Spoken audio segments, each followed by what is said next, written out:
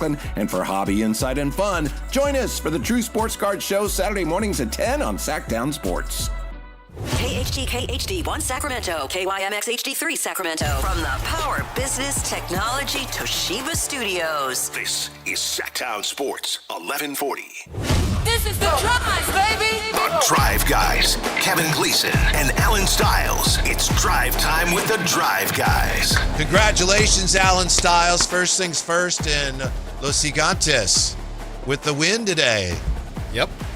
Must feel nice. We back, baby. Yeah. We back. It's scrappy. Yeah. Right? Yeah, a little scrap happening. A couple guys got hit on both sides, and then, there was a little extracurricular at the end. But here's the thing. That win very much reminded me of last season, specifically towards the end of last season, where they needed wins because they had kind of gone cold. They needed wins. They were still in control. It was them, the Reds, a couple other teams. The Mets were in it. They would lose a series. And no disrespect to the Reds, they went to the playoffs, but they would lose a series they didn't really have any business losing, or they would lose a series that they really needed, and then come out super loosey-goosey on the last game of the series, go out, take care of business, they win, and now everybody feels good about it. But you look up and you think, you can't just march, especially now you're 5 games under 500.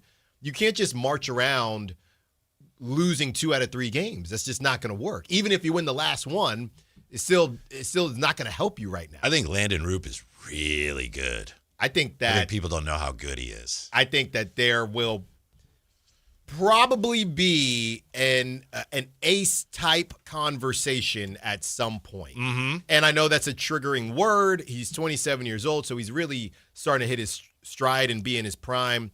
But yeah, it's a triggering word.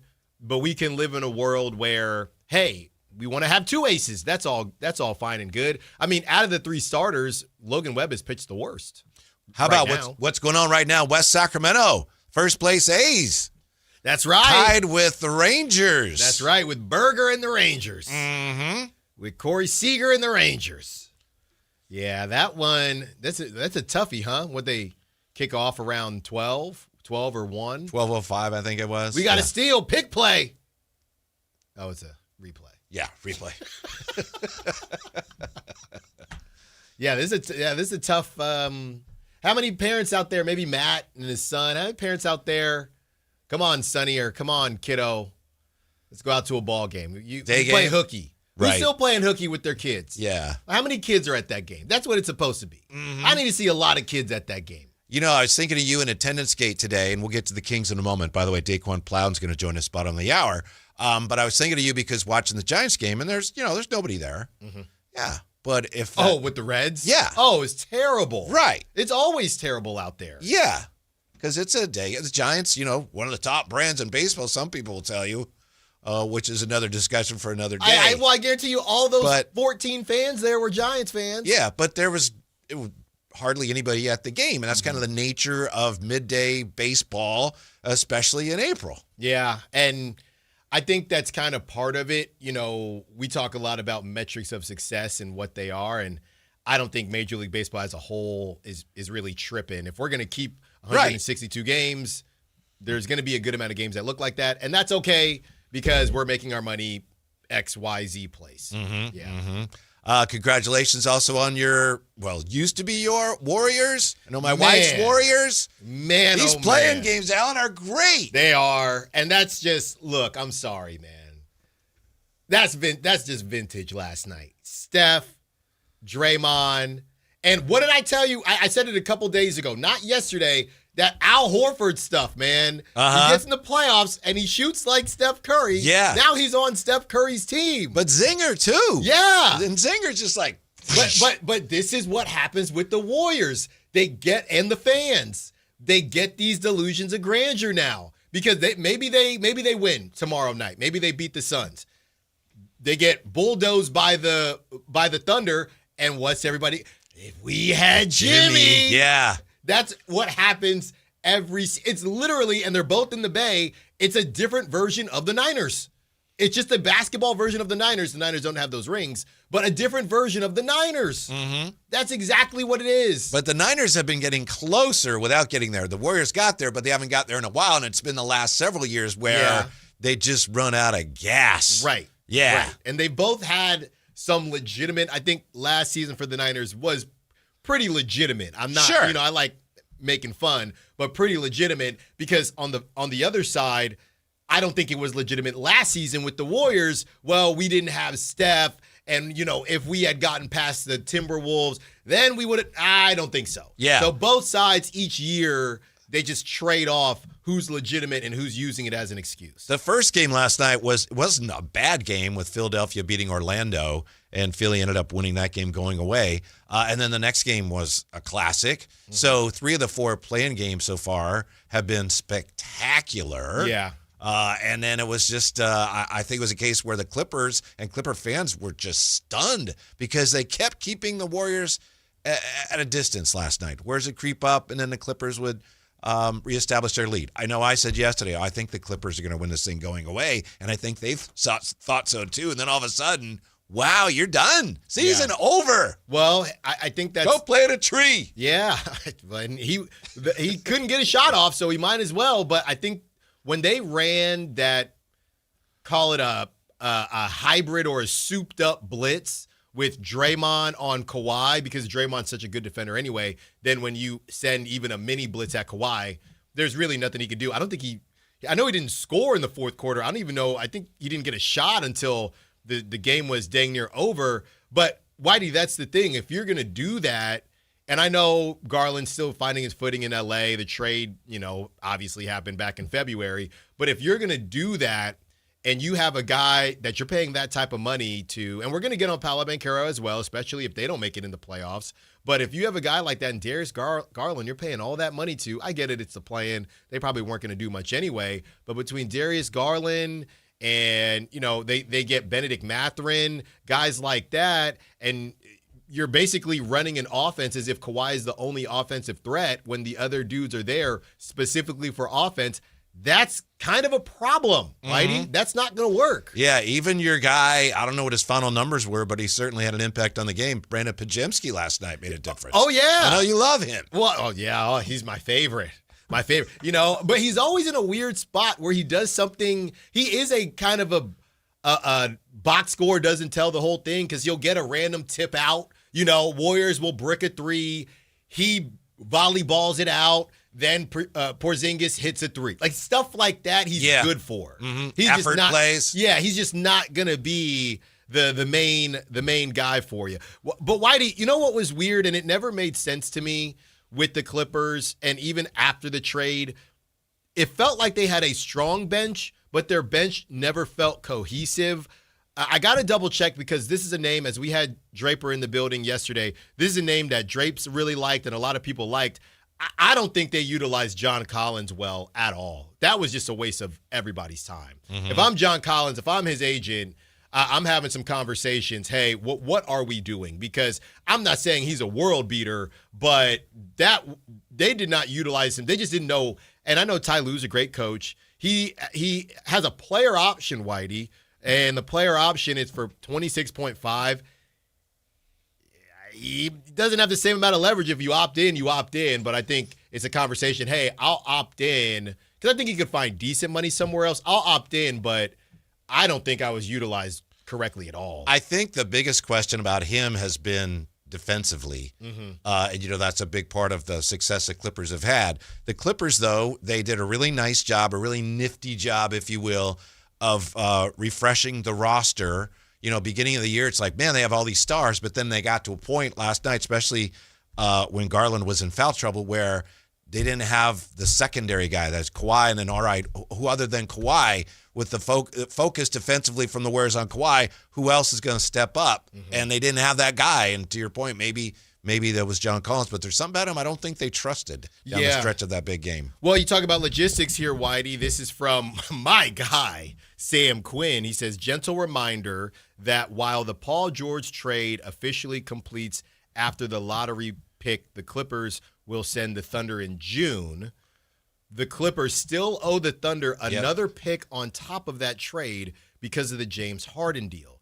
So we're doing this all over again next year. And what he means by that is because I believe the Clippers did not make the playoffs, the Thunder now have another lottery pick, and I think it's 12, 13, whatever it is, but they got one. Slots of 12 right now. Crazy. Yeah.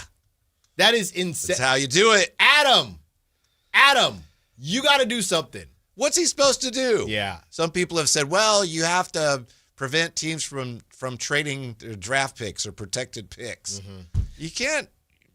You can't protect teams from themselves. Do you think you shouldn't? Do you think this turns into and I know it's not going to be a garage sale, don't get me wrong, but we've talked about the fact that you can only roster so many guys, and even your G League. Look, G League is nice, but it's not necessarily just to stash guys down there if you can push things down the line.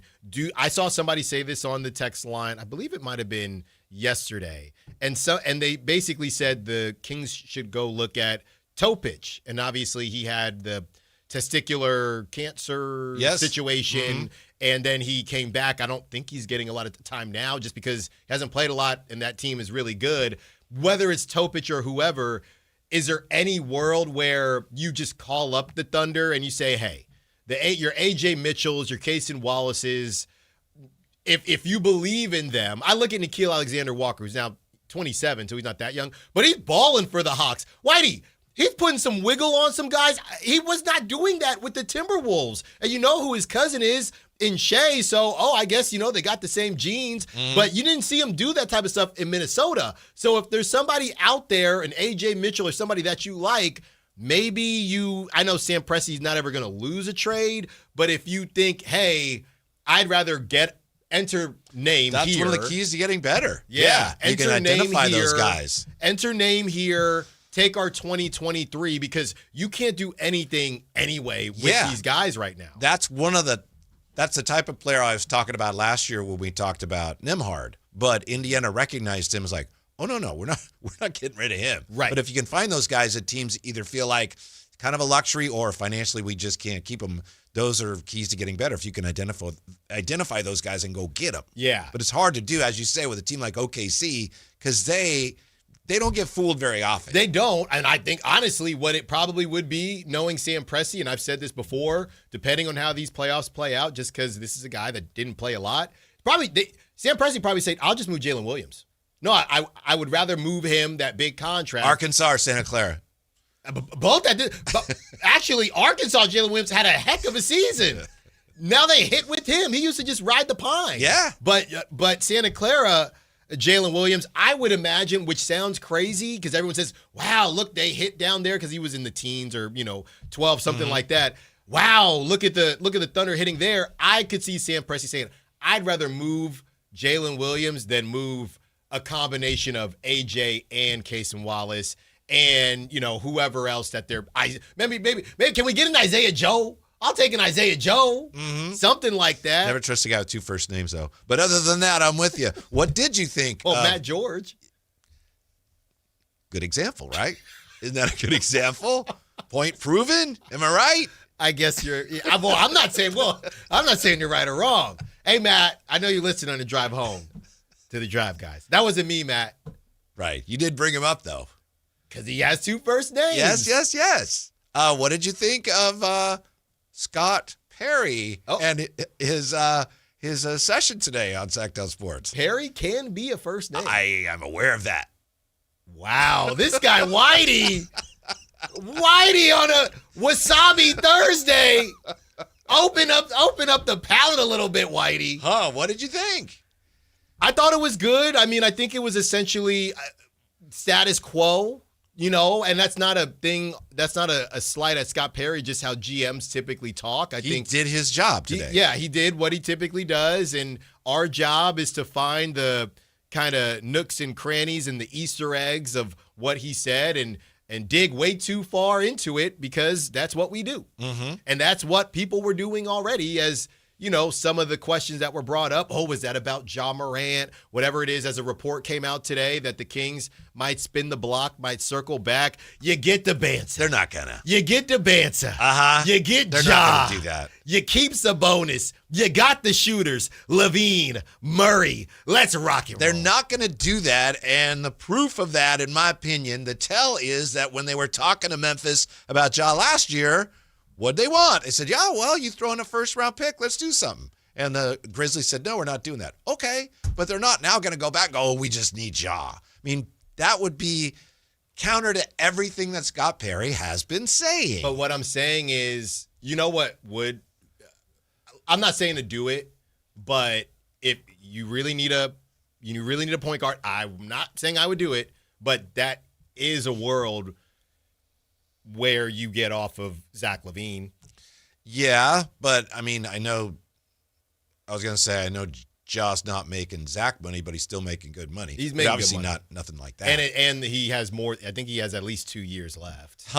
Well, I don't know. To me, Ja, there's just so many questions, and I'm talking about on the basketball floor. I'm with you. At least with Zach, if I can't move him, at least I know that, okay, one more year, and then I'm free and clear. Yeah. If I bring in Ja with all the questions, and obviously he didn't get along with the coach, then hopefully that'll work out. But if it doesn't, then, all right, I created another problem that I got to deal with for a couple of years. Yeah, I've been on the record multiple times. I don't necessarily need Ja in Sacramento.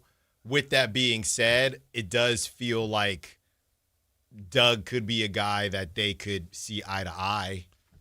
He's not a good defender. I'm just saying the way Doug is able to talk to guys and keep them on one page and one accord, as we just kind of saw him illustrate. And I can't believe I'm saying this either. I don't know what you put in my coffee today, Whitey, but if you did keep Russ, is there a world where Russ – now that's a mentorship that I think would be worth it, to be honest with you. Well, to me, Ja's beyond having a mentor. Ja's a veteran, and He's only 26, 27. I know, but he's been around the block a few times in the NBA. He's not some, gee, how do I do it, Mr. Westbrook? I'm just looking for someone to take me by the hand and show me the way. But you need a Harrison Barnes to teach you how to do your taxes, to wear a suit. Maybe you need to. Everybody, tax day was yesterday, right? Everybody do your taxes.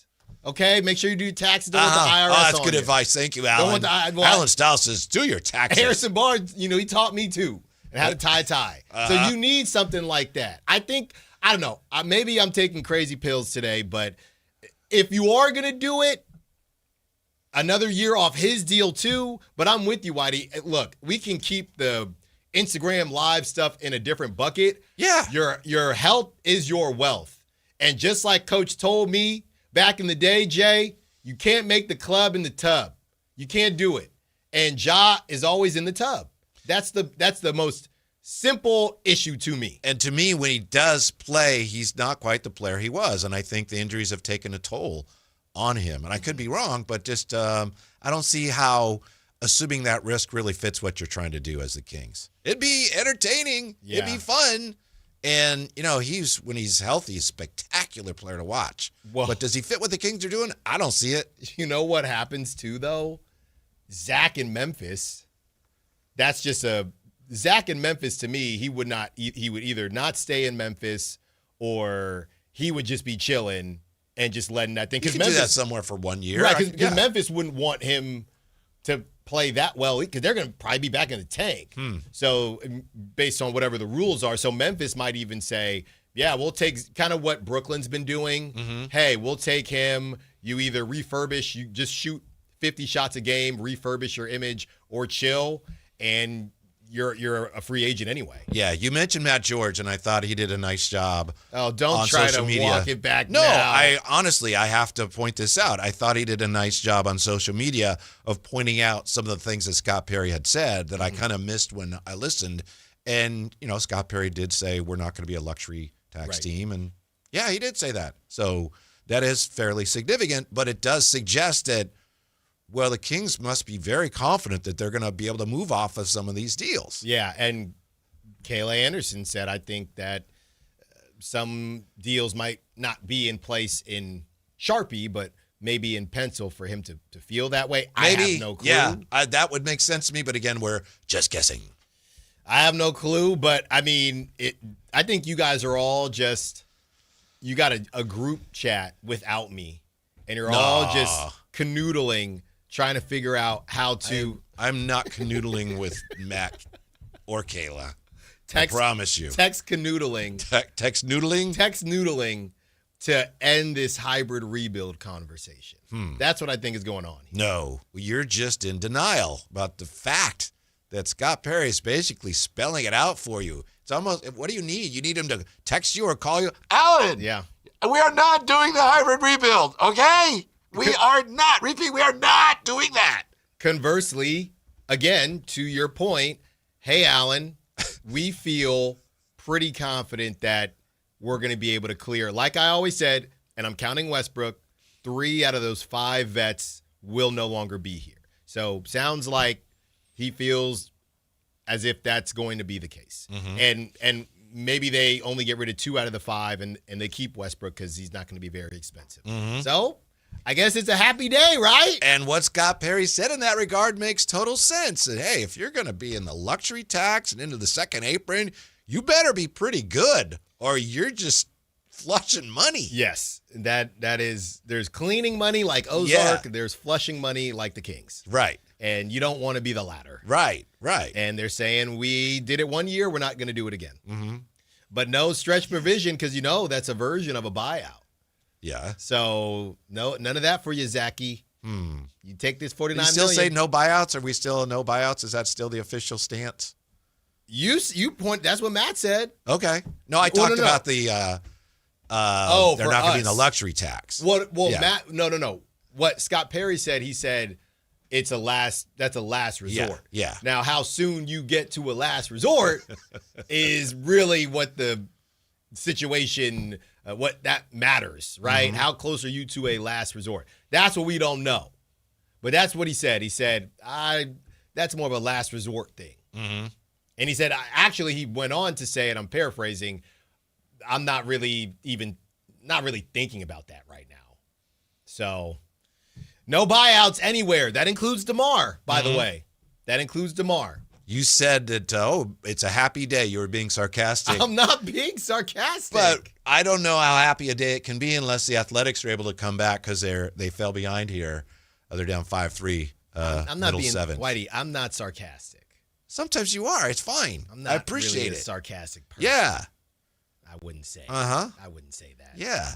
A can of nice salty sarcasm can be at times very satisfying. Okay. Like an anchovy? Very much so.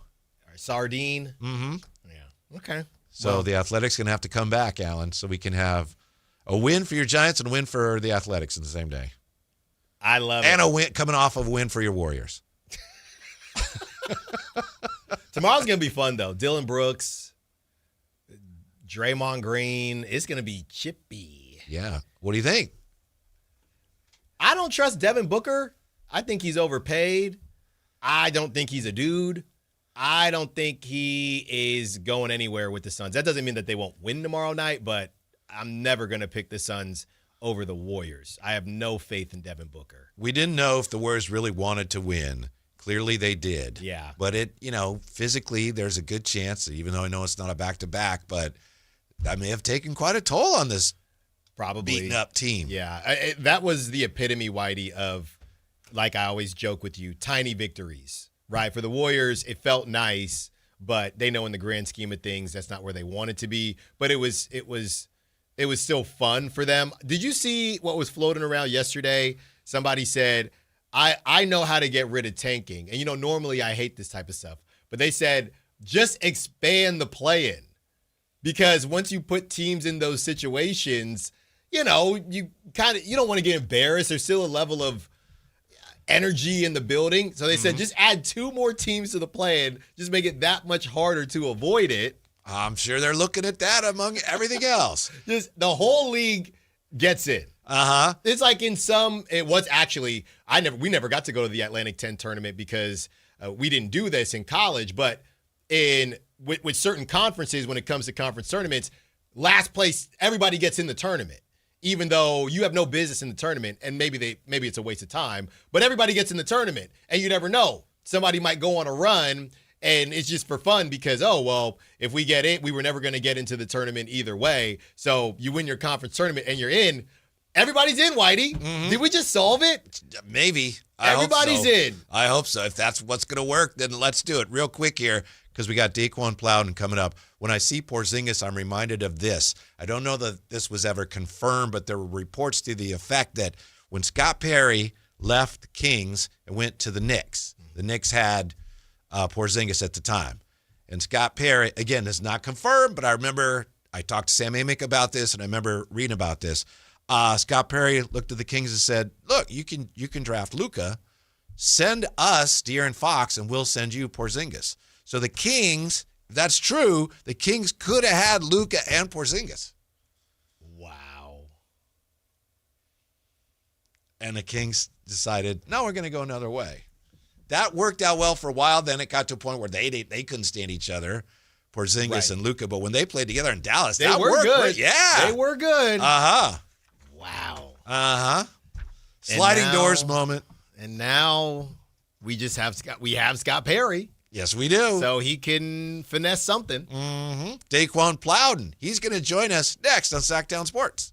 The Sactown Sports 1140 newsletter right to your email. Get your latest on the Sacramento Kings, athletics, and Republic FC with the Sactown Sports 1140 newsletter. Visit SactownSports.com to join. This is the sound of Claire, cooking dinner at home.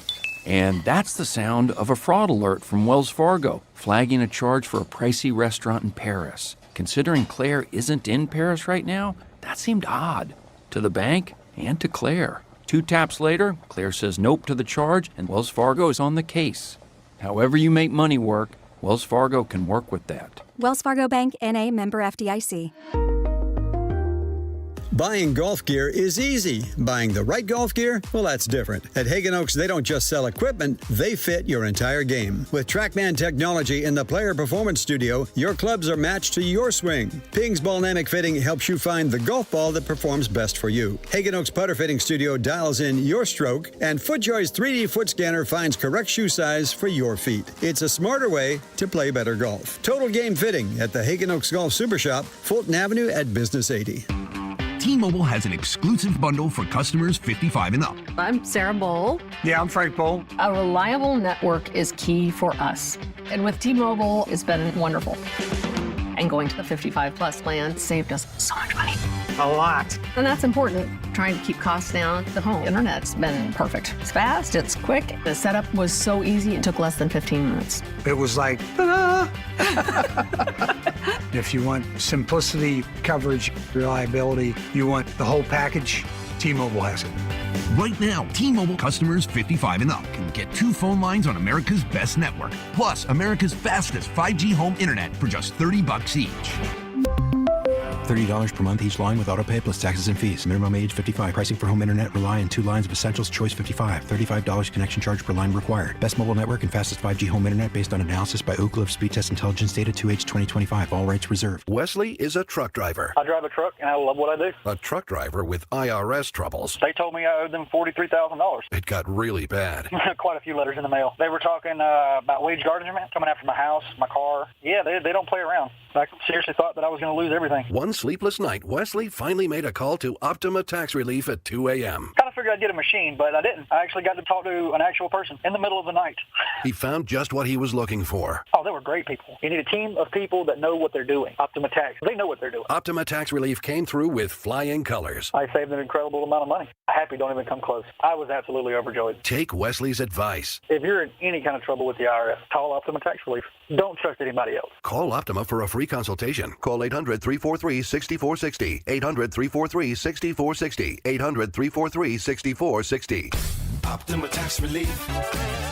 Some restrictions apply. For complete details, please visit OptimaTaxRelief.com. This is a special alert to all Americans who own a vehicle with less than 200,000 miles with an auto warranty about to expire or with no warranty coverage at all. Due to a decline in the economy, CarShield is announcing a low-cost month-to-month vehicle protection plan that is now available to the public to save any driver out-of-pocket expenses on future auto repairs. Call now to find out how you can pay almost nothing for covered auto repairs. Yes, you heard that correctly. Pay almost nothing for covered auto repairs. An open phone line has been established for all drivers to call for a free quick quote. Call 800-292-4541 now. Drivers who are covered will not have to pay for covered repairs again. This protection plan is at an all-time low. Additionally, drivers who activate this vehicle protection today will also receive free roadside assistance, free towing, and car rental options at no additional cost. Call us for your free quick quote today. 800-292-4541. That's 800-292-4541. What do you have to lose? Call 800-292-4541. Again, 800-292-4541. The San Francisco 49ers play on Sactown Sports 1140. Touchdown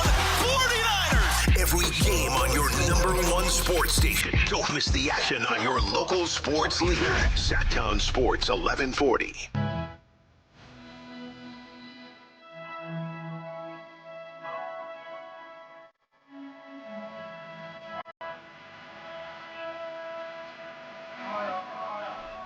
Live and local, it's the Drive Guys.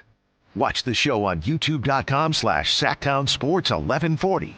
Or listen on the Sactown Sports app. Alan and I don't agree on everything, but our next guest, we agree on this. He's one of your favorite Kings. He's one of my favorite Kings, right? He was this year anyway. He was one of mine first, but No. Did you ever have him on your show? Because he's been on the show before. Media Day. I think that was before Media Day. Okay. Anyway, we welcome back to Sactown Sports, Daquin Plowden. How are you today, Daquin? What's going on, yeah? Hey, we appreciate your time. How nice was it for you just to get a chance to play more this year? Man, it was great. Definitely got to hoop with some Hall of Famers and definitely my mark out there on the floor as well. Daquin, you watch the season and how it kind of progressed, and you got pulled up, and obviously you're taking your shots, you're getting your opportunities, and eventually you got more and more and more. At any point, did it feel like the game slowed down for you at all? I know that you've been on a couple different teams and you've had NBA action, but this year specifically, did it feel like anything clicked or like the game slowed down for you at all? Yeah, I think I really found my niche. Maybe not that first little stint when I came up, but like that next month, I want to say, what was that? Like up around March is when I like really found my niche, and the game really slowed down for me. Mm-hmm. One of the things I noticed about you, first time I saw you in Summer League, and I know your debut with Atlanta, you had a big game, but I just love your high release on the three-point shot, and you just got a beautiful release, a very soft three-point shooter and a really good shooter. Did someone teach you to shoot like that, Daquin, or was just kind of the natural way that you shoot a basketball? Yeah, man, my dad, since I picked up a basketball, had always talked about my arc on a jump shot and kind of like helped me build my jump shot a little bit, and that was like one of our focal points of having a high release. Yeah, because it's a beautiful shot. Oh, yeah. Good rotation on it. Daquin, you brought up March is when things started to click for you. And there was a game that happened in Daquin. It happened in March. I don't know if you recall it or not. I know there are a lot of games that go down, but it was against the Orlando Magic. And you went off in that game. You went off 23 points. You had some big buckets down the stretch. And on the broadcast, they mentioned that you were with the Magic for a short period of time, and there might be a little bit of extra juice there. When the broadcast says stuff like that, is any of it true, or is it a bit overblown? When you see certain teams that you maybe were with for any period of time, do you wake up that morning with a little, more hitch in your giddy up? You know what? I'm trying to get these guys today. Yeah, I think I can speak for myself, but I think for a lot of people, sometimes there's that kind of mentality throughout the day when you're playing somebody where you were before. I feel like it's, kind of proving that you belong. But, they either didn't have the space or opportunity or whatever the case may be. But I think that day, yeah, definitely. You know, I spent some time in Orlando. I played for the G League team, Osceola, and you know, it was just good to go and compete with those guys and show them that, you know, I belong. Mm-hmm. Daquin, as I mentioned, first thing that jumped out at me when I got to see a lot was the jump shot. But also, Kings fans can't help but notice you don't back down from anybody, do you, on the hardwood? No. Can't. Uh-huh. Did you have a question, Jay? I'm sorry. Oh, no, I thought you were going. Yeah. DQ, you know, one of the things that we talk about quite a bit is the difference between a G League player and a NBA player. Even though they're similar, they're very close. Just explain some of the differences this year. You know, 1, 2, 3 things. I know that per diem is a little different, so I know we can start there. But what's some of the big differences for you, man? Like, you know, being in Stockton, which is a dope city, and of course connected to the Kings, versus being a part of, you know, getting that Zelle to the account. Yeah, man. I think you know, my time in Stockton was good. I feel like the G League is really fast paced. It's super fast paced. I think just adjusting to that is a skill within itself. I feel like there's a lot of possessions there, but in the league, like up top, I don't want to say it's not as fast. It's just more like, I don't want to say repetitive either, but it's kind of like if something's working, we keep going to what's working. Like it's like slower, more strategic, like kind of to that type of degree, I think. But I think like the distinction between a G League player and an NBA player, I feel like it's just opportunity. So it's almost more deliberate, it sounds like, at the NBA level. Yeah. Daquin, there's been so many conversations this season about the vets and the vet presence and the mentorship and how much it matters, how much it doesn't matter, by a bunch of people that aren't in the locker room. How much did the vet presence help you and the rest of the team? And is there anything kind of that you can share, even though you have been around the league for a bit? Was there anything that you learned from one of the vets that maybe you didn't think you needed to learn prior to this season? Yeah, man, I think with our vets were always engaged. And I know from the outside looking in, it's easier to provide, like, you know, biased opinions on what they do or what they don't do. But our vets was completely dialed in and helping us young players continue to grow, continue to be better out there on the floor, make the next play, like whatever it was. Like, I feel like they were always engaged with us and helping us develop our game this year. And again, like I said, like I know a lot of people have their opinion on what our vets do or what they don't do, but you know, especially with the type of season that we had, like we really only had each other type of situation. So, you know, they was really in tune with us. They helped me continue to have confidence, even though that we wasn't winning games and, you know, sometimes things on the floor wouldn't go right, but just continuing to be the player that I am through all the makes, the misses, the wins, the losses, and like being able to carry that over, not being too hard, like being even keel essentially too. So, but also just continuing to have joy with the game. You know, I feel like in a situation that we were in this year, like where we were under 500, just continuing to find joy in the game, continuing to find joy in and being present in those moments. So, I mean, I think that really taught me a lot, and the importance of just being present. Yeah, Daquin Plowden with us here on Sactown Sports. I know it's a business and you have options here, but if I may ask, what did you think of Sacramento, and how would you feel about coming back here if that were something that were to work out for everybody? Man, Sacramento has been welcoming to me. I definitely enjoy my time here and enjoy what I was able to do this season, and even just experiencing the city. You know, us East Coast guys, we don't really get to experience some of the world and some of the West Coast sometimes. So it's good to be out here and experience this side of the country. But honestly, right now, I'm unsure what the future holds. You know, I love Sacramento. I love the front office, but you know, still got to weigh options and see what happens. All right, we're going to do what we can on our end, right, Jay? Oh, yeah. You know, I'm making calls right now. I got a couple restaurants on the line to see if we get some endorsements. Yeah. You know, Dave, one of the things that I saw Alan was talking about your Orlando game, I believe, and correct me if I'm wrong, you got your first start of your NBA career this past year, and sometime in February, like the first or second week of February, that's your first start in the NBA. Just walking out there, shaking hands, you're talking about dapping up with some of the veterans, of course. I don't remember who the team was you played, but did that make a difference to you? Is that something that you can kind of check off your box, or is it like, have you already kind of felt like, you know what, I made it, I'm blessed, I'm here, and even though I get to start, it's nothing different? I felt like, you know, being able to be in this type of scene every day is a blessing for sure. And I tried to treat that first start as such, like it's a blessing to be here. But at the end of the day, it's like whether I start, whether I come off the bench, you know, whenever I get to lace them up and step out there on the floor, like it's the same thing that I've been doing since I've been a kid, you know, and not changing that mindset. I feel like at times when people do that, that's when you get too high, nervous, or too low, and like, you know, trying to play it cool or whatever. But me, I just went out there like, you know what, I'm lacing them up again.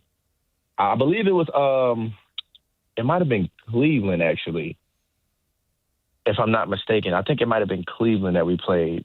That was my first start. Mm-hmm. You're right. Yeah, I just looked up February 9th. It was Cleveland. Mm-hmm. Yeah, so even playing against great players like James Harden and Donovan Mitchell, like still being able to go out there like, hey, listen, like I'm stepping on this floor too. Mm-hmm. That, you know, just how y'all got here and y'all make y'all impact, you know, I'll step on the floor and I'll make my impact, and, you know, understanding that and not being like nervous about it or like, oh shoot, this is my first start, let me try to do stuff that I'm not comfortable doing. Nah, I found the flow. I was able to find the flow. Daquin, if we may ask, none of our business, but I know you're working on your craft all summer. Are there things that, you know, downtime, places you might go, things you might do that you don't get a chance to do as much during the regular season? Anything about that you'd be willing to share with us?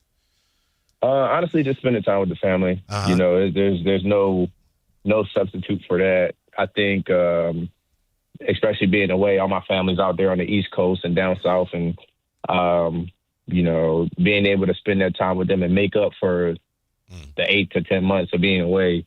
I think that's really where my head is at. Mm-hmm. And what was it like this year? We'll let you go here. We appreciate your time. What was it like playing for Coach Christie? You mentioned the veterans. How about Coach Christie coaching you? How was that this year? It was good for me. You know, I feel like the level of communication that he had with me was always reassuring.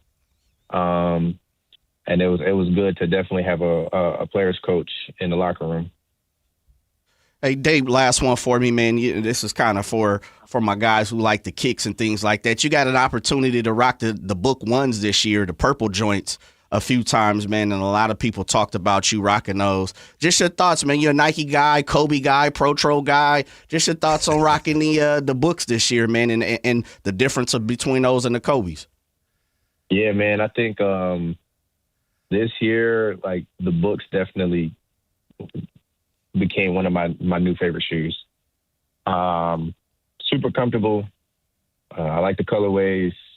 They're just as light as some of my Kobe's that I wear. But yeah, they're absolutely amazing, man. I love them. Like I said, they're one of my new favorites, and I think definitely going down the line, like I'll for sure have some books in my closet and in my locker. Daquin, we appreciate your time. We know everything is going to work out for you. Selfishly, we hope it works out for you here. We're going to work on that on our end. So hopefully we can talk to you again very soon. Have a great summer. We hope to talk to you again soon. Appreciate it, fellas. Y'all have a good one as well. All right, Daquin Plowden. That's why he has been one of my favorites since long before he was one of your favorites. Hey, look. Thank you, Jay. Yeah, that was great stuff. You know, but here's the thing. I didn't know we were going back and forth, but I'm saying, guys, right, because I asked him about cheesesteaks when I talked to him on Media Day, so I didn't want to bring it up the same way.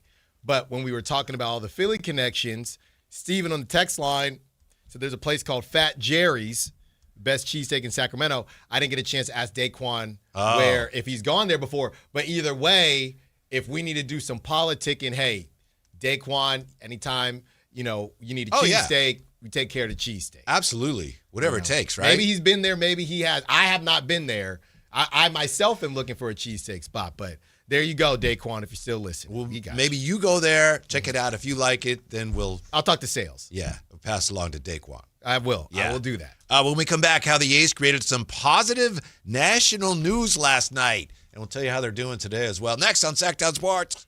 A's fans, the 2026 season is here, and single game tickets are on sale now. Be there for an exciting season, packed with theme days, giveaways, and fireworks nights, including bobbleheads, jerseys, hats, and much more. And getting in is easier than ever. Tickets start at just $8 for select April and May games. From opening day to unforgettable summer nights, there's something for everyone at the ballpark. Get your tickets today at athletics.com/tickets and be part of the excitement this 2026 season. Is the crew on their way so we can fire up the grill? Cabrito, arrachera. They're gonna love it. Better go with birria and carne en su jugo. Classic Jalisco dishes with tradition. That seasoning is great, but northern Mexican-style meat speaks for itself. Let's make both. Deal. And to boost the flavor, ice-cold Pepsi. Its sweetness pairs perfectly. And to go with it, flour tortillas. And corn ones too. Hey, carne asada deserves Pepsi. With Popeye's new $6 faves menu, you can get this 3-piece chicken, this 3-piece tenders, this chicken sandwich, or these 2 regular sides for just $6 a piece. I know you can't see what I see, but trust me, those bold Louisiana flavors look so good, you might just have to get them all. Now there's an idea.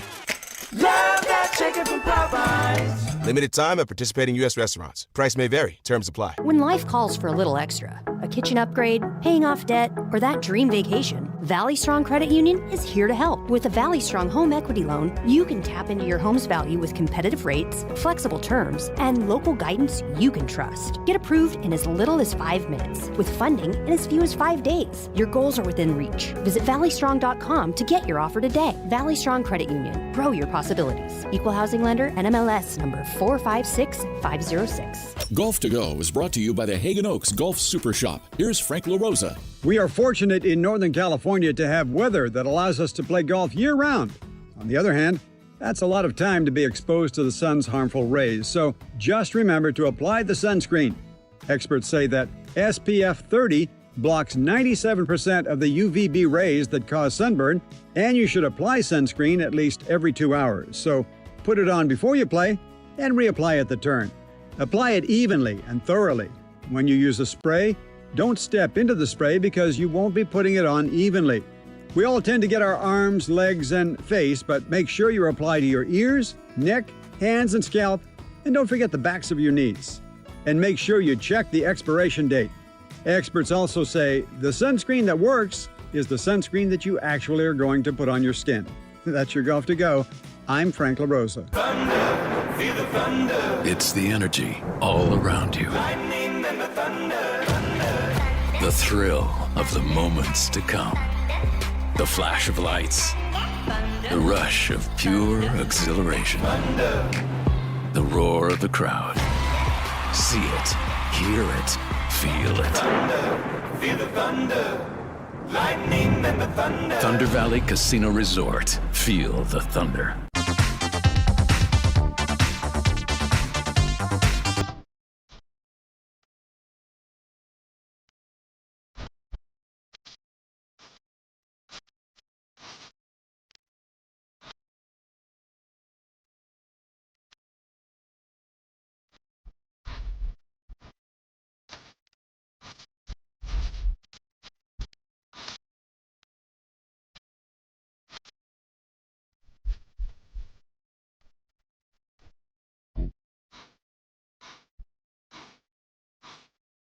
Your afternoon home for Kings talk and so much more.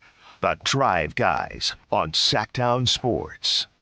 Alan's happy because we just talked to Daquin Plowden. Also, he's happy because the Giants won today.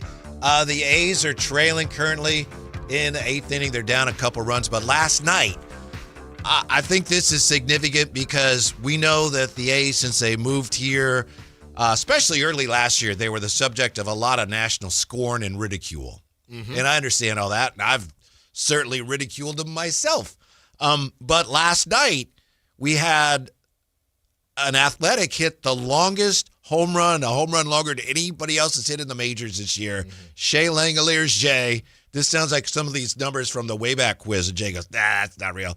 Shea Langelier's 467-foot two-run home run. Longest in the majors this year. 467 feet out. In Sacramento. Boom. Had to be in Sacramento. It was. That is, I mean, it's kind of hard with the no bleachers. Like, how do you triangulate? But it was a bomb. Yeah, that's a bomb. That's a bomb. It was off the I Street Bridge. Yeah, and that's the thing when you all of the projected distances when you are, watching Home Run Derby, and I know those are the best home run hitters, but some of those numbers, you're thinking, he did that off of 70, 60 miles per hour? Really? Did he? Like, I can believe Shea more than I can believe some of the Home Run Derby numbers just because there's no power coming from the batting practice. Mm-hmm. They might actually use juice balls in the Home Run Derby. They have that to. Wouldn't be in violation of any actual rules. Oh, it went over 450. They should, actually. Yeah, 450. There's an extra 3 balls, and you're thinking, how is he? I know they're big dudes, but how are they doing that? Shea, I can believe. Uh-huh. Pete Rose told a story once. He said one year, 1980-something, this is when the All-Star game really mattered. Mm-hmm. That is, the players cared. And he said the American Leagues watched the National League take batting practice, and Pete Rose went out and got some more tightly wound Japanese baseballs. Mm-hmm. And everybody in the National League was in on it. They took BP with these baseballs. And he said the American League felt like, we can't beat these guys. Right, just crushing the ball. Wow. Yeah. That's what I needed. It's funny because there's been so many kind of tweaks, and there are a couple people in this situation where you fall outside of the tweaks. So I don't know if you remember this from early on in college baseball, the Gorilla Ball era, where guys were, Jay, they were just mashing baseballs, no doubt. right? Mm-hmm. So then by the time I came up, that's when they changed to the BB core. So they left the BESR and we went BB core. So all of us felt like we were swinging wet newspapers and nobody was hitting home. Everything dipped. Why I graduate about a year or two later, they tightened the balls because they're saying, This is pretty bad. So I played in the dead ball era. Yeah, you did. You did. How lively were the balls when you played for the Palo Alto Oaks or whoever you played for? Those were standard. Was that the team? But when the first BB core came out, there was a thought that wood might have actually had more pop than them. Like, you were better off just using wood. That's how bad it was. Agreed. Dead. Did you play in the era where people said, "Oh, maple bats are the best"? Oh, I love maple. I only swing maple. Yeah. And then weren't they trying to get rid of them because they the kept way they splintering? Break, yeah. And it wasn't safe, but they just they flimsy to me. They're smooth, man. Yeah. Oh, they're smooth. The pine tar goes right on them. I'm an ash guy. No. So you're just talking about the finish? Is smoother? No, all of it. It just looks like one log. Jay, the ash, you see like the jaggedness in them. The grain. Nah, I don't like the grain. That's OG swinging bats right there, bro. I don't like swinging the grain. logs. No, I like it smooth. So the maple doesn't have the grain in it as much? No grain. No. Okay. That's why they break too much. Hey, when you get in the kitchen, they all break. This is from something Ken Rosenthal wrote today in The Athletic. Maybe you saw it.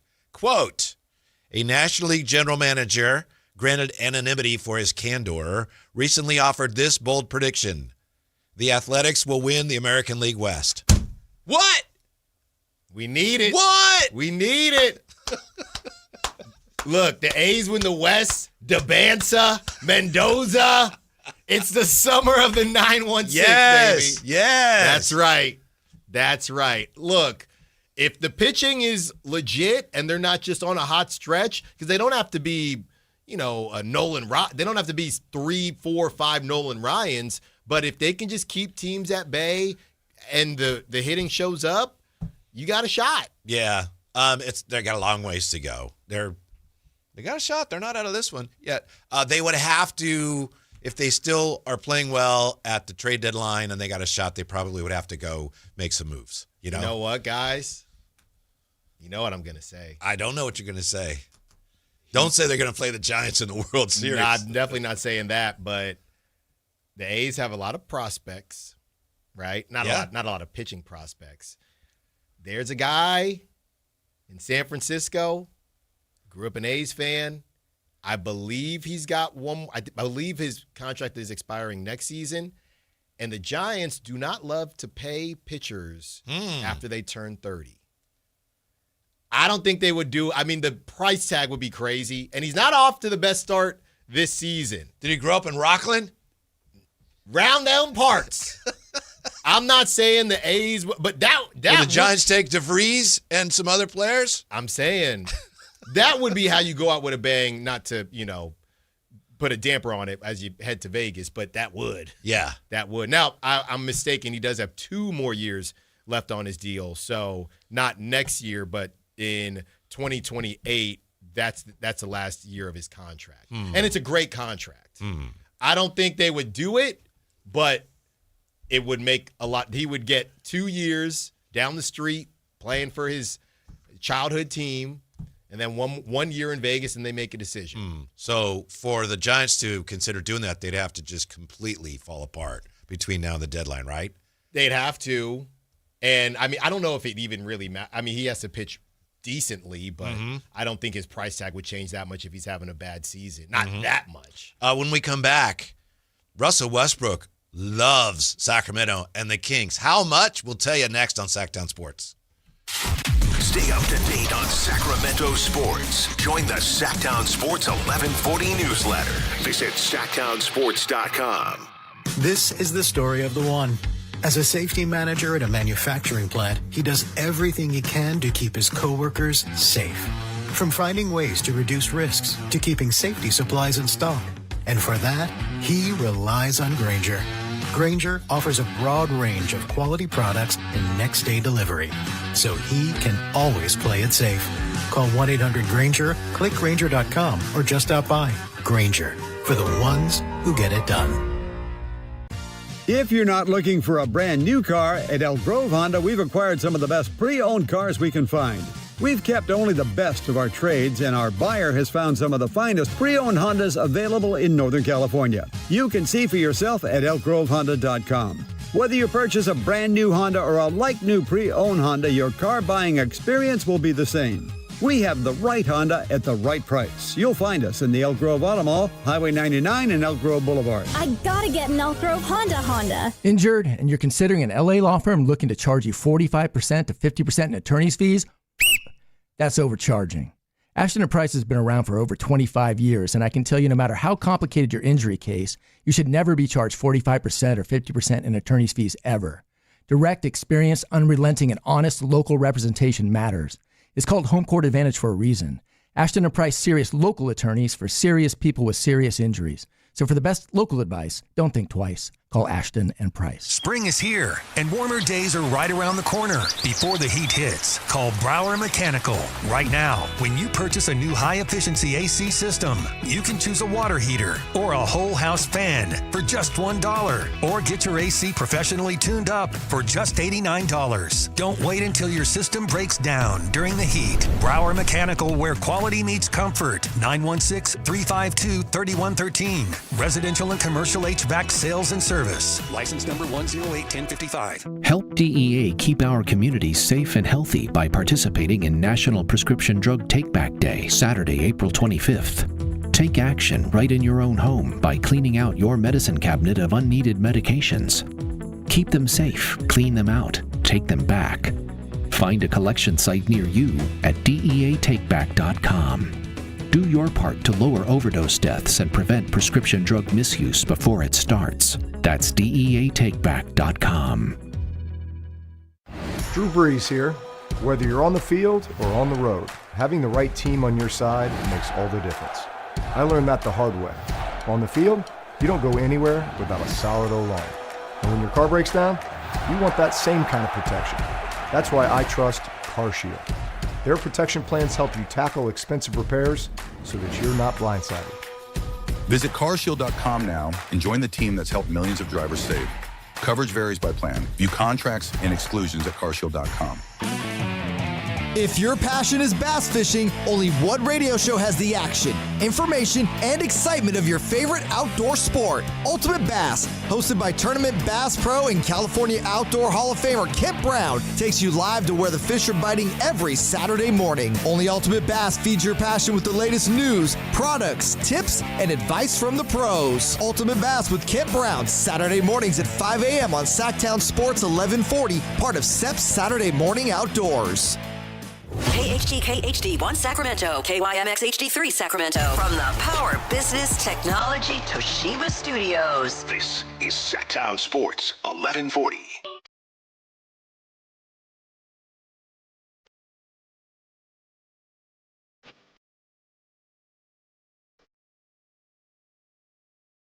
Live and local, it's The Drive Guys. Watch the show on youtube.com/Sactown Sports 1140. Or listen on the Sactown Sports app. When we left you, the A's were down 5-3 with 2 outs in the 8th. They had the bases loaded, and Nick Kurtz, a little pop-up down the left field line. He was disgusted with himself, and it dropped, and 3 scored. So the A's are clinging to a 1-run lead, Alan, and get close to winning this series, this battle for first place. That's true. That is how they've been kind of skating by these days, and this would fit the bill, like you've been saying, Whitey. Another close game. I know it's 6-5. It's not 2-3, but Whitey, don't get too excited too quick there, Whitey. Don't. Texas ain't rolling over. No, they're not. They're not rolling over. I think I trust Texas more than the Mariners. I think Really? I got the Mariners. I don't trust the Astros either. I don't trust either of those teams. I don't. When you say you don't trust them, is that code for I can't stand them? No, I have no real ill will for them. There's just teams that I haven't bought into. I'm just not big on the one-hit wonders. And I know the Mariners, they finally broke through. They got so close to making the playoffs. So they just have to prove they're not a one-hit wonder. Mm-hmm. We've heard a lot this week from NBA players, Kings players who've said how much they love Sacramento, how much they'd like to stay here. Not everyone has said that, but no one has been as pro Sacramento. Uh-oh. Fundamentals. Well, we got what was that, a botched pickoff? It was a bunt to third base. Third baseman tried to go to. 6-6 now tonight. Yeah, man. Anyway, no one has been as pro Sacramento as Russell Westbrook is in his latest post for the Word of Westbrook blog. What do we got, Alan? Yeah, so Westbrook via the Word of Westbrook newsletter. Hey, y'all. Brody here, back with another send. As we know, the NBA season has now come to a close, and I'm so grateful to the city of Sacramento for embracing me. The Kings organization has truly become a family to me. I'm honored that this past season I had my 208th career triple-double, achieved 8,734 career rebounds, 10,000 career assists, and reached 2,000 career steals, and moved into 15th place on the NBA's all-time scoring list here. And just last month, I took 5th place on the NBA's all-time assist list, ! I could not have done it without the support of Coach Christie and the rest of the team. And I was reading some of these comments, Whitey. Mm-hmm. Basically, he's got a very, very strong fan base. And I don't want to say spin, but the approach now is, I guess if you just look at it from a numbers perspective, because people are going to argue finals appearances or whatever, the goal for the fans, I'm not even saying Westbrook, but it could be Westbrook as well. The goal is to be considered the best player in the history of the game without a ring. And again, there are some greats on that list. Well, again, it'll go to, does it matter if you went to multiple finals? Obviously, he went to one. Does it matter if you went to a bunch of finals and didn't win them? How many players even did that? Does it just matter based on the numbers? Numbers-wise, if you look at who he's amongst a bunch of guys that do have rings. So is it true? I thought it was fascinating that they worded it like that. Yeah. And the last thing is his fans who wanted him to get the hell out of Sacramento, they're now saying, who cares if you're the 8th, 9th player on a playoff team playing for something? Just stay in Sacramento and get your numbers right. That's not where Russ can be Russ. That's exactly right. Mm-hmm. Yeah. And just to be clear, this isn't Russ declaring that this is what he wants to be. No. Some of his fans say that would be nice if he ended up as the widely considered his fans, best player never to win a ring. Yes, his fans say this. We're seeing a vision here versus at the beginning of the season when he was balling out. It was, man, this is stupid. Get him out of Sacramento. Mm-hmm. Well, okay. The A's are no longer winning, by the way. But anyway. You jinxed them. I didn't jinx them. Yeah, you know I you was did. merely reporting what was happening. No, you did. You did. It was what happens if the Kings go to the hybrid rebuild and they get to Bonsa and then he wins a ring next year here? And then he's not on that. Then he's got then he's triple cemented as a legend. Real quick, here's a list just for the heck of it. This is purported to be 10 best players who've never won a ring. 10 Vince Carter, 9 Dominique, 8 Trace McGrady, 7 Reggie Miller, 6 Steve Nash, and then you really get into some heavy hitters. Because I was going to say, I like where he's at based on those names, no disrespect to them. But. Patrick Ewing, Karl Malone, John Stockton, Charles Barkley, and AI. I mean, look, Westbrook fans could find a way to put him top 3. Easy. Mm-hmm. And I'm not saying he's not top 3. He's not done playing yet. He on this list, by the way, and I don't know when this came out, but they have him, and this is Ranker, they have him 15th. They have Dame and Pete Maravich and Chris Paul and Elgin Baylor ahead of him. Well, yeah. But here's the thing, Whitey. This goes back, and this is almost an inverse conversation. Shout out Stranger Things. This is like an upside-down conversation to the LeBron-MJ debate, right? How much of the AI thing turns into the legend of AI and what he did dragging that Sixers team, even though they didn't win the finals. How much does that carry AI versus if Westbrook has AI beaten in all these categories? Some people might still not have him over it because, well, Westbrook never did what AI did to that, with those Sixers. And, they lost to the Lakers, but it was Kobe and Shaq and the crew. So, I don't know. He definitely can put himself in the conversation.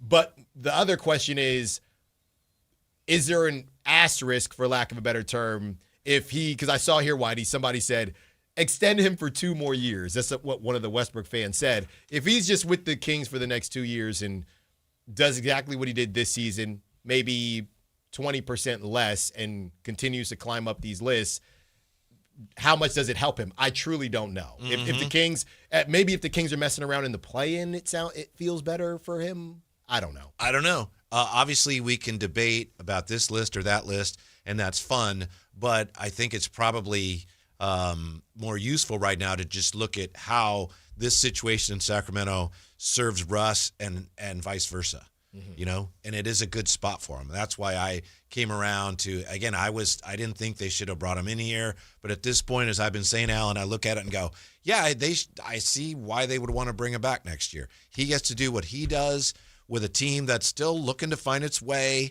And especially if you bring in a young point guard that he can mentor a little bit next year.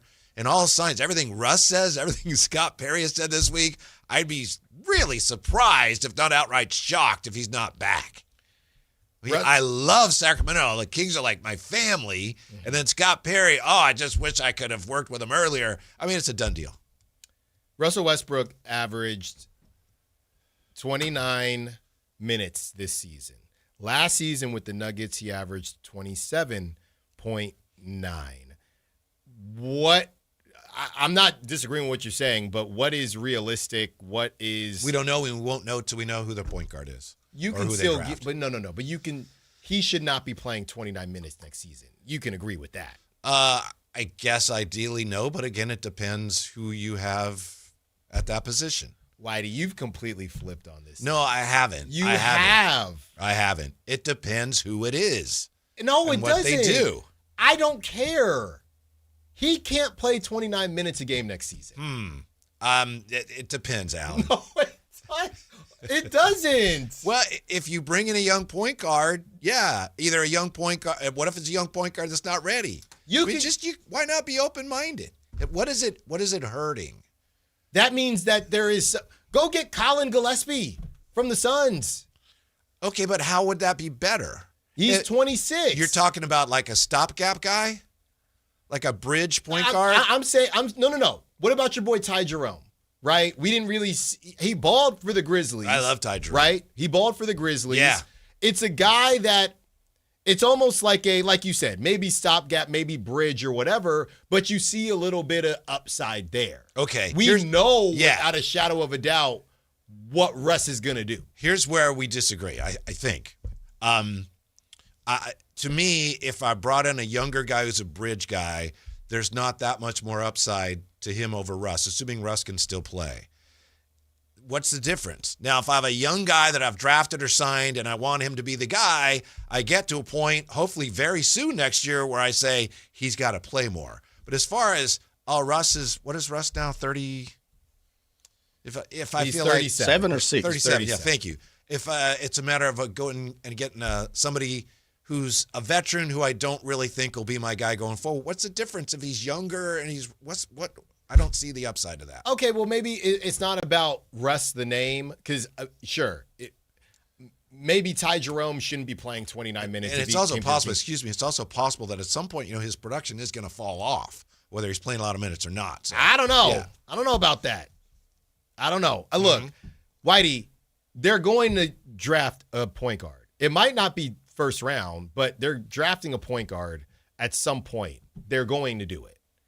And maybe if it's a second rounder, you're thinking, we can ease things in. But even still, there is just no world where he's playing 29 minutes. There's no world, Whitey. By the way, Bride Dog says, why the hate of the A's? Don't hate of the A's. What? No hate of the A's, just bitter disappointment. That's part of being a baseball fan. And today, the way things went down. So no hating of the A's. The filmer says Russ is 100% a king. He is. Be a king. I'm talking about minutes. I'm talking about you can come back, but I need you, since you won't stand on business, Whitey, I'll stand on business. I need you 20. I need you less than 20. I need you less than 20. I need to see what the scenario is. 20 could be about right, depending on who you have. That's the only option, Whitey. That is the only option.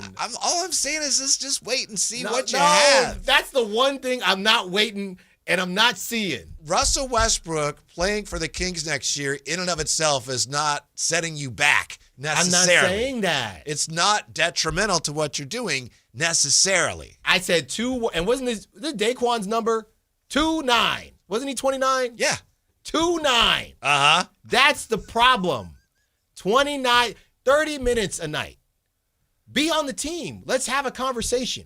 We got to cut you in half. We got to cut that. We need 15. If you're at the trade deadline and he's still playing that much, then to me that would suggest, okay, something that you were trying to do, you didn't get done. Well, but early the in Schroeder, the year, and the Schroeder thing. What about the Schroeder thing? That fits into it too. DeMar, and just so people know, it's not a Russ I don't think thing. DeMar's going to be back next year. 31.2 minutes per game. Mm-hmm. I need that down. Okay, but what did that hurt this year? No, it didn't hurt anything that year. Okay, then why does it hurt something next year? So you're trying to get it. Okay, so you're trying to do the vet tank thing? I'm trying to avoid tank, bleep the hybrid rebuild. Tank. Get in the tank, drive the tank. Might not do you any good to run over some stuff with the tank. Get in the tank, close the top of the tank. You'll be in the tank. But I need a young tank. I need a normal tank. Not this. There are so many issues that came up and no one gets this or we don't get it because people don't see stuff like this. What issues came up? I talk to a different show. Okay. All right. But that really that wasn't. Did it hurt the team? Did it hurt the development of the team? It's just it was something that unnecessary. people were throwing around and it was something that we talked about. The whole thing was unnecessary. Uh-huh. I need you to say it can't be 29. I'm Just not going to say that. I'm not going there. It shouldn't be by the end of the year. If early in the year it is, maybe. Depending. Can't. CAN''T. Alan, I'm not thinking I'm going to be competing for anything next year. But if he's playing 29, somebody's not. Do you understand? Whoever. Bennett Sturts. Whoever. Well, it depends on Richie who. Saunders. That's all I'm saying. If I lose Richie That's a Saunders, different position. They're guards.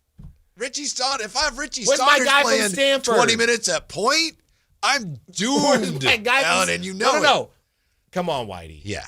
Just I know what you're doing here. I don't think you do. I think I do. You just have to keep an open mind to it. I remember having the conversation with Jay when they brought in Russell Westbrook. And we were talking about minutes for Russ. And I remember we were saying, if it's like 20, if it's more than 20 minutes, you got a problem. Yeah. Okay. And it was more than 20 minutes. Yeah. And I had to look at it and go, all right, it really wasn't a problem. Was. Why? Because you're not developing somebody. Who? That's the thing. There it comes will down to be somebody. That's the whole issue with the veterans last year. And I admit, I spent time on both sides of it. I admit. But the issue of you're a young team, you've got veterans playing, young guys can't develop, you shouldn't do it. This sounds like that to me, in theory, but you had to look at the specifics.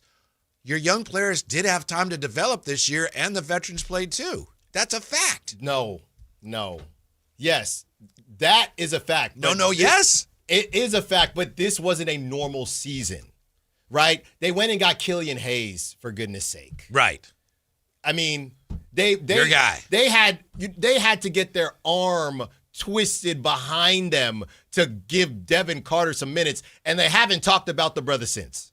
They haven't. And Dave got called out on social media because Dave said he was going to ask Scott Perry about Devin Carter, and he didn't. And then he responded on X and said he forgot to ask the question, and people are calling bull. That's a whole nother thing. They call that bull. I have nothing to do with that, Alan. And I have zero to do with that. Abuka Akori, Stanford. If Russ playing 29, you got Akori on the team. That's a problem. You already know how I feel about Malik Thomas. Now, if he's the guy they pick, then Russ is going to play. Early in the year, he is. He'll play 40. Early in the year, he is. Okay, so if they don't take a top point guard, you're just saying, bleep it, Russ, go out there and let's just cook another season. I'm not saying bleep anything. I'm trying to look at what's best for the development of the team. Yeah, thank you. But where we disagree is you think you can't play these veterans. If you're trying to develop your young players, you can't have these veterans playing major minutes. And I'm saying, well, let's see. Who is it? How many minutes do they need to play? It doesn't matter. I go back to when they drafted De'Aaron Fox and Scott Perry brought in George Hill. That didn't work out. But that was what Scott Perry tried to do. I was ranting and raving. This guy's 19. He's got to play. If you get somebody who's 19, they don't have to play right away. Some of them aren't ready to play right away, especially when your team is not competing for anything. I don't understand why you're having a hard time with that. We may disagree. Okay, so but you're what I'm saying is to start the season. It's not ridiculous. Okay, you're saying to start the season. Here's what I said. Yes, to that point. If you get to about the halfway point of the season and you've brought in a point guard and Russ is playing like 29, 30 minutes at point guard, then probably something that you were planning to have happen didn't happen. Or they're not seeing where exactly this thing is supposed to go. And they got caught up in a hybrid rebuild.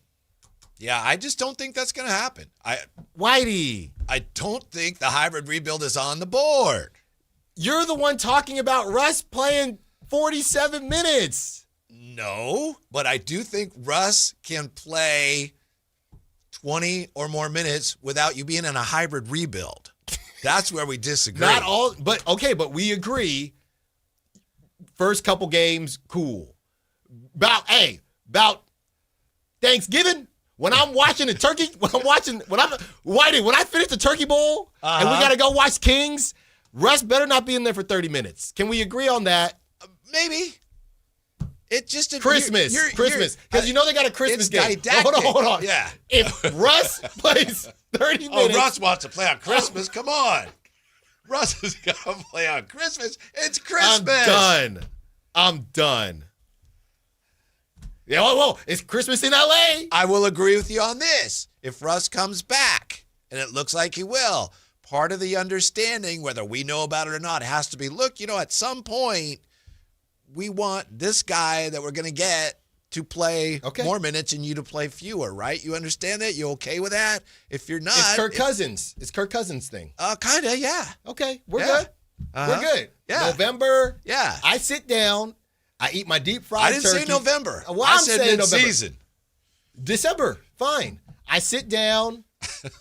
I finish watching the trash Netflix NFL games, and I better see whoever, okay, Bennett Sturts, Ibuka Akori, or Darius. If they take a top, somebody in the room is shaking his head. Okay, you know that? Okay, hold on. Yeah.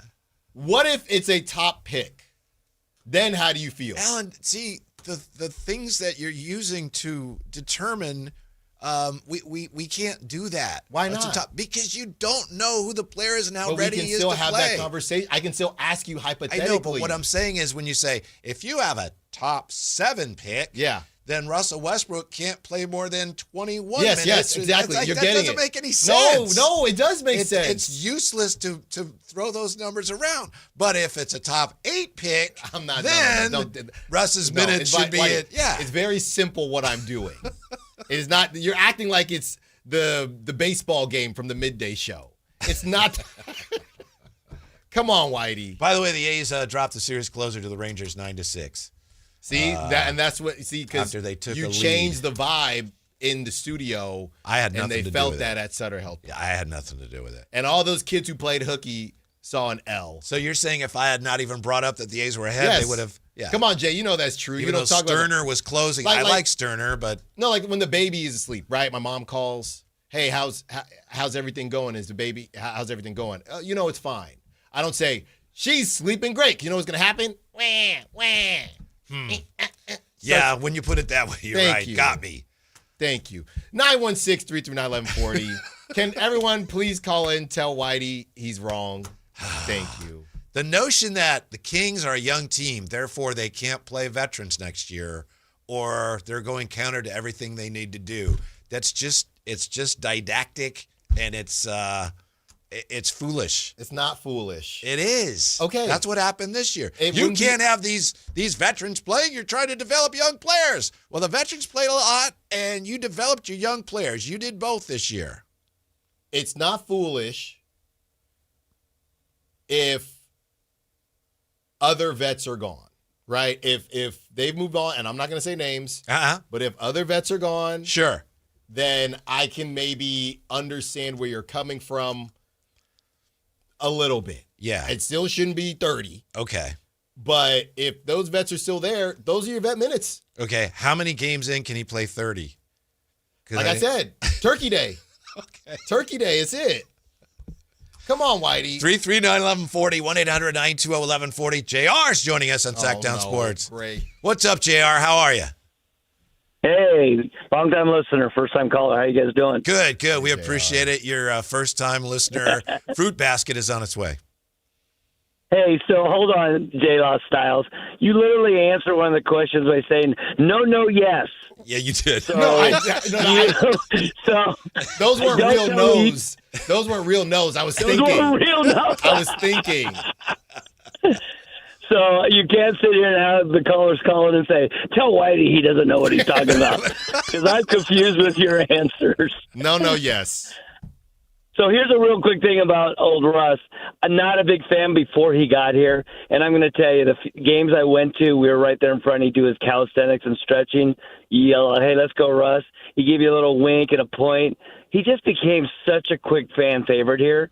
And he was so into it. And you're like, wow, he's actually embracing it. And, of course, when he yells at Matt George, that was wonderful. So we all love that. But so you're saying he became more of a fan favorite when he did that, JR?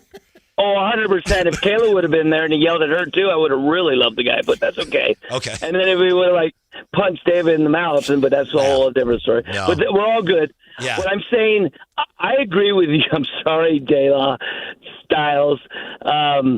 25 minutes around, and yes, a young guard coming in, but teaching him, just like what he did this year with Max.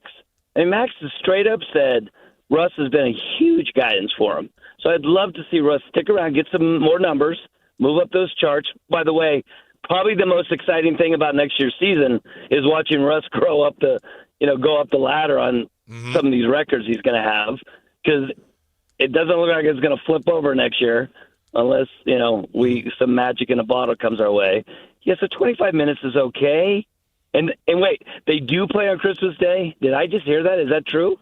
What's true is that there are some jersey designs that were leaked on the internet that some people say are the Christmas Day jerseys, but none of that is confirmed. One of them was a Kings jersey. So we're keeping an eye on that, but no, we don't know that for a fact. Okay. Yeah. That's a good leak, though. Yeah. That's a good tease. You guys I'll be listening until December 25th. That's a great tease. All right. Thank you. Love you guys. Bye-bye. Appreciate it. I'm good with 25. 25. Okay. 25. Uh-huh. We're good there. I've done a 180 on Russ. I thought, why is he coming? I know you have. What sense does that make? I and watched then, it. JR said, and I think he made a great point. If you're a fan and you just want the team to be better, maybe you're not as concerned with this, but he does give fans a reason to come out and watch when there aren't as many of those reasons as there used to be. Yeah, and how many fans are on board with the, hey, heck yeah, he's crawling up all these lists in a Kings jersey. It's pretty cool. Yeah, there's a business aspect to it. I thought it was interesting when Coach Christie said, was it yesterday? When he said, sometimes coaching a player like that, it can be tough. But it wasn't. Right. And I think if you probably gave... It's like what Richie says about you. Being a PD for a guy like that, it could be tough. Yeah. And then he never said it wasn't, but he just said it. ... Yeah, it can be tough. We're waiting. Yeah. Good one, Whitey. Yeah. Okay, we'll come back with Brendan Nunes is going to join us. Oh, even bet. Thank you. I think he will agree with you. Oh, yeah. But Now we'll see. we're on. Yeah. Kings Insider Brendan Nunes next with the Drive Guys on Sactown Sports.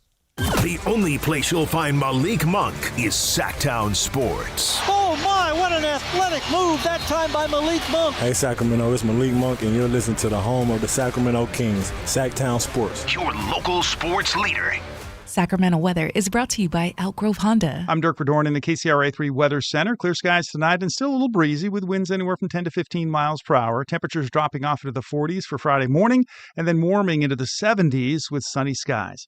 Get the latest forecast on the KCRA3 News and the KCRA app. At Elk Grove Honda, we've acquired some of the best pre-owned cars we can find. Whether you purchase a new Honda or a like-new pre-owned Honda, Elk Grove Honda has the right Honda at the right price. In the Elk Grove Auto Mall, Highway 99 and Elk Grove Boulevard, or elkgrovehonda.com. I gotta get an Elk Grove Honda. If you owe back taxes, listen carefully to rule number 1. Never go up against the IRS alone. They're cracking down, freezing bank accounts, garnishing paychecks, canceling passports. Even your home or business could be at risk. But here's what they don't tell you. The IRS has powerful tax relief programs that could save you thousands if you qualify. That's why smart people call Optima Tax Relief, America's #1 tax resolution firm. Nobody knows these programs like the experts at Optima. Their team of tax attorneys and licensed professionals have resolved over $2 billion in tax debt for people just like you. The IRS is not stopping, so don't wait and don't take them on alone. For tax help you need, for tax help you can trust, call Optima today for a free consultation. Call 800-343-6460. 800-343-6460. 800-343-6460. Optima Tax Relief. Some restrictions apply. For complete details, please visit OptimaTaxRelief.com. Sacramento! Now you've got a place for all things dance. The all-new Energy 100.5 HD2. Where dance music lives. Dance vibes anytime and any place when you get the free Now 100.5 app. Or listen at 100.5 HD2. You ever notice how the other guys scream about massive discounts on their Dodge, Chrysler, or Jeep Ram vehicles? Then you get to the fine print and boom, another $5,200 in mandatory ads. At Hoblet, we don't insult your intelligence. The price you see is the price you pay. No mystery add-ons, no bait and switch, no gotcha when you sit down to buy. Hoblet, family owned for 77 years. Transparency, straightforward pricing. Buy it right, buy it at Hoblet. Catch the future of San Francisco Giants baseball right here in Sacramento with the Sacramento River Cats at Sutter Health Park. See tomorrow's stars take the field today and be part of the big league journey. Get your River Cats baseball tickets now at rivercats.com.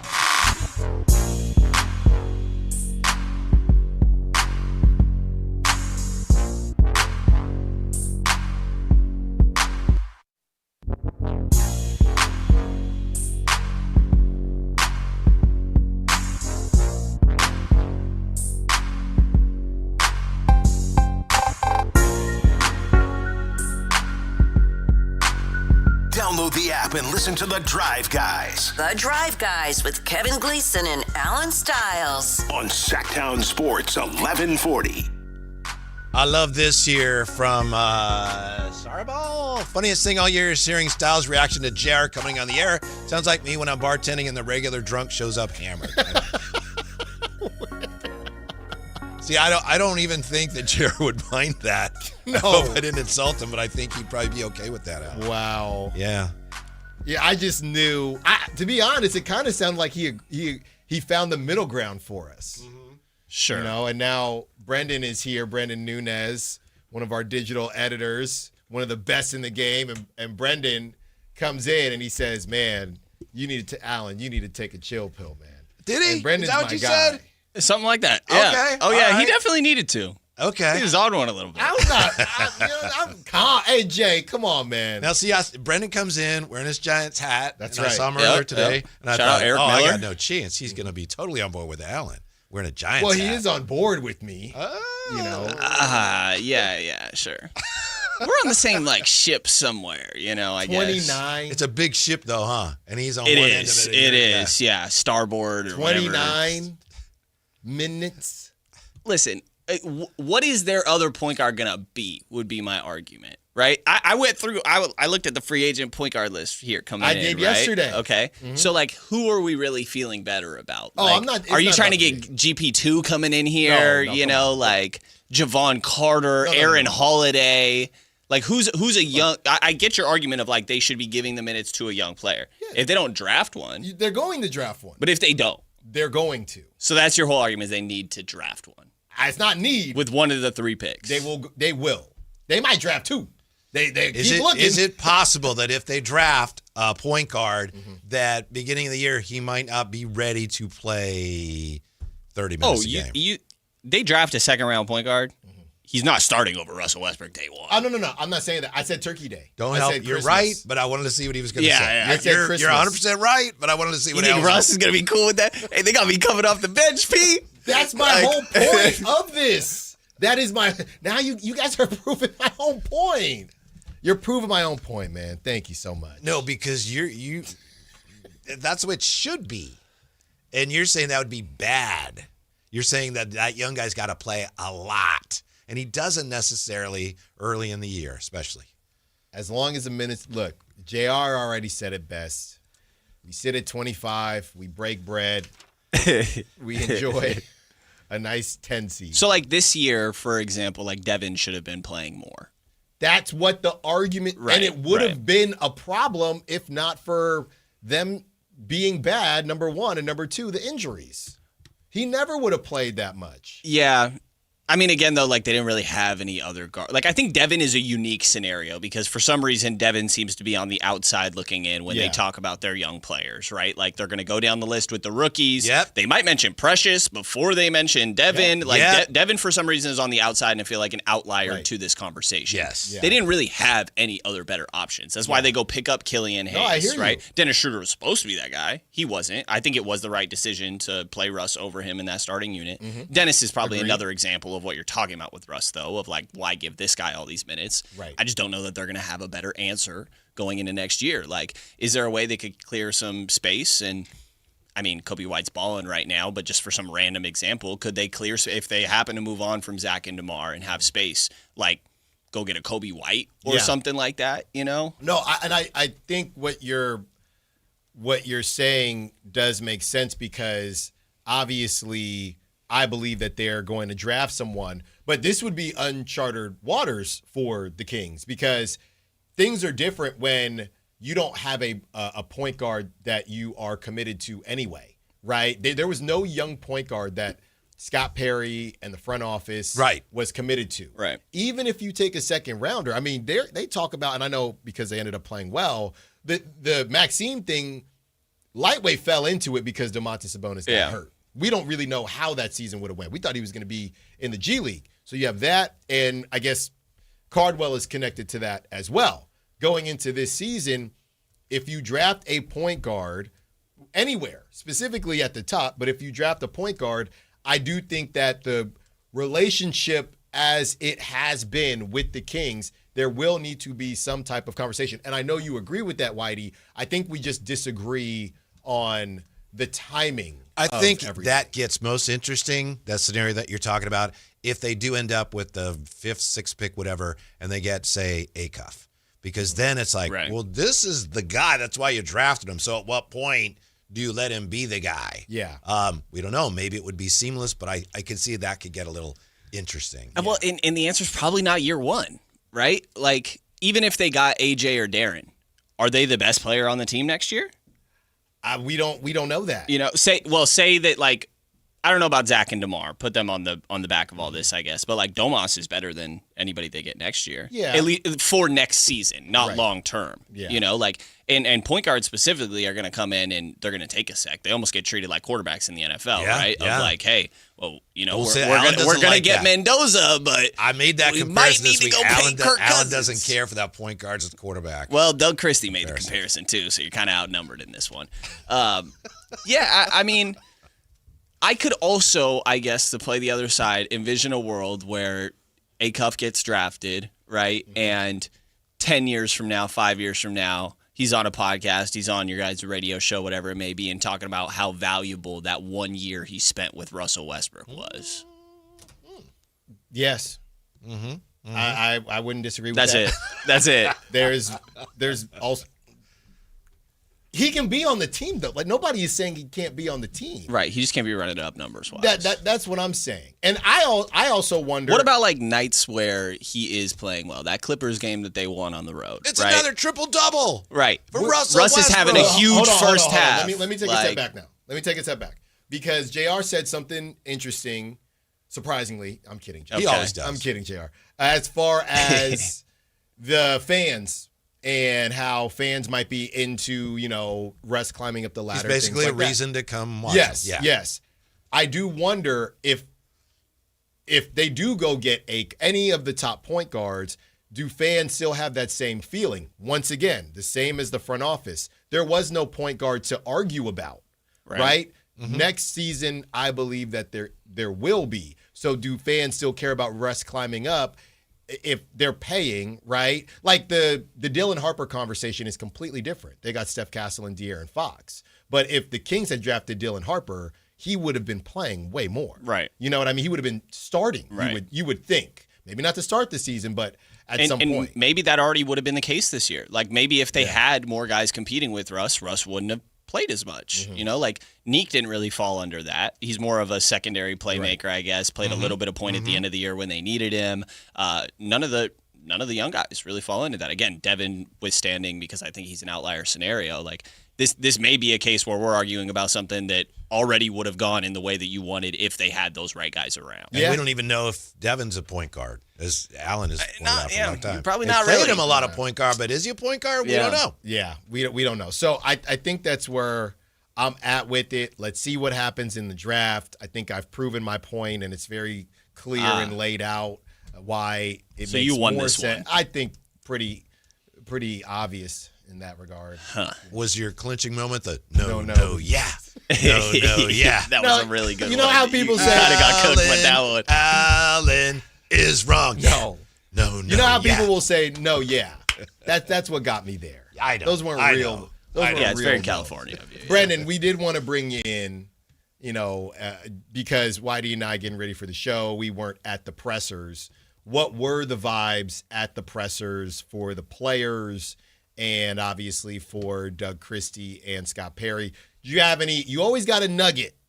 Did you? Do I? Was there any national treasure, any Easter eggs that you maybe felt that wasn't literally said in the pressers? Or even, pardon me, but even anything that just stood out to you for any reason. Yeah. Thanks for making it easier. No, a lot of it was Thanks for making it easier. A lot of Whitey, it was pretty standard. Let's be honest.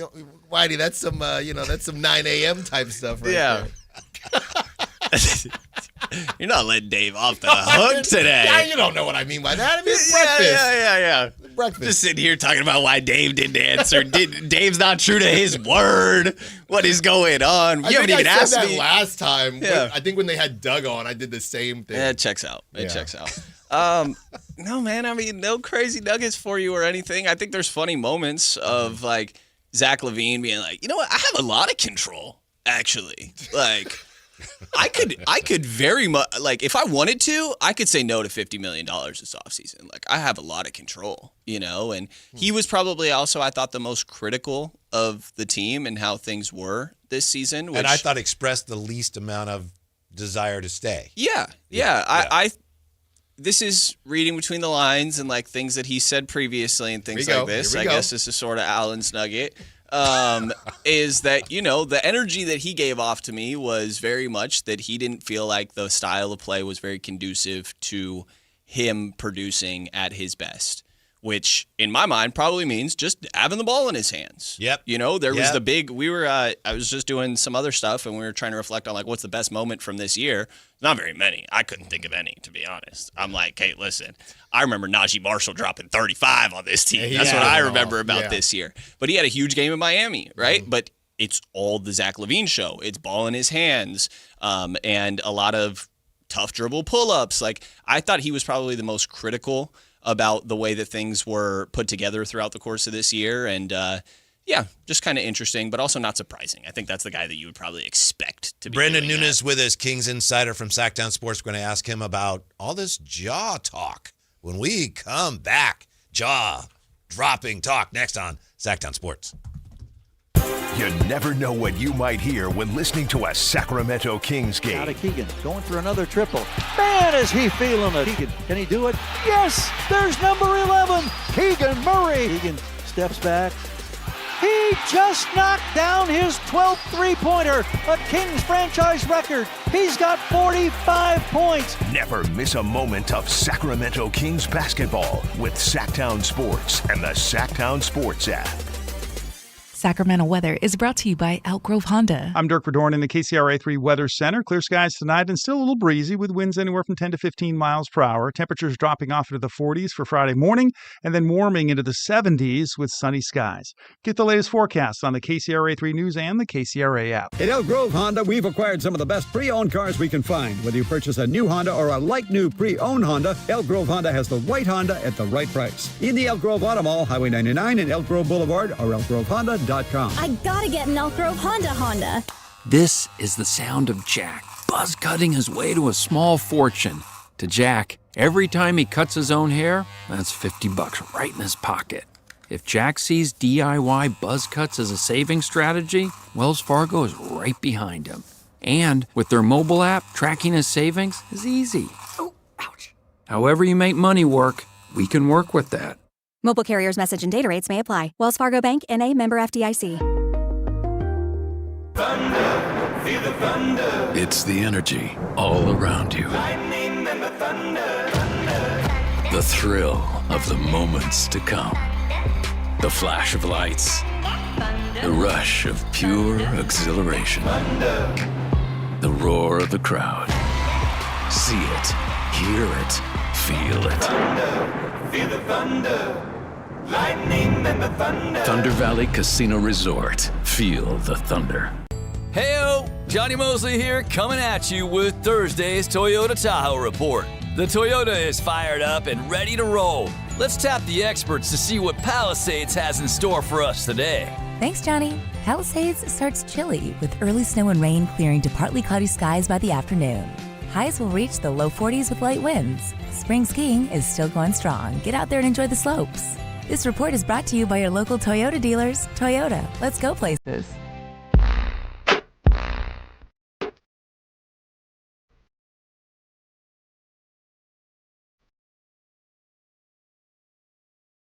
The Drive Guys powering your afternoons Monday through Friday on Sactown Sports. Brendan Nunes is here. I think we've got Alan Stiles cooled down a little bit. Thank you, Brendan, for helping with that. Because it's all relative. Yeah. He was kind of flying off the handle there. What are you talking about? Russell Westbrook can't play more than 29 and a half minutes at any game beyond Thanksgiving next year if you draft a point guard with the 6th pick or earlier. So that makes a lot of sense to me. That sounds very... Yeah, but we found some common ground on all that. We're moving forward. And Brendan, nice enough to join us. He, of course, covered all of the exit interview things. But what do you make of the news today? Is it news? Dave McMenamin, who knows what he's talking about. It was him, right? It was Dave McMenamin who reported? Or Tim McMahon. Oh, thank you. Tim McMahon. Pardon me. Thank you. That the Kings are expected to be in on Ja. What do you think?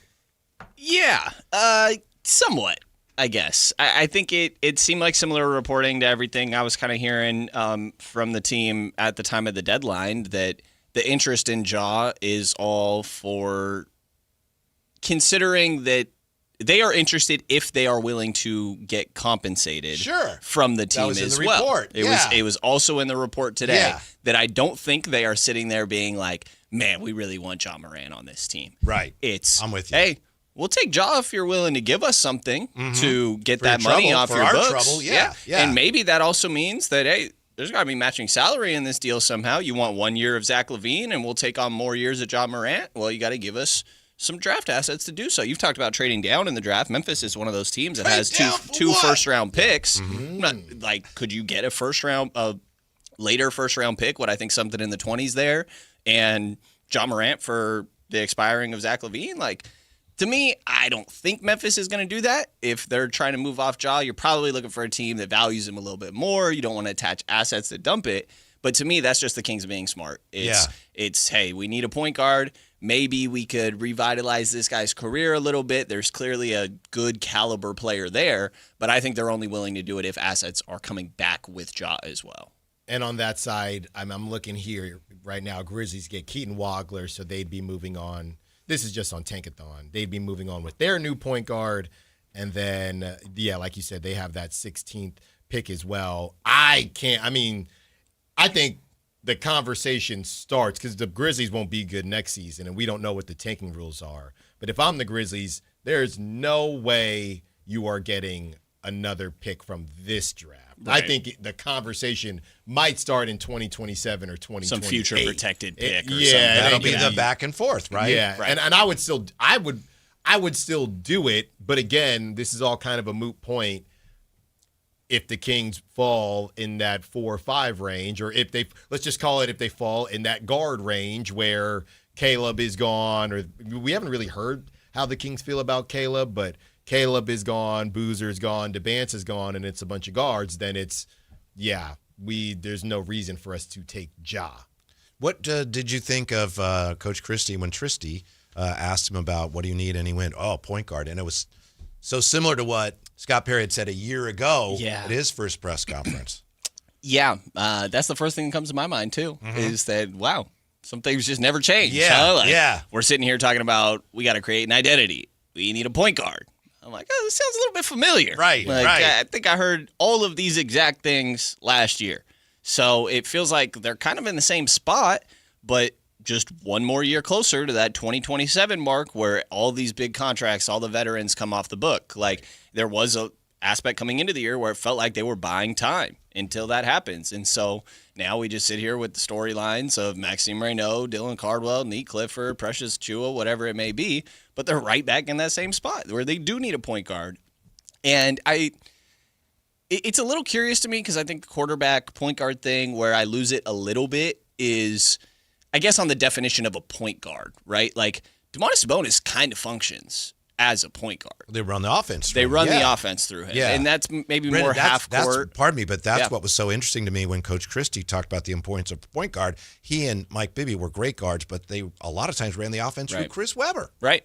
And I think that's essentially what's going on. But there is a guy that has to bring the ball up the floor, I guess. That's a different role somewhat. But they do kind of have that a little bit, which is intriguing to me and makes me wonder how much that's like a future conversation of the next great iteration of the Kings team needs a point guard. And who knows if Domas is part of that conversation, essentially. So, yeah, interesting, but also funny to be like, yeah, we're really in the exact same spot as last year. Yeah, and for me, when the Domantas Sabonis conversation comes up, you could look at it and say, well, maybe they don't plan on using Domas like that. We had, some rumblings early in the season about Domas and his usage. He just didn't play enough for anything to follow up on that or understand how that offense is going to look with Doug Christie. But where are you at, Brendan? Scott Perry was on today, and Whitey and I went back and forth about the hybrid rebuild, and it sounds like Scott Perry is pretty confident as far as being able to move some of these contracts. Domantas Sabonis has come up, and he gets paid a pretty penny. Whitey and I were looking, okay, after this, he'll have 2 more years left on his contract. You got to find 2 guys that are expiring at $20 million and a team that wants Domas. Doesn't feel like it's going to be that. It doesn't feel any easier to move Domas this offseason, especially coming off injury. He ain't coming off an all-NBA season than it was last season. So how realistic is it that they move off of Domas? Yeah, I think there has to be a market, obviously. And one of the things he mentioned in that great interview this morning, by the way, that he did with the morning show. Absolutely. Crackerjack of an interview. Yeah, phenomenal stuff. Mentioned that when the fiscal year comes up, that there are more teams that have financial flexibility. I think that was something that was really hindering this deadline a lot, is that there were a lot of teams that just had nothing to work with. And if you're not going to go dump somebody to Brooklyn and attach assets to do so. I don't think the Kings are trying to lose assets in this process. Back to the job conversation, they're trying to gain some, if any. Like, that's the state of where they're at in their building process, obviously. I think it's something that is intriguing for them to continue to consider, as I just totally lose my train of thought. Where are we? Domas, is he gone or not? Yes, sorry. I think that Toronto could come back around. You can see I the did train go filler for off. 2 seconds there, and yeah. I'm like, oh my gosh, what was I on about? Sorry. And looking at this Dylan Cardwell, New Jersey, I'm like, when did this get here? I'm losing my train of thought. I think that Toronto could come back up in conversation, obviously. Washington out the window since AD moved. I heard there was another team that was kind of floated around at the team a little bit. I didn't hear the team. I just heard that there was another team that they were having some conversations with a little bit. Things a little nugget for Allen, I guess. There you go. Right. And so, I'd imagine there will be even more, same situation for DeMar. There could be teams that see this as more appealing. DeMar being an expiring contract makes that conversation easier. I think that Zach will at least be a conversation. Not that much value, obviously, but hey, it's an expiring deal. Maybe that's a different scenario, Right. So, I think that they will definitely come up, but maybe I've conditioned myself to prepare for this over the last 2-3 years where it feels like they're going to do something and they kind of don't. There is still, it wouldn't shock me if they just end up waiting out these deals. I think they're going to try to shop, but the key is that they're not doing it out of desperation. As much as it feels like, hey, they won 22 games. This team sucks. They need to be desperate. Not really. I think they are approaching it patiently. Yeah, I agree with that. And I know you said that you've been looking at the best games of the year. You're going to write about that. And that's something that Al and I are going to be looking at because we're going to be giving the beamies away. That's one of the categories. One of the categories we're thinking about, although Alan doesn't know this yet, is hater of the year. Who's the hater of the year? My point is the Kings have so many national media members that just look down their noses at them that I think when it comes to the jaw conversation, a lot of national media members are going to be saying, oh, the Kings are desperate. They'll take Jock just because they don't know what they're doing. Right. And I'm with you. I don't think that's the case, at least not anymore. I don't think so either. If you go look at, there was an offseason that New York had when Perry was over there, where when he first takes over, he gets rid of a lot of the salary, essentially. And those guys maybe had more value where he was actually able to move off of them. But even when they had the space, there was an offseason where they had money to work with, and rather than go and spend money on some long-term deal being in the New York market, they gave Markieff Morris a $25 million one-year deal to maintain flexibility, right? The only guys that stuck around from that team, I think Bobby Portis got a 2 or 3 year deal. All their extension had teams options on the end of them. I think that Perry is very financially conscious in all of this. He mentioned not wanting to go into the luxury tax, obviously. I think that's a smart way to go about it from a general manager perspective. Mm-hmm. Your owner probably absolutely loves hearing that. I think it's something that Perry will have to work with a little bit this offseason, but I think that they do have a patience about them where they're not desperate to do By the way, things. as you answered my question, we got 2 nominees for Hater of the Year. Because I'm a shoo-in for Hater of the Year. Bill Simmons and Subfamily Schlegel asked, is Matt George up for that award? I was going to mention that Russ would definitely give the award to Matt George. Wow, okay. I wasn't even thinking that. Alan, why do you go there? I wasn't even thinking that. I was not going there. Was not going there. He was not going there. Russ needs to see some of your clips. I don't have any. Yeah. I don't clip. I'm about to post one right after this, actually. That last segment. No, please. No, dump the whole thing. No, we're tagging you and all. No, please don't. But I'm having a good day. I don't need to ruin it. But even though we've gone back and forth, and you've heard a lot of this, Brendan, before, but the idea of the run it back hybrid rebuild thing, to me, part of that has been that patience. Like if nobody wants Zach LaVine, he's expiring. Nobody wants DeAndre Hunter, who we all forget is now on the books. At least I do. He's expiring. Nobody wants DeMar. He said, Scott Perry said he doesn't like waiving players. He's expiring, even if they have to pay him that extra 14. So and that's the season that this has always been. They'll still have Sabonis and they'll still have Malik, but those off the top of my head would be the two biggest left. So when I talk about the hybrid rebuild, it's also about if there are no suitors, to your point, we're not going to give up capital to move off of Domantas Sabonis a year or two early. We're just going to wait because we still have other players coming off of the books, because that's really it.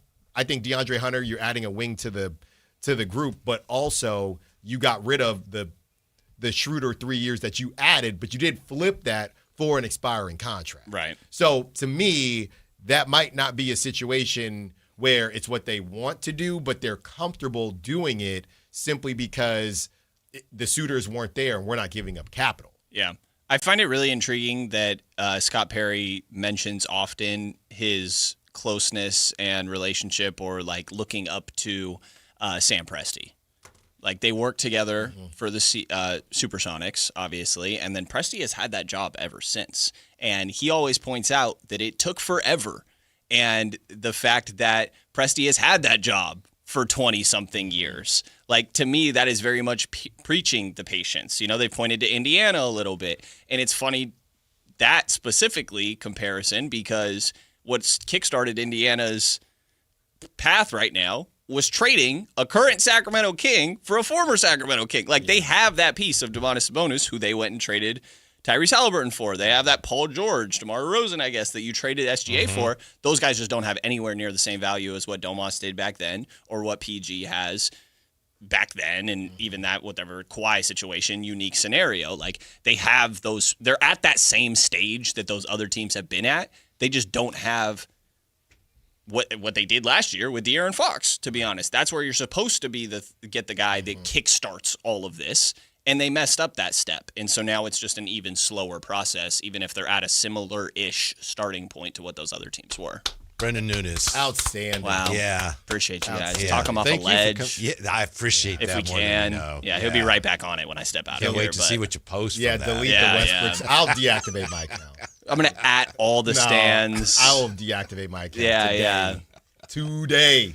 Thank you, Brennan. We appreciate it. No problem. When we come back, the Kings culture, thoughts on culture, the real key to creating a good one, whatever it is, when we come back to Sactown Sports. Visit SactownSports.com and join the Sactown Sports 1140 newsletter.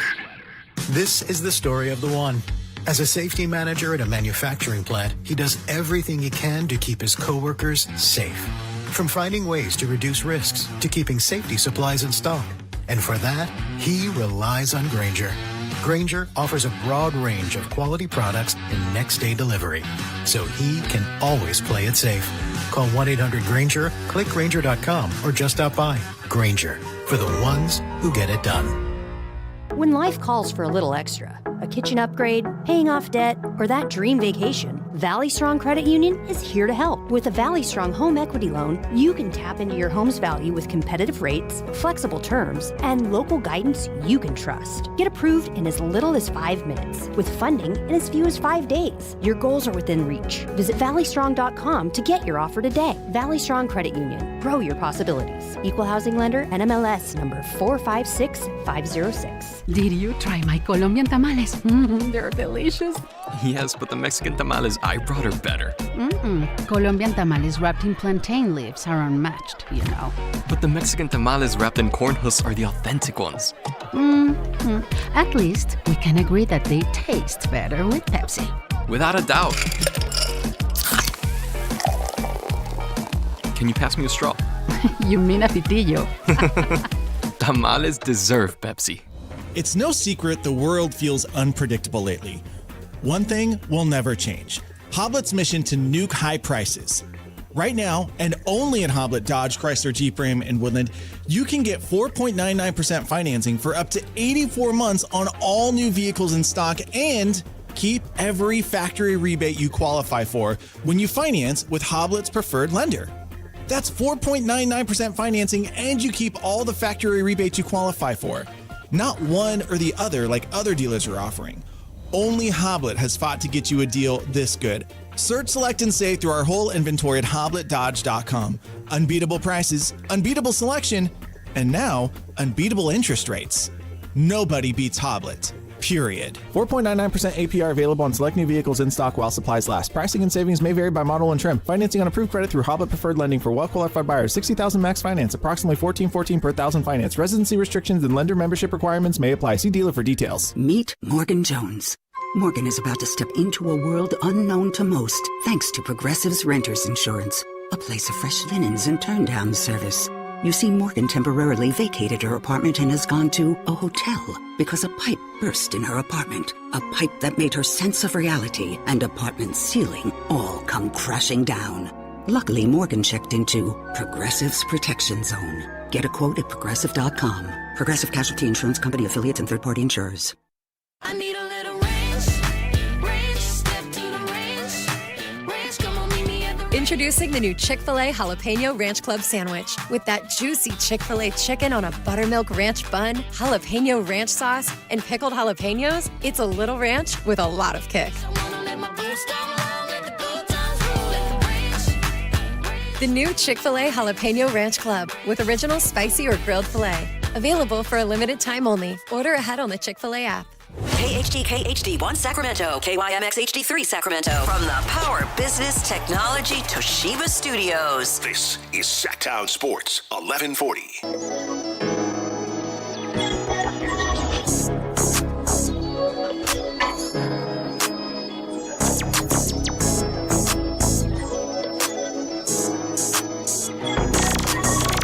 Live and local, it's The Drive Guys. Watch the show on youtube.com/Sactown Sports 1140. Or listen on the Sactown Sports app. Real quick, before we get back to the Kings, the Giants were winners today, 3-0 in Cincinnati. The A's took a late lead but crumbled and lost to the Rangers 9-6. I believe was the final. We had it on in here. I know the Rangers prevailed. And speaking of baseball, just a quick congratulations to Matt George, who I believe won his the Matt and Kayla Baseball Award this week. And they have a game they play. It's very simple. Matt won because if you pick a player to hit a home run and that player hits a home run in a city that either has an even number of letters or starts with a consonant, then I think that's extra points. You right? win the first day of the week. Exactly. Yeah. I don't know why I You can't being keep serious? This. No. Oh, okay. I was like, what? I was getting ready to say, come on, somebody got to explain this. Yeah. They're kind of, I don't fully understand all the rules, Jay. I don't either. Yeah. To be honest, I had reached capacity to attempt. I only have certain slots. Well, the easiest one is if the starting pitcher's pitch count is the same as the year in which any player on the team was born. And their last name's Moyer. Yeah. Then that's like huge. Yeah. It's like a full deck. Yeah. So anyway, it's pretty simple. And anyway, I think he either won or is winning. I don't know. He has a trophy over here. So You keep keeping on, Whitey. Yeah. You keep track of them. Yeah. Because I am. They tell me when I show up for crosstalk who won. That's what I ask them. Yeah.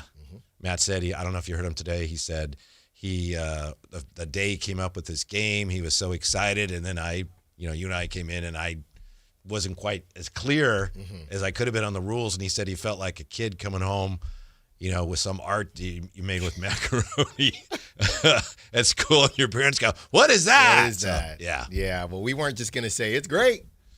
That's not me. Well, I just had to learn the rules. That's what, as I explained, I just needed to familiarize myself with the rules. Yeah. You know what it was like when you're talking to something? Probably what happens with me a lot when you have conversations with me. There's just a lot of and then. You think the story's over, right? You kind of got to go somewhere. Right. And you let me be nice and, say what's up to Like Alan. Legos. And then what happened after that? And then once you get to the third and then, hey, you know what, man? Text me. I got a dip. That's how it felt. Meanwhile, Scott Perry, of course, was on the morning show this morning, and Scott Perry has been talking a lot about culture. We talked about it yesterday, the day before, and it's what all teams do in sports now when they have new leadership, be it a new owner and or a new GM and or a new manager / coach. They're talking about, we have this, we want to start this new culture. And he did talk about the 6 pillars today. So they're still, he doesn't push them as much, but they're still there. Well, I just love the self-awareness that he's had, where he'll quickly go through them, but he caveats it every time saying, you guys know I've talked about this a lot, where the first however many months it felt like he was just going at it. And I think he probably saw, maybe some people talking about it, maybe some jokes here or there. And he said, all right, let me change this up a bit, to at least if I am going to talk about it, make it very clear that I know that y'all know what I'm already talking about. And I'm not just going to beat you over the head with it. Can you name them? I haven't memorized. Business-oriented. Nope. That's not it at all. Business-oriented. Professional. Professional, yes. Team-oriented. No. Business-minded. No. What? Professional, accountable, competitive, tough, team-oriented, disciplined. Those are your 6 pillars. It ain't your job to know it, Alan. I don't know why Whitey knows it. Business-oriented. You know what that was, Whitey? That was a Kyle's curveball. That's what that was. All you had to say was, no, I'm not sure what they are. What are they? And I'd have told you. Yeah, I memorized them. I don't know why. Why did you memorize them? Because I thought it would be useful because we talk about it a lot, don't we? Yeah, I'll memorize them when they win some games. Okay, fair enough. Maybe I'll start memorizing them when AJ Dabansa has to memorize them. He did say today, look, you draft guys that maybe aren't going to check all 6 boxes or 7 if you include, business savvy. But here is Scott Perry on Today with Carmichael Dave. Look, you guys have heard me talk a lot about my 6 pillars here in terms of, and none of those 6 pillars have anything to do with talent.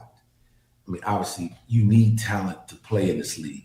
We need shooting. We need guys who are athletic. We need guys who can run fast and jump high. All those things. I'm not saying they're not important. But a lot of players have that across this league. And what the biggest separator is that I have learned, going back to my days as whether it was a high school player, collegiate player, and all through my coaching days and my 25 years in the NBA, the biggest separator is what's upstairs here and in this chest, in your heart. And what I'm looking for guys that are willing to push themselves or be pushed to an area that on their own, maybe they couldn't do that before. They're open to that. They want to be better. They want to accept the challenge. They want to, when they look across the court at their opponent, their will up here and in here is stronger. Their compete level, their toughness level. So I think that's very important. And that's a great separator. Here's the key to having a positive culture and why it's so difficult for owners, general managers to instill in a team. You mentioned, I'm kidding, but you mentioned businesses. I'm going to use stations where I've worked as an example. I've worked basically at 5 different places in my career, and they've all been terrific in different ways. The places where I don't work, there's been people at all where, it'd be great to work with them again. But of all the places, talking about with the people in the building, this is the best place I've ever worked. And a big part of it is the culture. Everyone is so supportive. Now, we've had excellent leaders. We had, Steve, and we have Val, and we have Jim now. And why can't I was just thinking of the guy that was before Steve. Do you know? And then he went to San Francisco. Yeah. Yeah. And I apologize. I was just thinking about him. Doug Harville. It's Doug Harville. And all these people did nice things for me. Very nice things. And they're very supportive. They didn't really instill the culture. Now, to their credit, they allowed the culture to grow. But the thing is, a winning culture has to come from the people within the team, or in this case, the organization. And I bring this up today because we had a ceremony today at our station to say farewell to Pat Still, who's retiring. Pat Still there's no better example of what I'm talking about. Mm-hmm. Pat Still has not been management. Maybe he has. He hasn't that I know of. He's been doing the morning show at KNCI forever at a very high level, and he's very talented and he's very competitive. As you know, I know you know him, and you guys, you exchange texts and phone calls, and you got to know him when you were doing your show. But he's just so giving. I used to do mornings here when he and Pat and Tom were doing the morning show, and, we were kind of like, oh, we're both doing mornings. We're right across the hall from each other in the other building. They could not have been professional. He's accountable, very team-oriented. Always looking out for everybody else. That's what it takes, though, for that culture. It's got to be somebody within who says, or doesn't even say it, but just shows, and embraces it.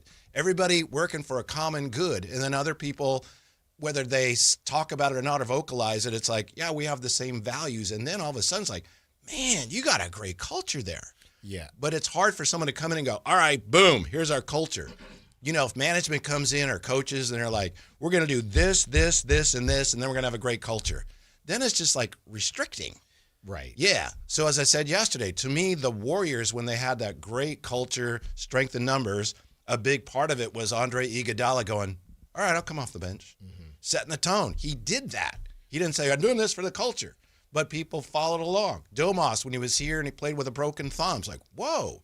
So that's what it takes. That's the key. It's the people within, the workers, if you will, embracing that responsibility of looking out for each other and looking out for the common good. But it's so hard because you can't dictate that. No, and I think what happens And thank you, Pat Still. We're going to miss Pat Still. Yes. Man, much love. He's a tremendous guy. Yeah, man. Hall of Famer, Pat Still. We're going to miss you. Enjoy the next phase. Whitey, what you were saying and the way you were kind of breaking it down, I do think that there may be a little bit of cross-contamination, if you will, when you're talking about culture versus like style of play, right? And when people hear the word culture and then you hear 94 feet, you're thinking, okay, are you a defense first team? Remember like West Virginia with Bobby Huggins, and it's, oh yeah, we're gonna press you, that press Virginia. That's our deal. So I do think it gets a little bit convoluted when you're talking about your style of play versus culture. Scott Perry, some of it does overlap when he brings up. Sure. That's why defense oriented always pops up, because he talked about defense a lot, but it's not technically one of the pillars. But tough is not a scheme. It's just how you play. We're not going to back down. He brings up the Detroit teams a lot, right? Yeah. So when I do look at that, to me, and it's funny because we were having some fun, what was that, an hour ago, about the Russell Westbrook thing. And it would be a much smaller scale because we're talking about the finals. But if there was a relationship and an agreement in place where it's like, hey, Russ, you want to come back, this guy's a Hall of Famer, he's going to come off the bench. To Brendan's point, when Russ is cooking, or, I know I'm very cynical about the homecomings and things like that, but we get a national game or, whatever happens, we're going to let Russ go vintage Russ. But there's a partnership in place. And then whether it's Darius Acuff or whoever, Maxime Reynaud, whoever it is, hey, this Hall of Famer, it just feels like what you're alluding to is something kind of has to kickstart it, right? Pat giving you stuff and inviting you to basketball versus Scott Perry saying, hey, guys, we're going to have a great culture. Exactly. It's going to be this, and this. So it does feel like if you're going to bring the vets back, you can do it in a way that can set you up for the future. And my kind of pushback last last segment or a couple segments ago, or even going back to last season, was that it was, and some of it was kind of unknown because of the Schroeder thing or whatever, it was a bit haphazard. But if you redo it in a way with different pieces and it's clear what's going on here, I do think it can benefit in a big way. Mm-hmm. Yeah. It just, I think the most useful thing about things like the 6 pillars, my opinion, it's Scott's thing, and I think he said he learned that from his father. His father was an amazing guy, by the way. If you ever look into Scott Perry's father, you'll be amazed by some of the things he did. But it's something you can use when you're looking at adding people. Right. And he talked about that today with Dave and Christopher Lott and, of course, J. Ross. And you can say, oh, well, how many of these things does this people this person live? And then he said, yeah, you look at people that maybe they probably can learn to check some of the boxes. But that's the tricky part, is you can't really dictate it as much as, businesses and teams try. This is who we are. This is what we're going to be. Okay, you can say that, but it's got to come from the players or the people. Yeah. Otherwise, some of that is buy-in, and some of it is just the character of the people that you choose to hitch your wagon to. Right. And again, even yesterday I was a bit cynical when the conversation of culture came up, because I don't think that it's definitely over talked about. Yes. Yeah. And it's not as obvious everywhere, right? What's the culture in Indiana? They've had a couple deep playoff runs. If somebody asked me, what's the culture in Indiana? I'm not really sure. What is Heat culture? I feel like a lot of that is Eric Spoelstra, because it's the idea, it's next man up. Doesn't matter what he said it himself. We can take the 14th pick and do the same thing that you did with the first. But Eric Spoelstra kind of spearheads that. So you can have something that kind of sparks it. It doesn't necessarily have to be a player. I'm just trying to figure out what can spark it for the Kings. I'm glad you brought up the Heat. Did you see a former player on a podcast, and I apologize, I'm not sure who it was, said that Heat culture thing is dying out? Oh, it was players don't really. Yeah, it was Chalmers. Mario Chalmers, who was there. Mm-hmm. And I saw that according to your friend Brett Siegel, the Heat are interested in bringing in Kawhi potentially if they can't get Giannis.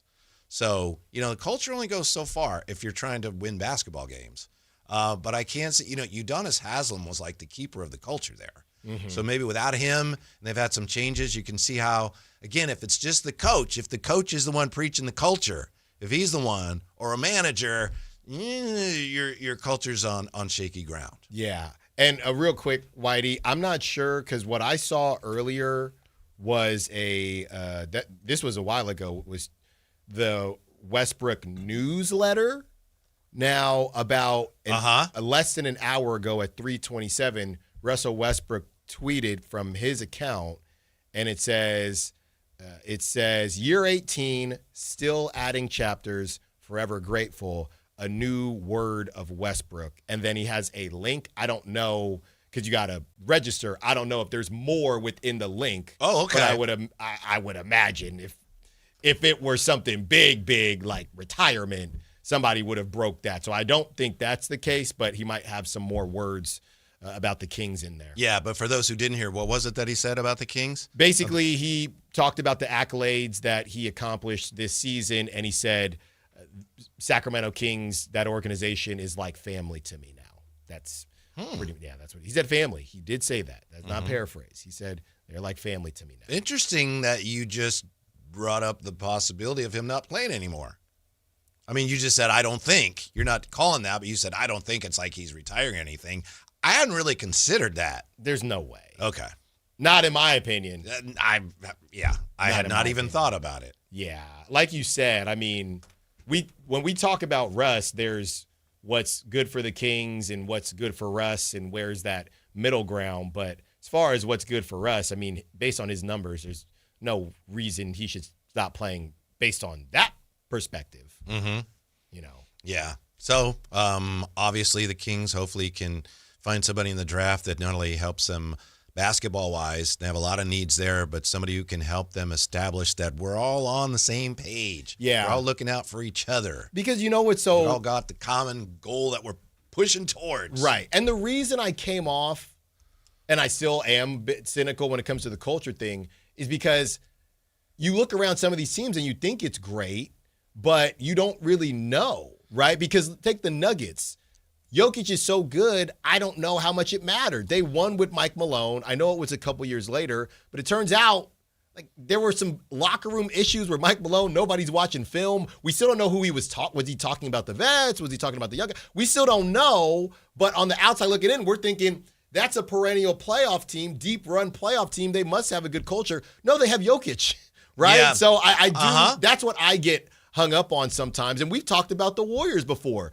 They got Rock'em. You talk about Rock'em Sock'em robots. That was a Rock'em Sock'em practice that they were having. Well, they were yeah. winning championships. To your point, you go back to, and this is way before your time, the Celtics in the 60s when they won every year. Mm-hmm.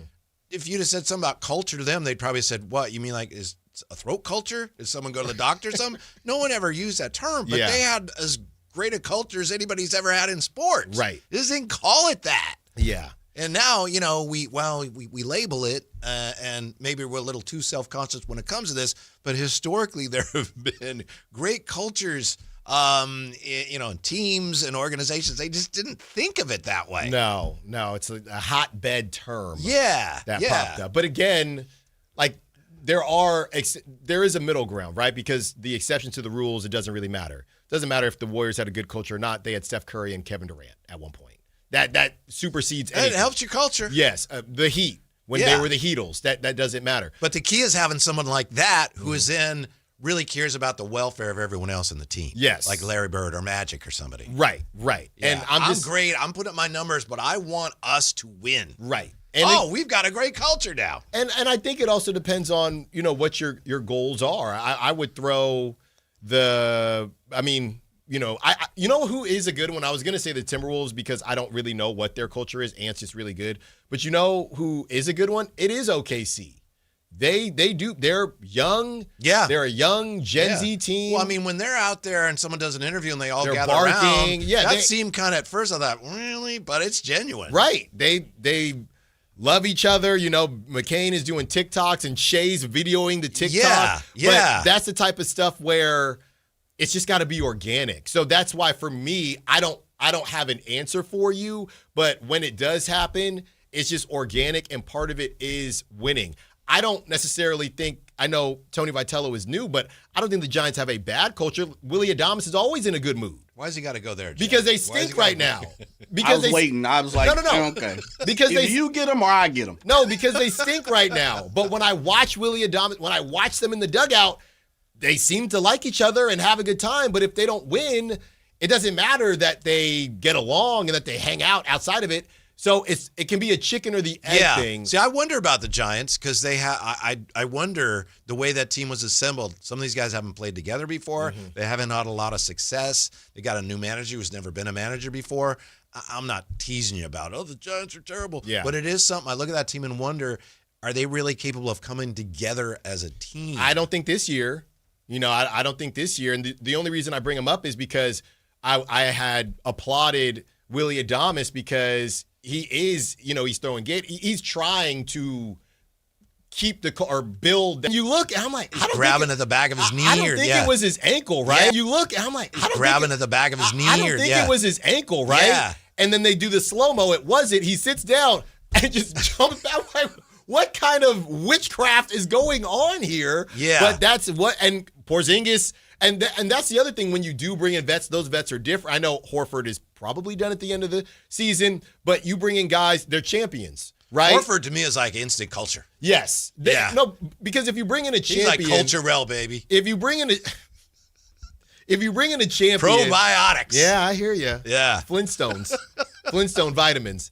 If you bring in a champion, it's like they all speak the same language dang near. And you bring in Porzingis and Horford, hey, we know what it is. So that's kind of evolved a bit because they all know it's evolved we've been from there. 2014, 12 years or whatever it is. Yeah. And to that point, the strength in numbers thing, it didn't necessarily start with Iguodala. They had already kind of built into it because they were playing 9-10 guys a night and you never knew what it was. So it's all fine and good to talk about it. I'm sure Scott Perry and Doug and the crew, they're trying to figure out how do we really kickstart this thing? Because they can do it with the vets. It just has to be targeted the way they do it. Going back to your team, the Raiders, way back when, like 70s, In the 60s and 70s, they had a great culture. And Al Davis was great at finding guys that had problems with their organizations, butted heads with people, but Al Davis would recognize that was a great player.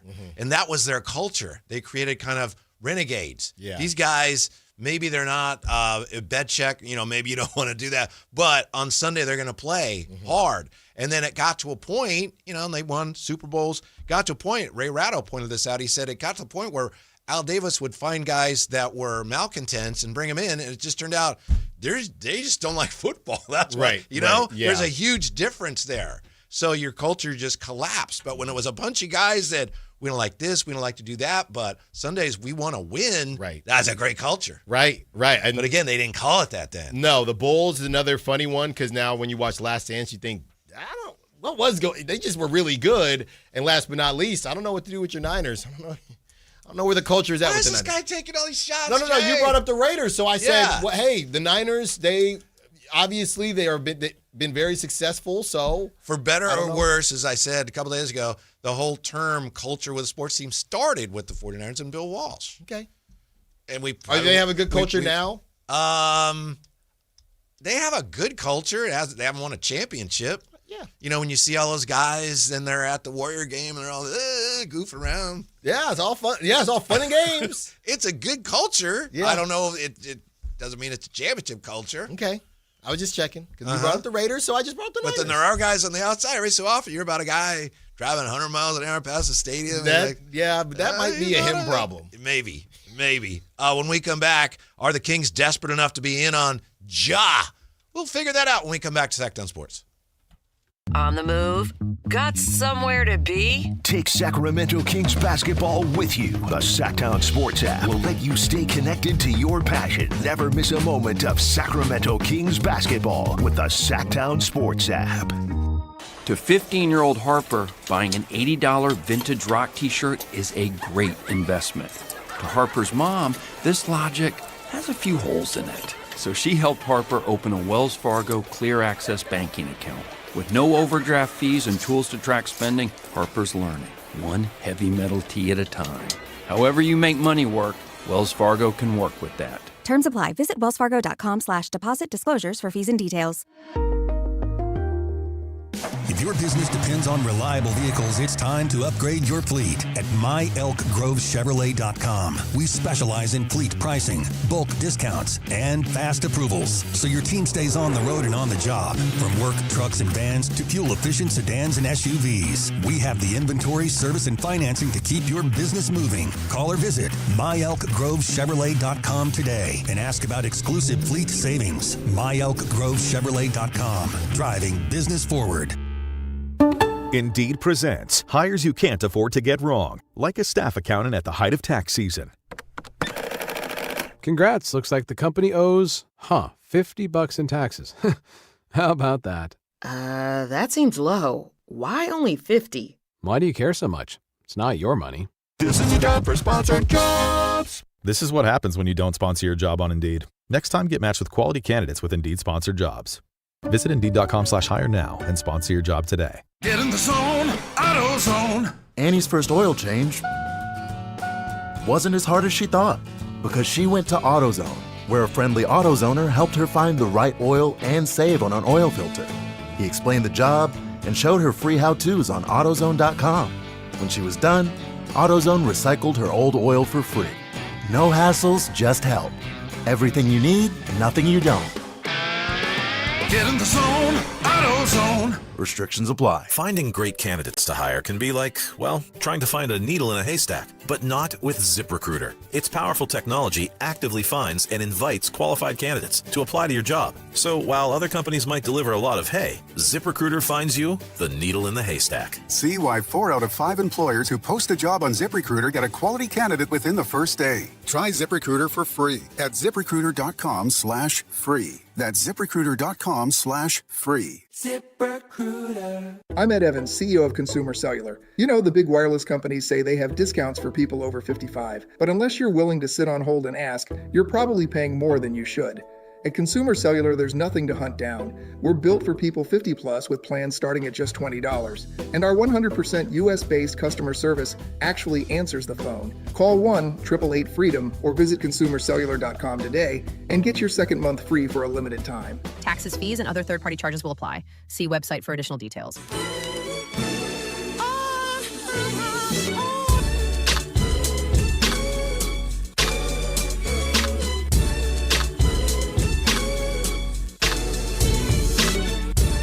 Download the app and listen to The Drive Guys. The Drive Guys with Kevin Gleason and Alan Stiles. On Sactown Sports 1140. Playing games have been great. I almost feel badly that I'd turned my back to a degree on the NBA, Alan. With everything going on this year with all the tanking. Not the Kings. I understand the Kings situation. But talking about all the issues with the NBA and aspiration and the 65-game limit and all that stuff and the tanking and tanking reform. And I just kind of, but, you know, I'll play and I'll see what we got. Oh, my goodness, it's been great. It has been. It has been. So, guys. Yeah? Okay, it's not that big of a deal. But I just wanted, just to be clear. Is it breaking news? No, Okay. not at all. All okay, right. So either Brandon and Anthony, they do a great job getting our clips out, Great right? Great job. They do a great job getting our clips out. And this is the one thing that I hold over Dave. I got to double check here. But for a long time, Scott Perry follows me on X, but doesn't follow Dave. I don't know if that's still the case, but he would always joke about it in crosstalk. All right. So I see when Scott Perry, interacts with something, we cut the I love Sacramento, I love the front office from Daquin's interview. And 22 minutes ago, Scott Perry liked the video. I don't know what that means. Numbers, dollars got to make sense. I want diversity of thought, but with unity of purpose. So, birds are chirping. That's that's nice. Yeah, I just wanted to let you know. It's a great job, Jay. Great job, Whitey. You guys, best in the biz. Well, thank you, Jay, for lining that up. So that is something to keep an eye on. Yeah. Daquin was fun, but you could tell, and I completely understand this, a little guarded at the beginning. Like, we want to make sure I know what we're doing here. Yeah. Well, that's why I love Media Day, because, Jay, you asked him about the shoes, and he was wearing the Protros, I believe, on Media Day. Yeah. So you're just sitting there and you can, kind of just converse more. But we got there, guys. I think we got there. Yeah, icebreakers, right? They're icebreakers. Yeah, and hopefully we're continuing to, build that relationship. That's right. And we'll see. From Summer League, Jay will tell you, I saw him in Summer League. It's like, oh, my goodness. I love that guy. Well, I got to text Kevin Dana because he's probably going to go. He's got to go back and listen to the interview because that's his guy. He's probably be very excited. I will say this about the Daquin Plowden interview. You can go check that out. It's up on YouTube right now. I will say this, and on the Sactown Sports app. It did feel he was very guarded when it came to the idea of coming back to Sacramento.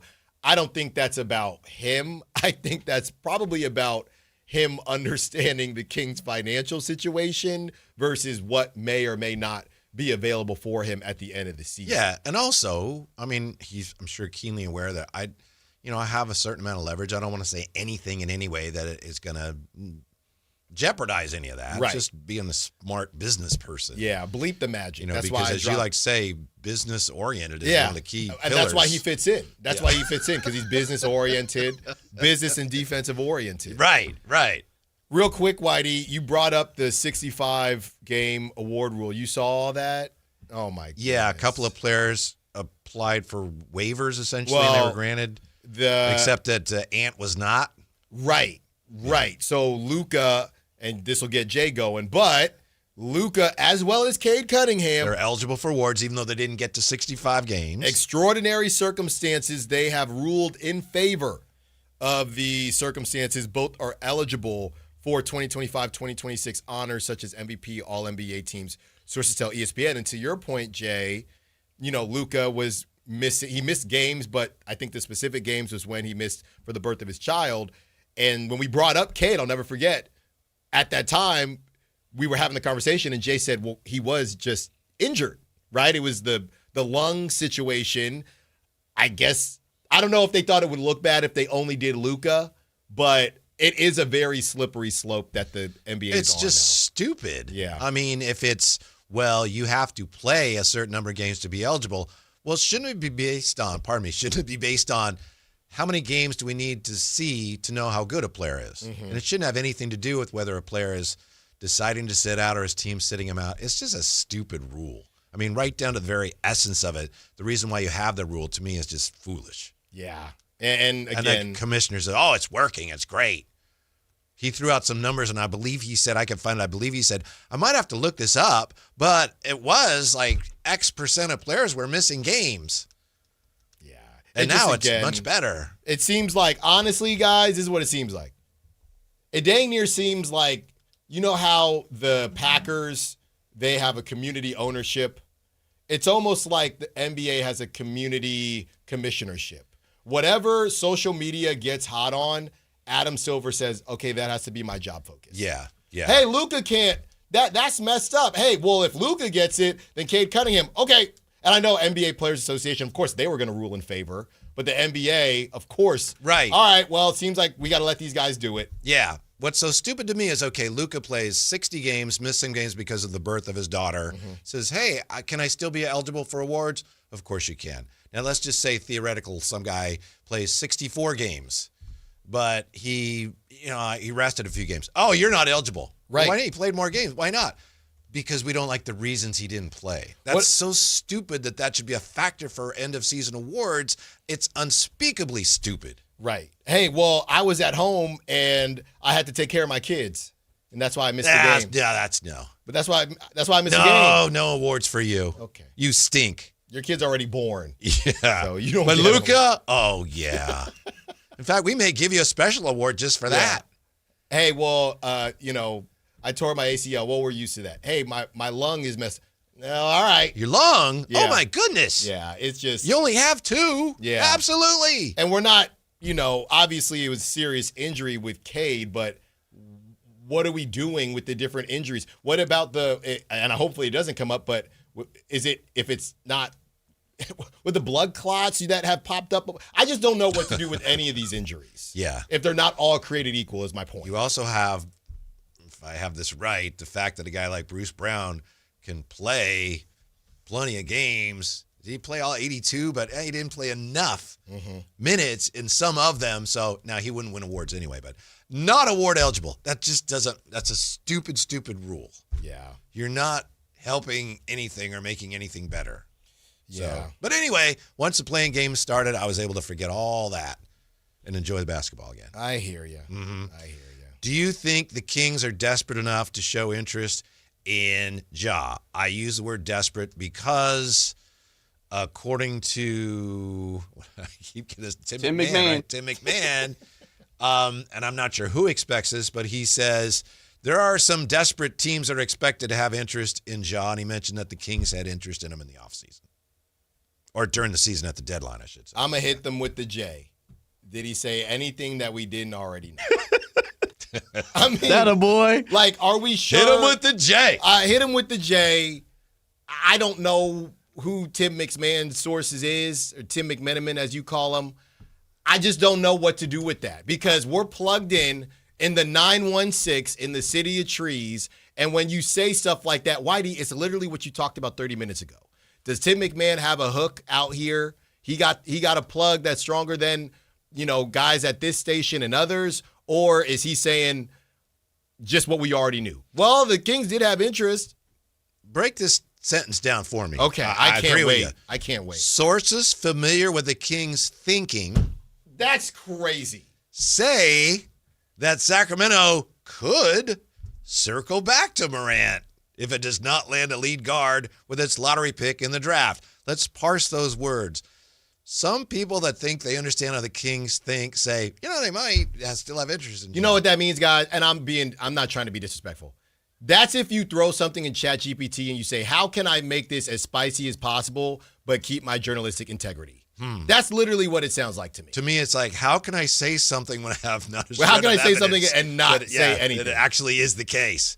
Well, just cite some sources familiar with possibilities. Can you read that first sentence, please, again? Sources familiar with the Kings' thinking. That is insane. Say that Sacramento could circle back to Morant. Jay. If it does not land a lead guard with its lottery pick in the draft. Jay. Man, now you see where I be coming with, Alan. I be saying, bro. Jay, what happened to the game we love? I don't know.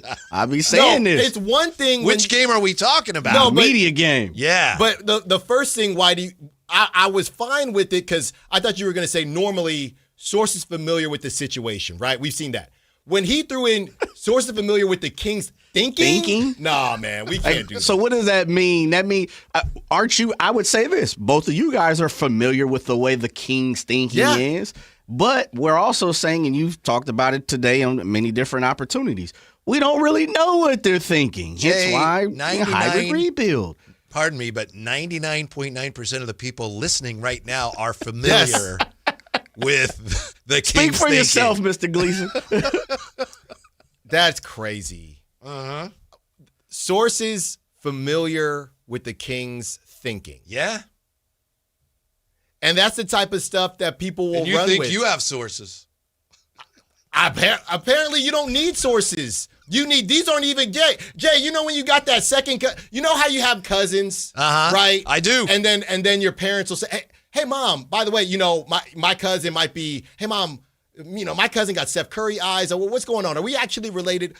Actually, actually, Alan, we're more like family friends, but we just call each other cousins. Oh, yeah. Right? Okay, I see what you're saying. Yeah. Mom, are we sure we cousins? Is my uncle? Yeah, that dude is 6'4". He do not look like me, Mom. Well, we're not really blood cousins. Your grandma and his grandma were close friends, and you guys, It's a marriage. It's through marriage. It's on the other side. That's these sources. I got a source of a source of a source. Are you kidding me with this? I'm actually annoyed by that. Mm-hmm. Sources familiar with the Kings thinking. Okay. And don't forget, keep it going. Say that Sacramento could. Oh, yeah. Not they will, or they are thinking about it, even those who know how they think. Don't say they're thinking about it. They say they could. I need people to chime in. Help me out. It's a philosophy class. I need to out Tim McMahon on this sources of source situation. Give me sentences I can use that keep journalistic integrity but say nothing. That's what I need. Who can out Tim McMahon's sentence about the Kings thinking? That's what I need. All right. We're on it. Also, when we come back, tell you what Ohtani did last night that he hadn't done in 5 years. See how the Giants and A's did today, too. We also have to get, I think, to our hater of the year, because I just threw that out to Brendan, and people responded. Yeah, they sure did. We got a lot to take care of still with the Drive Guys on Sactown Sports. On the move? Got somewhere to be? Take Sacramento Kings basketball with you. The Sactown Sports app will let you stay connected to your passion. Never miss a moment of Sacramento Kings basketball with the Sactown Sports app. A's fans, the 2026 season is here, and single game tickets are on sale now. Be there for an exciting season, packed with theme days, giveaways, and fireworks nights, including bobbleheads, jerseys, hats, and much more. And getting in is easier than ever. Tickets start at just $8 for select April and May games. From opening day to unforgettable summer nights, there's something for everyone at the ballpark. Get your tickets today at athletics.com/tickets and be part of the excitement this 2026 season. Your Toyota's been through a lot with you. Traffic, rain, potholes, you name it. But it keeps showing up mile after mile. So maybe it's time to give a little back. For a limited time at your local Toyota dealer, get 3 new tires and get the 4th for $1. Because a ride that's always there for you deserves to be taken care of. 3 tires, get the 4th for $1? Go on. Treat your Toyota. Deal ends April 30th. Keep your Toyota a Toyota. Restrictions apply. Toyota and Scion vehicles only. See participating Toyota dealers for details. This is the story of the one. As a maintenance tech at a university, he knows ordering from multiple suppliers takes time away from keeping their arena up and running. That's why he counts on Grainger to get everything he needs, from lighting and HVAC parts to plumbing supplies, all in one place. And with fast, dependable delivery, he's stocked and ready for the next tip-off. Call 1-800-GRANGER, click Granger.com, or just stop by. Granger, for the ones who get it done. Workdays can be unpredictable, but your workwear shouldn't be.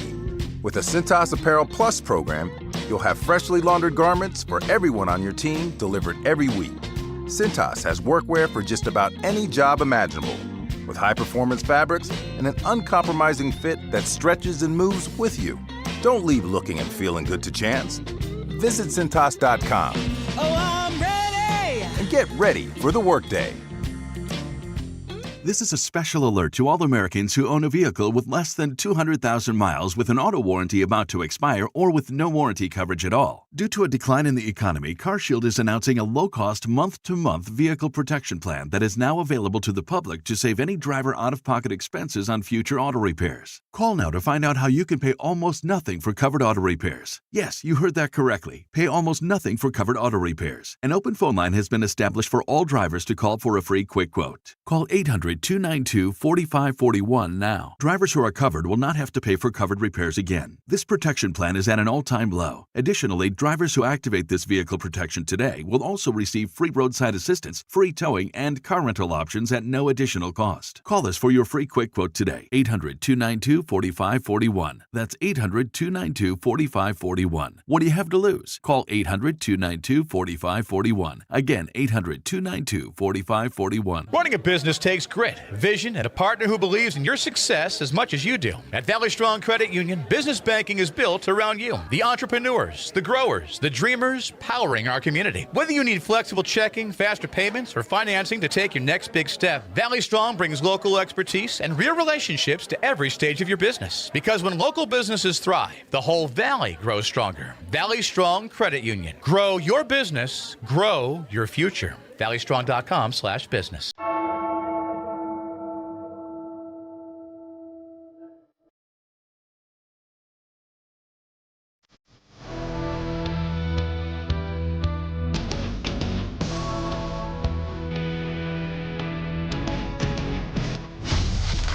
Drive Guys with Kevin Gleason and Alan Stiles on Sactown Sports 1140. Jay, what were we just talking about? Were we not talking about sources and be careful of your sources? Be careful. And, yeah, be careful.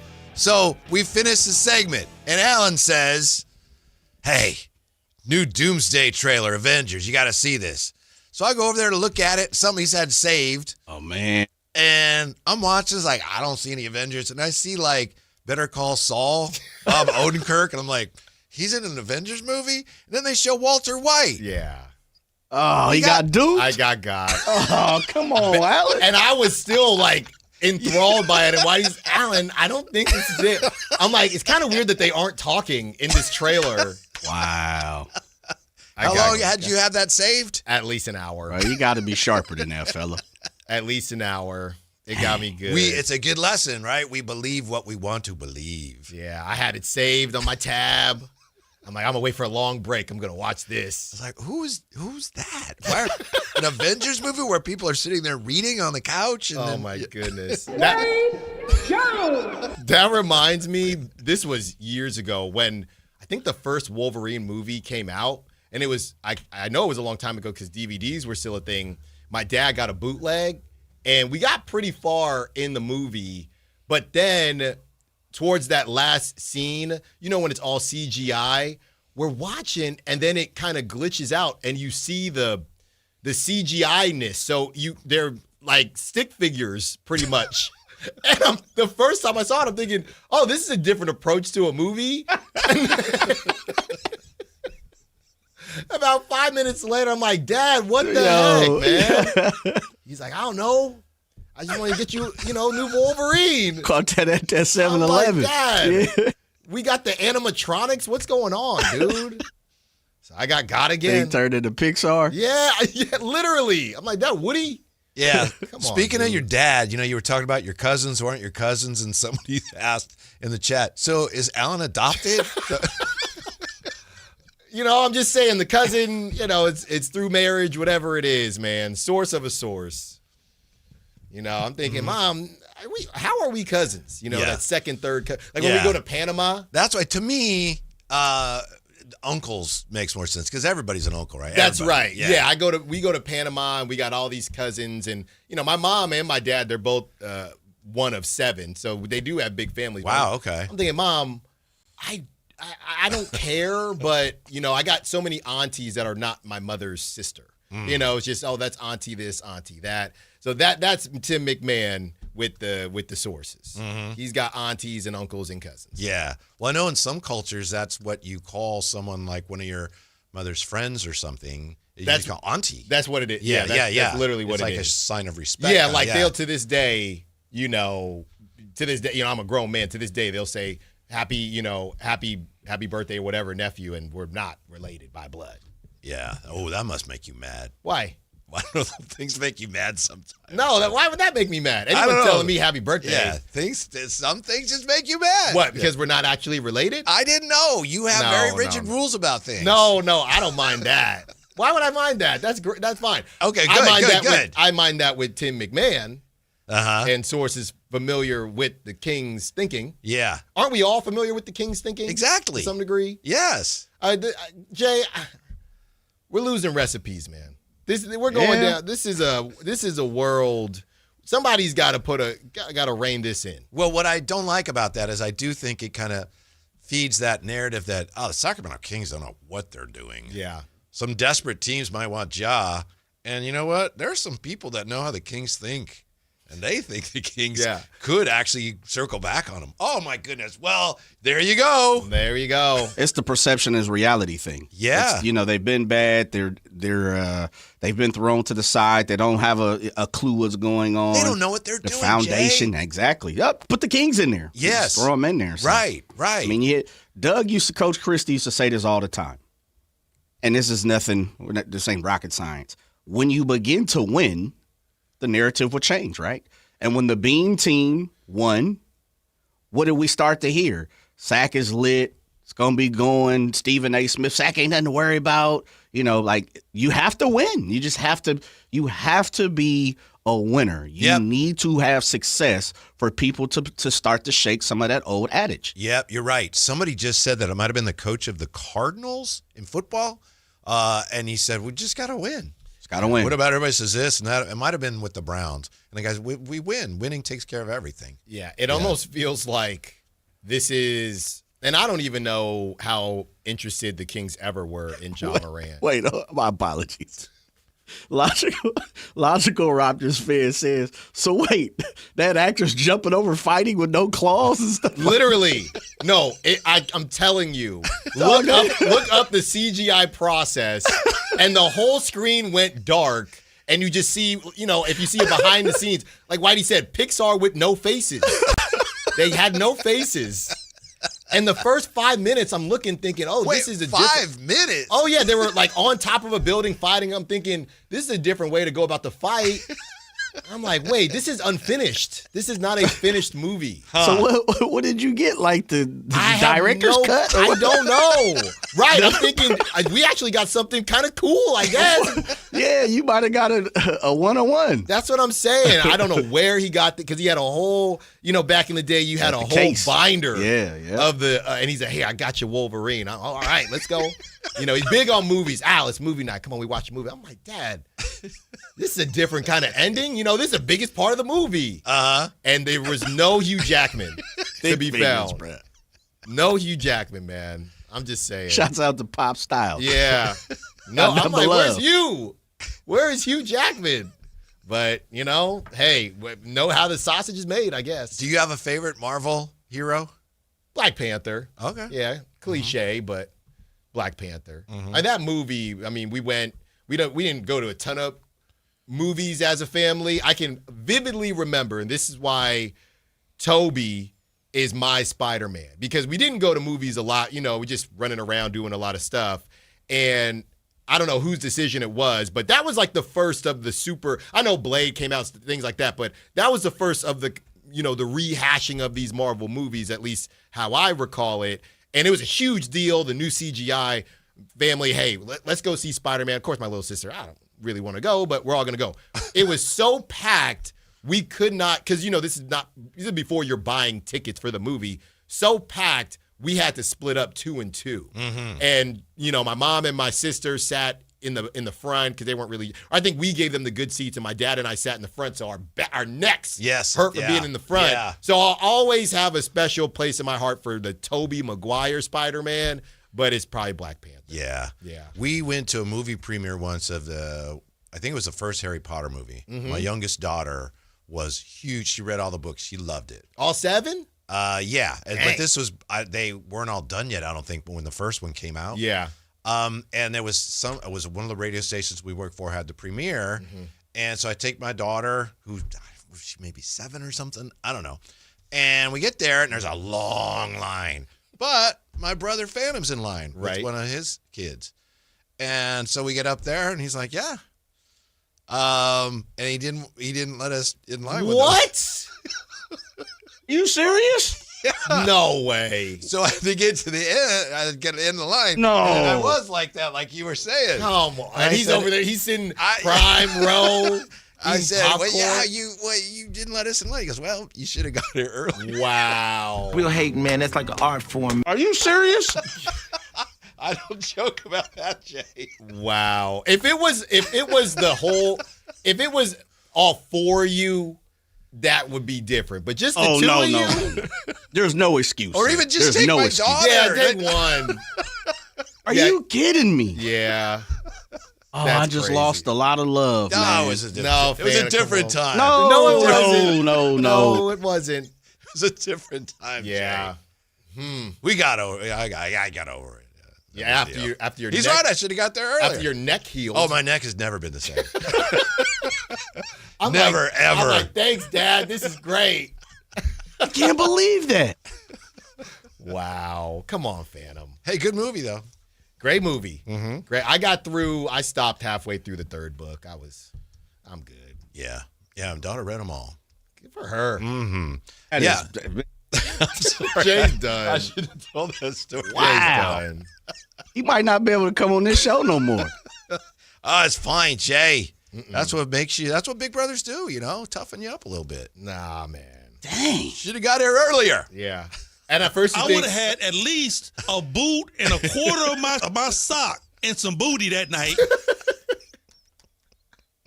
And at first, did you think he was he's just messing with me? I don't really remember. It's kind of a blur there after he said that. Yeah. Wow. Kind of blacked out there. Wow. But we did see it. We got in. Luckily, we got in. And we saw the movie. Yeah. But then the other part of that is if there's somebody like me behind Phantom. Well, that could have been. He might have felt like that's just, it's not fair. Now there's a problem. No. That was probably it, Jay. Yeah. It wasn't Monday Motivation, but we do have the latest on Thursday Thoughts from Scott Perry next on Sactown Sports. The San Francisco 49ers play on Sactown Sports 1140. Touchdown 49ers! Every game on your #1 sports station. Don't miss the action on your local sports leader. Sactown Sports 1140. This is the story of the one. As a safety manager at a manufacturing plant, he does everything he can to keep his coworkers safe. From finding ways to reduce risks to keeping safety supplies in stock. And for that, he relies on Grainger. Grainger offers a broad range of quality products and next-day delivery, so he can always play it safe. Call 1-800-GRAINGER, click Grainger.com, or just stop by. Grainger, for the ones who get it done. Sacramento. Get ready because the Sactown Sports Live events calendar is packed with can't-miss shows all season long. It all starts April 28th with Benjamin Todd live at Ace of Spades. Then May 9th, big night, big choices. Laugh with Tim Allen at Hard Rock Live Sacramento. Or catch the iconic sale live at Thunder Valley Casino Resort, happening on the same night. Rock lives on May 16th when Jason Bonham brings his Led Zeppelin evening to Hard Rock Live Sacramento. And don't miss Lenny Kravitz May 22nd at Thunder Valley Casino Resort. June 6th, sing along with Richard Marx also at Thunder Valley Casino Resort. Then catch all the summer vibes July 10th with Rascal Flatts at Lake Tahoe Amphitheater at Caesars Republic. August keeps the party going with Kane Brown at Ironstone Amphitheater August 16th. And Ty Myers August 22nd at Lake Tahoe Amphitheater at Caesars Republic. From comedy to rock to country, if it's live, it's here. Check the Sactown Sports Live events calendar and plan your next night out today. Hey there, Mark and Tom, the travel and entertainment guys, brought to you by Sports Leisure Vacations. Time for our weekly travel tip, and with it, here's Mark Hoffman. Fuel surcharges are the current fad. They're popping up everywhere due to the Iran situation, but are they legal? Is it okay to add a surcharge to a ticket after it's already been purchased? We took a close look at the airline's contract of carriage, which is basically their contract with you. When you buy a ticket, you agree to the contract of carriage. In those contracts is wording that gives the airlines that right to raise fare and to add surcharges. It appears those surcharges can be added retroactively, but fortunately most carriers prefer just to raise prices. The Iran situation is being absorbed by modest fare increases and a hike in baggage fees. So yes, they can raise prices and add surcharges. My wisdom, if you're considering buying a ticket and traveling sometime in the next few months, you might do your airfare homework now. More tips to make you a smarter traveler. Saturdays at 11 a.m. right here on Sactown Sports 1140. The Bedroom Collection sale is on at Scandinavian Designs. For a limited time, shop dreamy deals on all bedroom furniture, including beds, dressers, nightstands, and more. This is your chance to splurge on a new piece or upgrade your entire sleep space with a fresh, modern look. Stop by one of our local showrooms or shop online at ScandinavianDesigns.com. Scandinavian Designs. We make it simple. You make it home. This is the sound of Claire, cooking dinner at home. And that's the sound of a fraud alert from Wells Fargo, flagging a charge for a pricey restaurant in Paris. Considering Claire isn't in Paris right now, that seemed odd. To the bank and to Claire. 2 taps later, Claire says nope to the charge, and Wells Fargo is on the case. However you make money work, Wells Fargo can work with that. Wells Fargo Bank, N.A., member FDIC. KHD1 Sacramento, KYMX HD3 Sacramento. From the Power Business Technology Toshiba Studios. This is Sactown Sports 1140.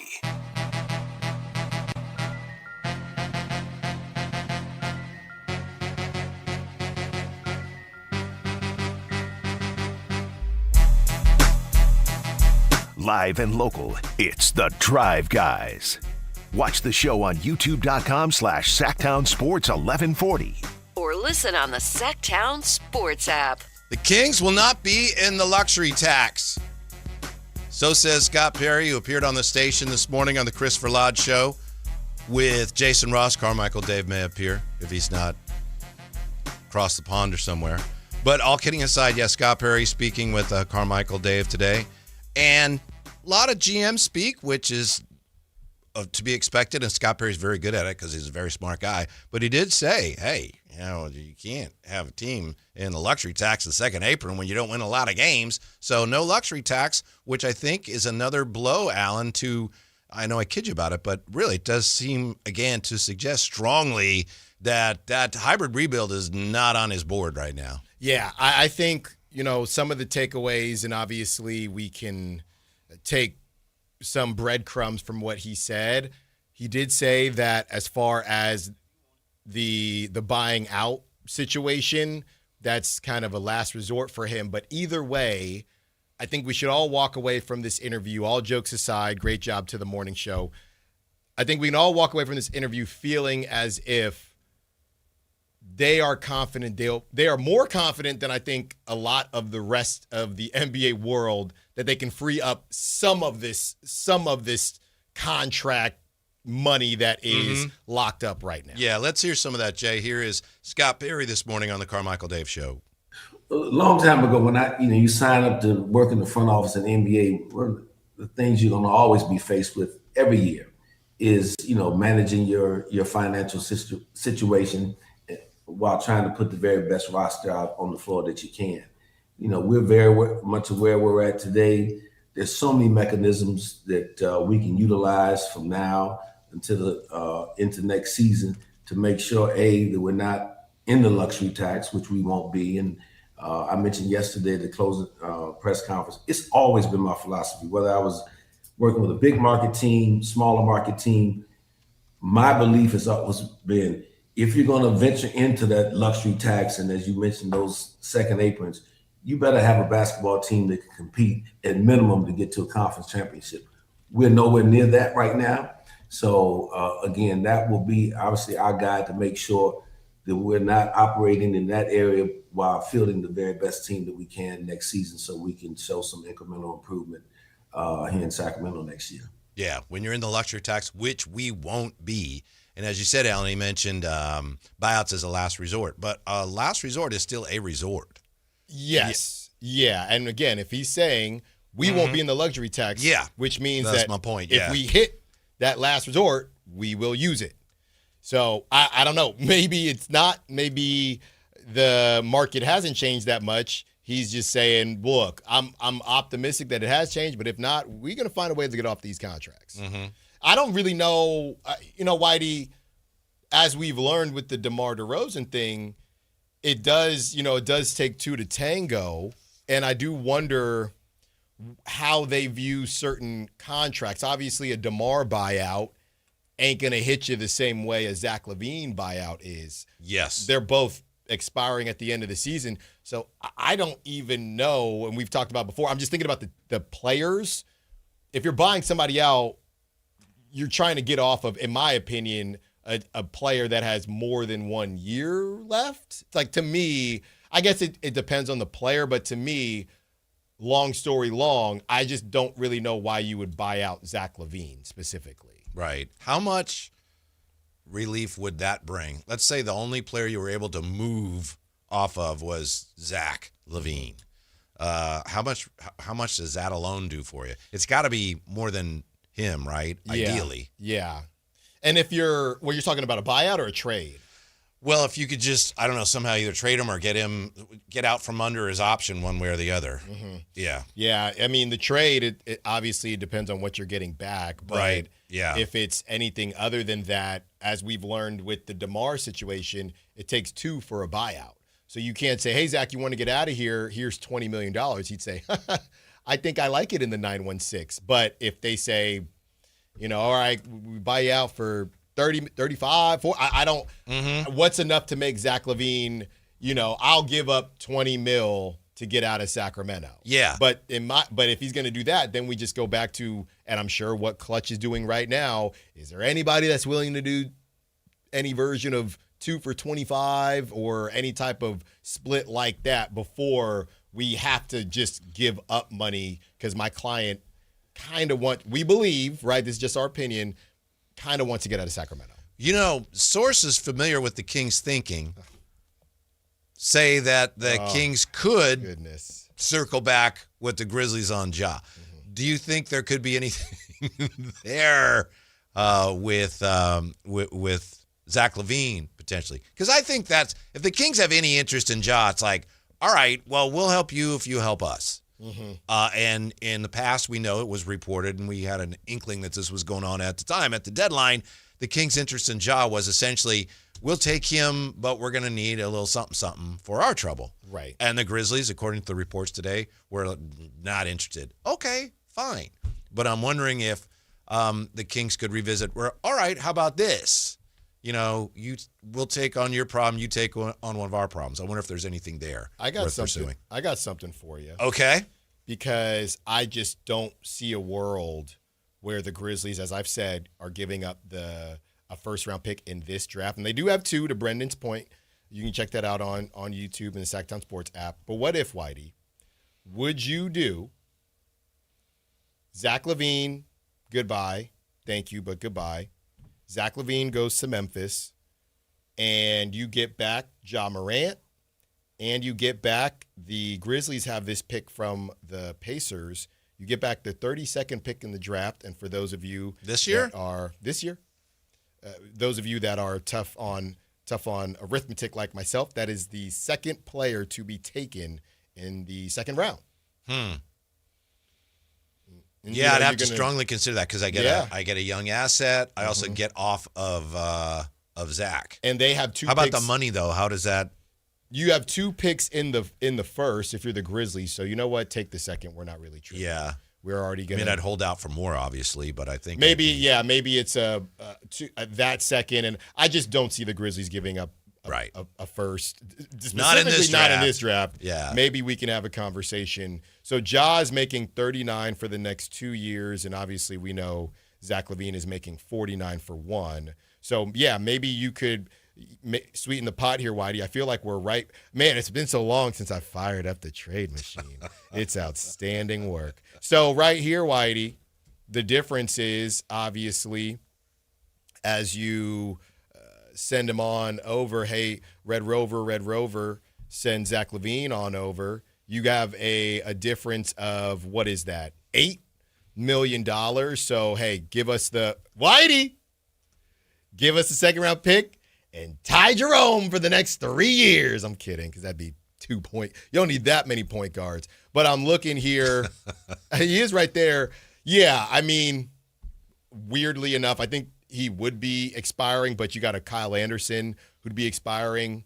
Not, he had a 2-year deal, $9 million a year. So you could take a Kyle Anderson, who I believe would be expiring. Taylor Hendricks, who's at $6 million, so that probably would work. So there are a couple guys. It's an $8 million difference, so something there to make it happen. I don't know. I think the Kings' interest in Ja is primarily as a fulcrum to get some other things. And then to your point, then they probably just don't really want him because, again, I know the Grizzlies are going to be bad again. So they got a chance at Stokes, assuming the tank rules don't say that they don't. But they got a chance at Stokes. They got a chance at a top pick next season. So even though it's a bad draft, they don't intend on they intend on having much better odds than they have right now. Mm-hmm. We are gonna at some point here start our nomination process for the Beamies, the awards for this past season. Chris Watkins and I started this 3 years ago. And one of the things I've been thinking about as a potential category, and I threw it out when we had Brendan on, is Hater of the Year, because the Kings have so many. The Kings have so many national media members that are right. And so I threw it out, and people started mentioning names, and Yes. Stephen A. got a mention because of the story he did on Doug with the smelling salts. Sacramento ain't nothing to be worried about. I don't think so. Really? I mean, I to think win, it could be we're looking at nominees, Alan. but this type of stuff where Stephen A. is, they bring that to his, when he said the weird stuff. Yeah, it's like, I love him, but and I love Doug, but he's a different brother now. He's a different brother. Yeah. Yeah. Nah, there's too many that's just him being Stephen A., and this was put on his rundown. There's some people that Bill Simmons really dug in this season because he was hating Zach on Lowe. Zach Lowe. Like, there's some big names who dug in this season. So yeah, I mean, depending on nominees, and then there's kind of the big names and the smaller names that are always going to try to, the low hanging fruit media, as I call them. So Kevin O'Connor, right? Kevin O'Connor, Kings fans don't. He doesn't even talk about the Kings anymore. John Hollinger is not very respectful. Yeah, when he talks about the Kings. I think based on how big he is, Bill Simmons, he did some damage because he was he was on Doug all season long. Right. Then the tanking thing, and he doubled down even though he was wrong. Oh, I'm sorry. I forgot. The Kings coach doesn't know what he's doing and doesn't know the rules. Yeah, I think it's Bill Simmons. This season, he gets the crown. Remember, we're identifying nominees. Okay. Well, I know who wins that one. That, for me, that's my winner. But you don't think Stephen A. should even be on the ballot? I do. That's I one thought that was thing. bad. But that was one Because it was thing. like, I'm just telling you. What are you telling us? But that's Stephen Say A. That's not Kings hate. That's more Stephen A. being Stephen A. than true Kings Well, there's hate. something really disingenuous about, hey, I love the guy, but yeah, on national television. Yeah, with no he's like, with all due respect. Yeah. Yeah. And then you show them zero respect. That one really got you, huh? I thought it was, I thought it was bad. I look at repeat offenders more so. And he's not a repeat offender. This got put on his desk. He said some weird stuff for sure. Why do you keep saying that? I'm not saying you're wrong, but you keep mentioning that it got put on his desk. You mean like a producer said, here's the story? Oh, yeah. Hey, this is what we're talking about today. Yeah. Or, the night before or whatever. Mm-hmm. He's got 18 shows. So he's like, oh, okay, I'll just allude to something that maybe happened. I don't even know. Yeah. There are a lot of nominees this year, or there would be, and there will be, assuming we get that far, because as you said, of all the reaction, the overreaction to the whole controversy over, are the Kings tanking? when, I mean, an idiot could have said, no, they're not tanking. Right. They're just not. Yeah. They're just not good. Iman Shumpert. Right. Hey, I have to look at him, a former King. Again, I know what you're going to say. Well, yeah, repeat offender. He's not a repeat offender. Well, I thought you were going to say, well, they put it on his desk. And they put it on his desk too. Yes. The same desk. But at some point, somebody's got to, activate their brain and go, I don't think this is right if we're going to just tear into this guy in this franchise. Doesn't it matter that this doesn't make sense? No. I'm sorry.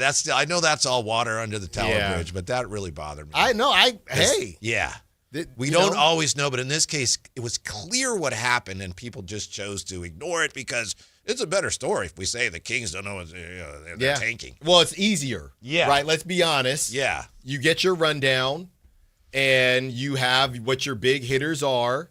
When it comes time to talk about the Kings, it's never going to lead your show. Mm-hmm. So if they're focusing on their takes, and if you distribute the amount of time that they're spending on each subject, they're spending the least amount of time on the Kings. They're making sure, okay, when we talk about the Lakers, I got to have my stuff right. When we talk about Giannis, when we talk about that's what they're focused on. And then, hey, honestly, Whitey, they probably view it as a bit of a break. Hey, we're taking a break from the big stuff. Let's talk Kings. They're doing some weird stuff again. Okay, cool. Let's say that they don't know what they're doing. Do we have anything on the Dallas Cowboys or the Lakers? Nope. Anything? Yeah. I don't care what it is. Anything? Nope. All right. You see that Doug Christie video? No, okay. Let's just do it. Mm-hmm. The Clippers' elimination last night means that the 2026 first-round pick owed to Oklahoma City will enter the lottery, according to The Athletic. Slotted at the number 12 pick, the pick carries a 7.1% chance of jumping into the top 4 and a 1.5% chance of becoming the number 1 pick. Final asset going from LA to OKC for Paul George in 2019. You got to be kidding me. Highway robbery. Just shrewd maneuvering. Highway robbery. Mm-hmm. Brilliant. No wonder Scott Perry says, I worked with Sam Presti for a long time. Hey, I'm sure, and I know he did, but anybody wants some of that greatness. Everyone wants to be associated with that greatness right now. It is what I'm looking at, Whitey. Can I interest you? And they got a bunch of guys that are super similar, like between Isaiah Joe, 6'5", shooting guard, Aaron Wiggins, 6'6", shooting guard. Aaron Wiggins, was he also the 2020 draft? So what is he, like 27 now, 26? He's 27. Yeah. Cason Wallace, the difference is Cason Wallace. He guards people. He's only 22. I like that a lot. Yeah, he's only 22. I don't think I'm getting him, but I'll try. Topic, 20 years old, 6'6", point guard. A.J. Mitchell, 6'5", shooting guard. How did they find a way to have a log jam, but a log jam that works? How did they do that? They hit on their picks. Yeah. And they compiled a lot of picks. A log jam of good young players. Yeah. They have almost more picks than they can use, if you can imagine that. The Kings have all their picks, which is good. That is good. Right. But OKC's like, yeah, we have too many. Mm-hmm. They still got Lou Dort for one more year. He'll be expiring, though. He's one of the top 100 players in the league, according to the Ringer. So is Alex Caruso. Alex Caruso is going to still be there got $18 million the next 3 years as well. So Isaiah Joe's going to be there for 3 more years. Aaron Wiggins for 4 more years. I mean, not all these guys are going to be here, so that's what I'm saying. There are some trades out there. Cason Wallace is only making 5.8 because he's only 22. That's the guy that they probably say, look, you want to talk about Isaiah Joe? We can talk about Isaiah Joe. Now, I'll never forget I was listening to the OG Drive guys with you, Draper, and Jay, and you've brought this up before. It's the Derek White thing, right? When Derek White gets mentioned in the Ringer, and Derek doesn't like. I know. That's what I was listening to. Yeah. I was about to exit, and I'm listening, and you were talking about the top 100 players, where he's ranked, and how much money he's making. So I would look at that, and $12 million isn't a lot of money, but if you I'm going to say, we're talking about Harry Potter. I know this name is turning into Voldemort, but we're talking about Keon Ellis. I can't sit there at Isaiah Joe at 26 years old, 12 a year. You'd basically be getting a version of Keon Ellis back, right? Like I think that there's some guys that teams will be interested in. I don't know if there's anybody that, and I'm air quoting for those driving, fits the Kings timeline. Besides Cason Wallace, timeline? I just think they need to be a bit younger. Like if you're going to go get Isaiah Joe Isaiah Joe's 26. That's why Case and Wallace sounds good. Right, but I don't. But that's gonna cost you, and I don't know what to do with his ceiling. Right, Isaiah Joe's 26. Aaron Wiggins is 27, and AJ Mitchell. Well, and then I love AJ Mitchell, 23. I wouldn't be surprised if Scott Perry decides to really lean into this draft, even if he has to trade players that in the past may have been considered untradeable to get more picks in this draft. You got a name? Well, I'm talking about Keegan, but I don't have any. I want to make clear I haven't heard anything, and I could be totally wrong. It's speculation. So I don't want people going, you don't know what you're talking about. This is part of my job. Yeah. I wouldn't be surprised if they did that. I am not claiming to have any inside knowledge. We've been going back and forth, Yes. and we've had some great guests lately, but we've been going back and Bravo forth. to Jay, huh? Yeah, Jay has just been – he's on it. He doesn't like Derek White, but that's okay. Man, I hear where he's coming from. You want me to get him on for you, Whitey? I think I got a line at Derek White. Okay. The next kind of NBA aficionado that we get on, maybe Whitey can settle our debate as far as what Keegan would be, quote unquote, worth in this draft. Because you've said, I don't know about 20. I'm not taking 20. 15 would be interesting. And then I've come back and said, well, I don't know if he's worth the 15th pick. So I do wonder what Tim McMahon thinks that the NBA world is thinking as far as what are those? You want me to get Tim on tomorrow for you, Alan? I don't think I should do that. I like Tim. Tim's a good dude. Let me cool off a bit. I'm just playing. I got you. But I do wonder what the NBA world would say. Yeah, if I was in a position, I would take Keegan with that. I think the last time we spoke about this, Whitey, if I'm not mistaken, the Spurs at 19, because Uncle Keegan, De'Aaron Fox, get them some more shooting. But 19, another example of how it's not really your uncle. Right, that's right. Yeah. That's right. Hey, Dad, how are we related to Uncle Keegan? Well, son, he's like a brother to me. Yeah. We go way back. Let me tell you about a place called Sacramento. As they're walking along the Riverwalk. Yes. Let me tell you about a place you were there. The 916. The 916.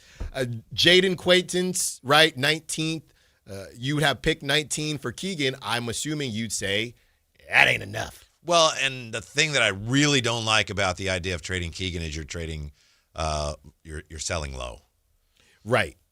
And because the other part, I'll be honest with you, I think Devin Vassell has been great. Whenever I watch them watch the Spurs, because they're always missing someone but still winning, they play great. Now, he's making Devin Vassell $27 a year, which to me is a little deep in the pockets. 2020 draft pick. Yeah. Now, he's 25. He's 6'5". He's a shooting guard. I get it. But either him or, I would take Devin Vassell over Keldon. But if it was 25-year-old Devin Vassell, who I don't know how much better Keegan is than Devin Vassell at this moment in time, the 19th pick in Devin Vassell for Keegan. Why didn't the Kings get any of those guys when they traded? We're not going to talk about old stuff. De'Aaron Fox. I'm not here to talk about the past. Yeah, I'm not here to talk about the past. No, the answer is because they were all in on being as good as they could be that year. Right. Obviously, when it doesn't work out down the road, it's like, what were you doing? But I do understand at the time they were trying to salvage that season. But to me, Whitey, I'm going to be honest with you, as we go back and forth, I don't think the Spurs would do 19. Now, look, I don't know where the 19th pick in the draft plays for them. They're running into a Thunder problem. But if I'm the Thunder, am I giving up Devin Vassell and the 19th pick for Keegan Murray? Personally, me? Right, the Thunder? Excuse me, the Spurs. Yeah. I'm not doing it. Personally. That's why I'm trying to figure out what his value is, because that makes sense money-wise, but I'm not doing it. 339-1140, 1-800-920-1140. Jason joins us on Sactown Sports. Hello, Jason. What's on your mind? How you guys doing? Good. Hey, I watched the press conference with the GM. Yeah.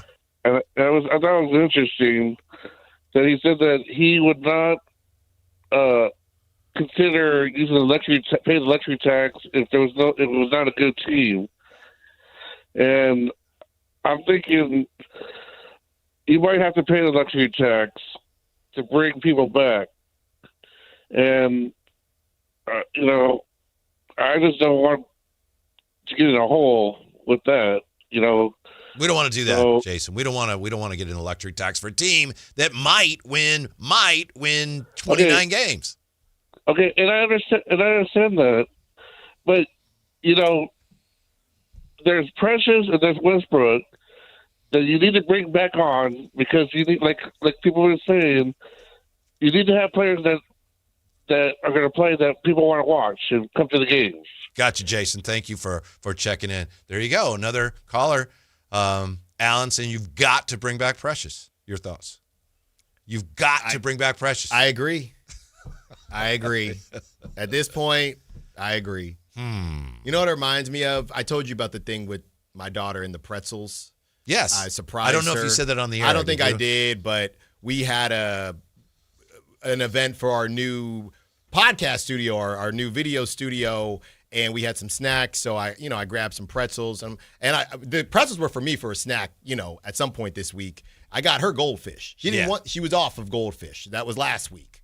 She said, "You got anything else?" I'm like, "I brought you a surprise," and I say, "I got some pretzels." Long story short, now every day.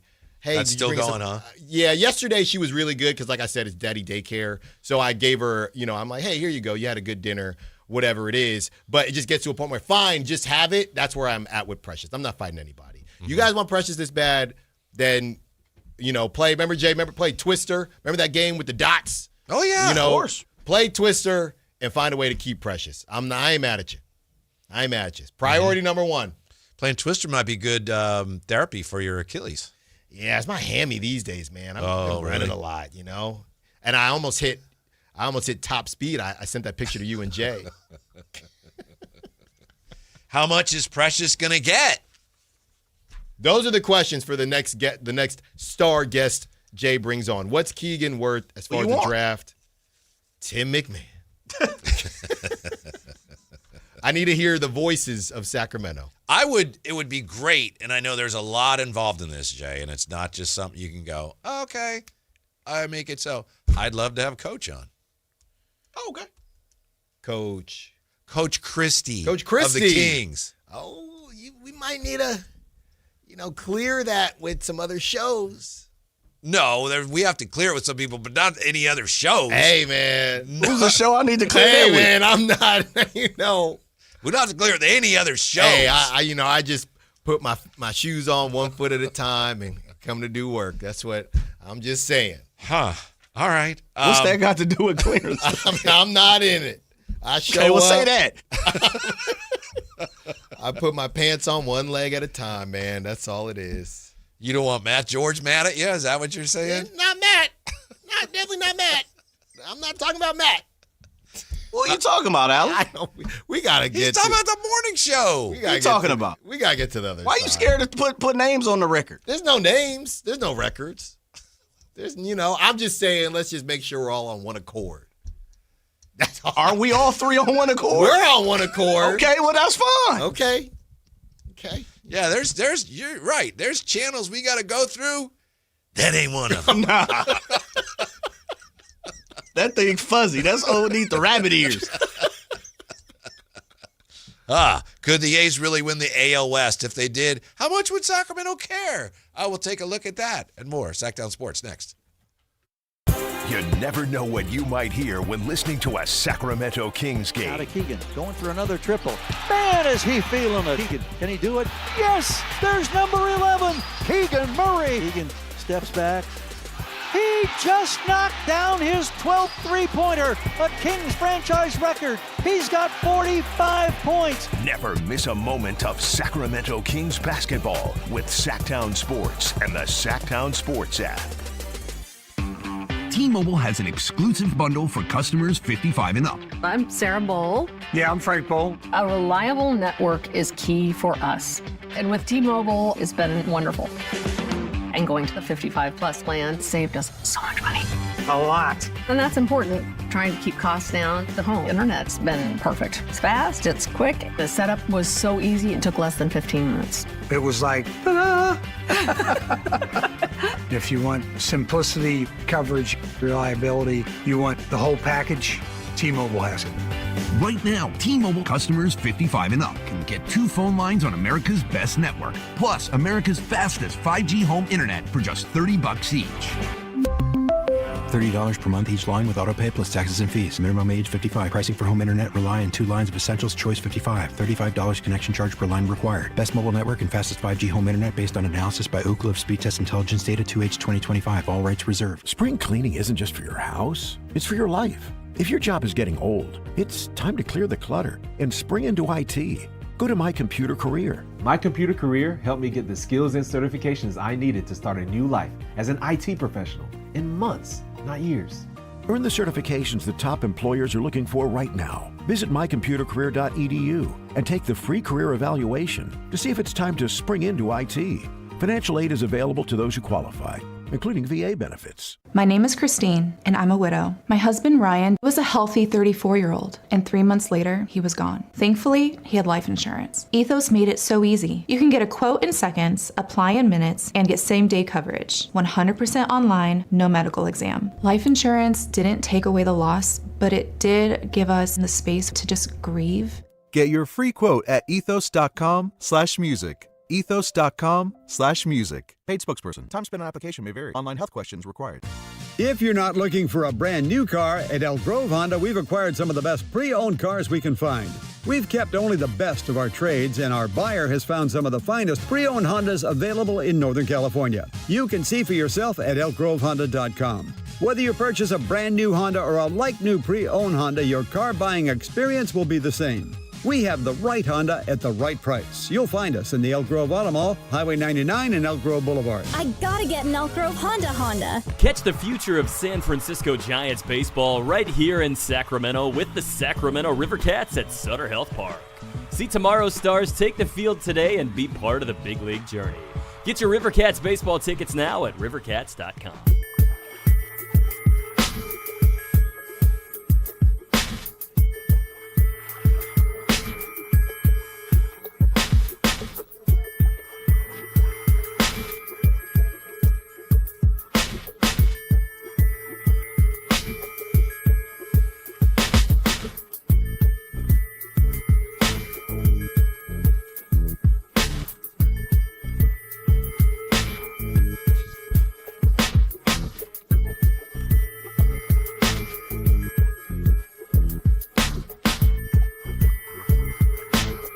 Download the app and listen to The Drive Guys. The Drive Guys with Kevin Gleason and Alan Stiles. On Sactown Sports 1140. Tough one for the Athletics today. They came from behind in the 8th inning and looked poised to take 3 or 4 from the Rangers, but Texas came back in the 9th.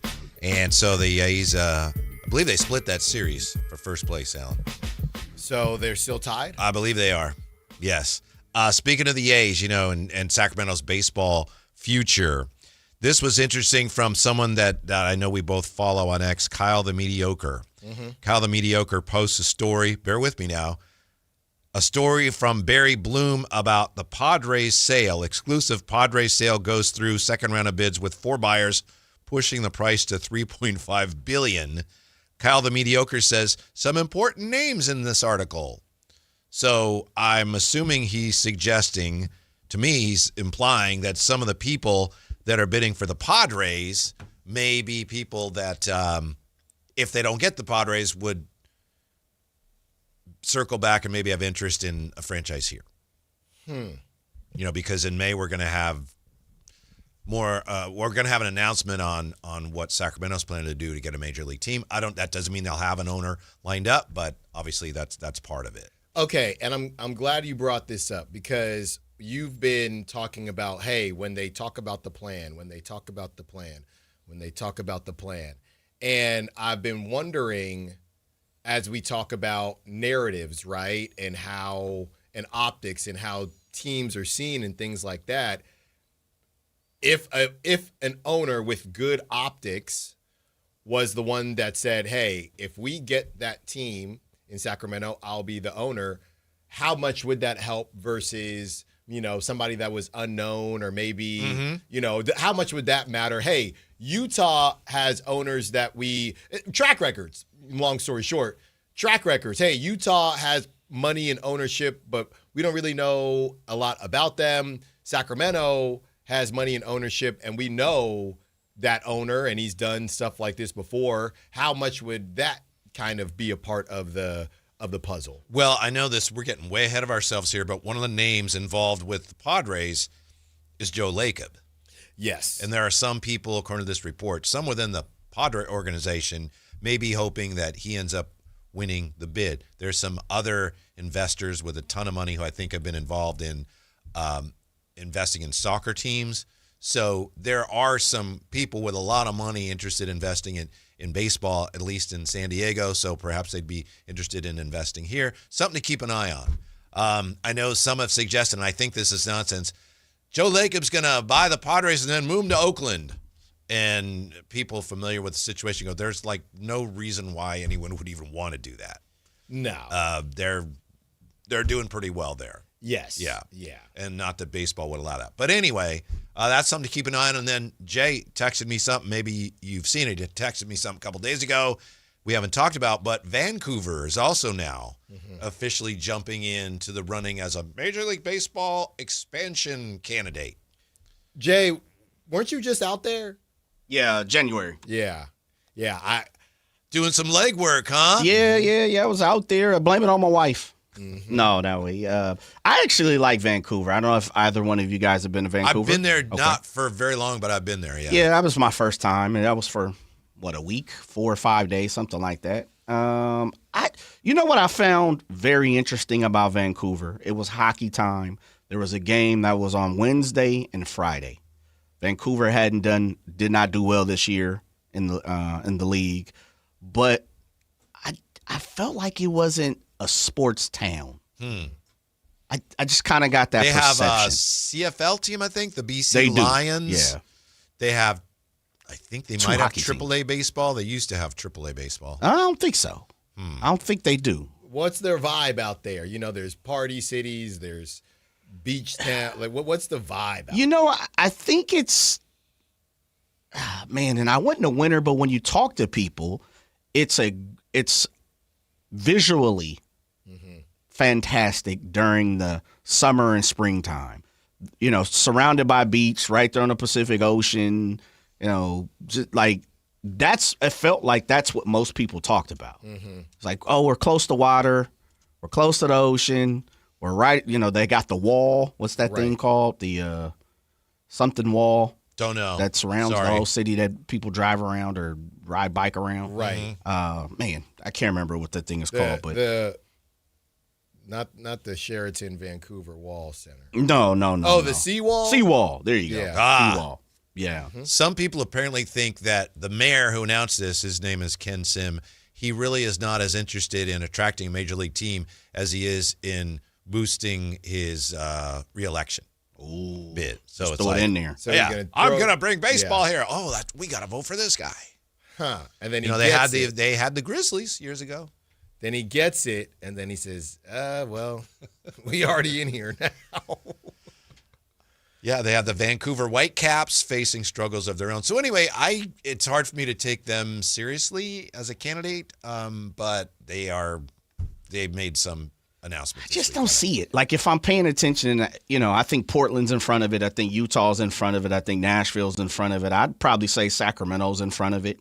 I just didn't get the gist of it. And, of course, I mean, what can you take away from 4 or 5 days of being in the area? But just having conversations with the locals, it doesn't seem that sports is that big of a deal. Like, I'll say this. First day we get there, I'm in Sacramento Kings drip. I'm in a hat, T-shirt. It was freezing. I had a hoodie on that said Sacramento Kings. And I go to the exchange, one of the places to exchange some currency. And one guy says, yo, you from Sacramento? I'm like, and my wife was like, yeah. It was like, you gotta be, because you're wearing Kings gear. Right? But that was the only time. Yeah. For my 5 days there, minus me asking about, I could go to a hockey game. I know it's wintertime. Nothing else is really going on. What should I do sports-wise? And they're like, yeah, the sport. And it's like, we're big culinary. You got to come back during the spring. You got to come back during the summer. We're right on the water. Yeah. They have a single A team Vancouver Canadians. Okay. They play at a 6,500 seat stadium. Really? And they have they have a dome there, but it's like, it's been there for a long time, and I don't think it's in the greatest shape. And I think it has one of those like inflatable roofs or something. So yeah, I'm looking here. There's definitely some beachy areas, but they got the river. I know we got rivers out here, but then when you hit the Gulf of that's up there in Alaska, but you got Pacific Ocean. They got a Costco. They have BC Place, which has hosted some exhibition games. It has, I said inflatable. It's a center-hung, cable-supported, retractable roof. But I think that's been around a while, and I think they would need either major renovations or they'd have to get a new stadium. So I don't see them as a serious threat. Is that where that's where the soccer team plays? Yes, that's where the soccer team plays. Okay. BC plays, because that was one of the things where it was like, oh man, you're not out here. You got come back soccer. Yeah, they may have some of the World Cup stuff there. Yeah, I think they do. Yeah. So anyway, logical Raptor. This is why we need logical Raptors. He said it's upper classy. There's money. Too much to do. The outdoor stuff is first class. Yeah. You move because you want to be outdoors. So it's the outdoorsy. Because a lot of the outdoorsy people, they don't really. I'm not trying to generalize, but a lot of times, if you tell me you're into hikes a lot of times those people, I don't see a lot of overlap with sports. My little sister. I don't know why. What about Seattle? I don't know. But all I know is a lot of hikers. Like my sister's a hiker. Her and her husband, they out here hiking. They like to hike, and they don't like. Are you holding that against them? I'm just saying I think he is. They're not into sports. I feel you. like there are a lot of hikers. You'd be surprised to know this, but in my experience, there are some areas that have sports fans and hikers. But they can coexist. There's the golden semi-peacefully. It's the golden hour, right? The golden hour when the sun is about to set. A lot of times that's game time, but they need to be outside hiking. Yeah, but there are some people that are not hikers that are still sports fans. I get what you're saying, what you're trying to accomplish. They're more outdoorsy. Yeah, I get what you're saying. They don't want to be inside an establishment eating a smash burger. They want to, see an elk or whatever. I would just say my overall intake of what Vancouver is, I didn't feel like I've been blessed to go to multiple places throughout the country and the world. I didn't feel like this was a sports town. Mm-hmm. When you ask people, you didn't see a lot of, Canuck stuff everywhere. You didn't see the BCs. You didn't see the CFL team stuff a bunch of places. But if you talk to people, they're like, oh, yeah, it's all about the Canucks. Of course, it's hockey. Yeah. But beyond that, you didn't really get the vibe or nothing. Seattle, and I know Seattle had a team a much longer period than Vancouver had a team, and it was much more successful. Yeah. But Seattle lost a team, and they're still not over it. True. Vancouver lost a team, and they're like, oh, yeah, fine. Who cares? Who? Yeah. They were here? Grizzlies? Yeah. Oh, yeah. Days were in Vancouver before they came here. Sacramento, remember? That was a AAA team. Yeah. Vancouver Canadiens. Yeah. Take a look at the anonymous GM says the A's could win the West when we come back. Also, looking at tomorrow night's play-in games, who does the NBA need to win the play-in games? We're back with that. Don't go away. Drive, guys. You never know what you might hear when listening to a Sacramento Kings game. Out of Keegan, going for another triple. Man, is he feeling it. Keegan, can he do it? Yes, there's number 11, Keegan Murray. Keegan steps back. He just knocked down his 12th three-pointer, a Kings franchise record. He's got 45 points. Never miss a moment of Sacramento Kings basketball with Sactown Sports and the Sactown Sports app. Sacramento weather is brought to you by Elk Grove Honda. I'm Dirk Verdorn in the KCRA 3 Weather Center. Clear skies tonight and still a little breezy with winds anywhere from 10 to 15 miles per hour. Temperatures dropping off into the 40s for Friday morning and then warming into the 70s with sunny skies. Get the latest forecast on the KCRA 3 News and the KCRA app. At Elk Grove Honda, we've acquired some of the best pre-owned cars we can find. Whether you purchase a new Honda or a like-new pre-owned Honda, Elk Grove Honda has the right Honda at the right price. In the Elk Grove Auto Mall, Highway 99 and Elk Grove Boulevard, or elkgrovehonda.com. I gotta get an Elk Grove Honda. This is the sound of Jack, buzz cutting his way to a small fortune. To Jack, every time he cuts his own hair, that's $50 right in his pocket. If Jack sees DIY buzz cuts as a saving strategy, Wells Fargo is right behind him. And with their mobile app, tracking his savings is easy. Oh, ouch. However you make money work, we can work with that. Mobile carriers' message and data rates may apply. Wells Fargo Bank, N.A., member FDIC. Capital Casino is conveniently located in downtown 411 16th Street and has been a part of the greater Sacramento area for over 20 years. They offer the best variety of games in the region in a safe and friendly environment, and there's plenty of parking, all well lit and monitored by security. Come have a great meal at the cafe and restaurant inside. Capital Casino has the best food, the best service, and the best action. But please always remember to gamble responsibly. 1-800-GAMBLER. When the dollar's convertibility into gold ended in 1971, gold was fixed at $35 an ounce. Fast forward to today, and the U.S. dollar has lost over 85% of its purchasing power. Meanwhile, gold has increased in value by over 12,000%. Central banks are buying gold at record levels. Major firms are holding significant positions in gold. And I choose to buy gold from Birch Gold Group. It's Dan Bongino, and it all starts with education. Birch Gold just announced their Learn and Earn Precious Metals event. This free online event rewards you for learning the basics of investing in precious metals. Sign up to get free silver on your next purchase if you qualify. And you can get even larger incentives as you go. The more you learn, the more you can earn. But act now. This special event only runs through April 30th, so text my name Dan to the number 989898 to join Birch Gold's Learn and Earn Precious Metals event by April 30th. Text Dan to 989898 today. Message and data rates may apply.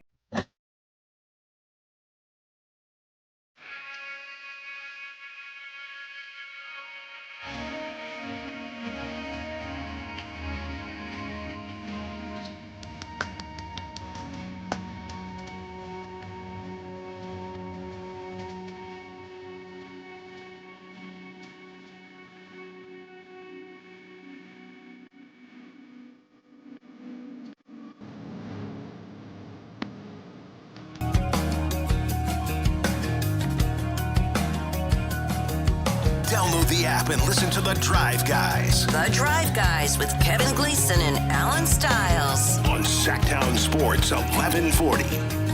What do you think, Alan? According to an anonymous GM speaking to Ken Rosenthal, the Athletics will win the American League West. The Athletics will win the American League West. What do you think, Alan? I'm not high on anybody in the American League West, so I think it's a wild, wild West. Anything can happen. Lost today, but anything can happen. We thought the Rangers were going to take over. They had all that young talent. Then they kind of fell off. The Astros have kind of fell off. And watch out for those halos. Hey, I mean, like my Trout punishing the sorry, Frankie, Yankees. Turning back the clock a little bit. And the Mariners, they have to show and prove that they are going to be a contender every season. So I'm assuming the Mariners were the betting favorite to win the AL West, but I think it's pretty wide open. It's more wide open than the NL West, I can tell you that much. Don't you think that that's one of the things, mistakes we make as fans? For example, today the A's came from behind in the eighth, and they had the lead, and then they lost the game. And it's easy to think, well, that's the type of loss that can just ruin your season. Mm-hmm. But in reality, 3 games from now, if they play well, they're not even going to remember it. Yeah. Because you just play so many freaking games in baseball. You do. And you know what's funny? I found this on Reddit, and it was actually about the Red Sox, because the Red Sox got off to a pretty bad start. Now I have to recalibrate it because we're now deeper into the season, but this person looked up teams that had specifically what their records were through 6 games. And he said, hey, this is ridiculous because there's so many games left to play. But I figured I would just take a look since they expanded the teams in 2022. 48 teams have made the playoffs, right? Only 3 had started 1-5 through 6. None have started 0-6, all right? And then he says, for comparison of the 48, only 3 teams have started 6-0. 6 teams have started 5-1. 18 have started 4-2. 7 have started 3-3, and 11 started 2-4. And then he said, like I said, 3 have started 1-5. So if you look back, so obviously I look back to Giants. The Giants were 2-4. So that's not a bad group to be in. Right, but they're not in that group anymore. No, and then I said, yeah, what happened after that? Like how hot or, cold were they after that? But just for the sake of the drill, Whitey, if you look at your boys, the The A's, they what? So they started out, did they get swept by the Blue Jays? They were the last team to win a game this year. Okay, so they were, so they went, they were what, 1-4. They ended up 1-5. So they fell on the, 3 teams. So not great start, but it's what you do after. Right. And I think it's changed so much now with the additional playoff spots or postseason spots, because when the Braves beat the Astros to win the World Series in, what was that, 22, whatever it was, I don't think they were over 500 till like August 11th. And it used to be, well, if you're not, you got to be over 500 and blah, blah, blah. They weren't over 500 till August 11th, and they won the World Series. Yeah. It feels like, there's these kind of mantras that are used. You told me the one in the NBA, and you said it was something about games on the road, and you said the Knicks aren't, do not qualify. It's a Phil Jackson thing, 40 before 20, something like that. Right. Is that it? I'd have to double check. Like, teams that you have to win 40 before you lose 20 to be a contender, something like that. Yeah, and it feels like baseball, there's a little bit more wiggle room just because there's so many games. I know there are a lot of NBA games, but there's just so many. Yeah, I really learned something today. I appreciate, it's a 40-20 rule. Phil Jackson's 40-20 rule states an NBA team must win 40 games before losing 20 in a regular season to be considered a legitimate championship contender. It's Phil Jackson. I really appreciate the things that I learned from you, and today learning that if you're going to put a pro sports team in a community, you got to make sure there's not a lot of hikers there. I'd never thought of that in my whole life. If you have hikers there, they're not going to go to the game. They're going to go hiking.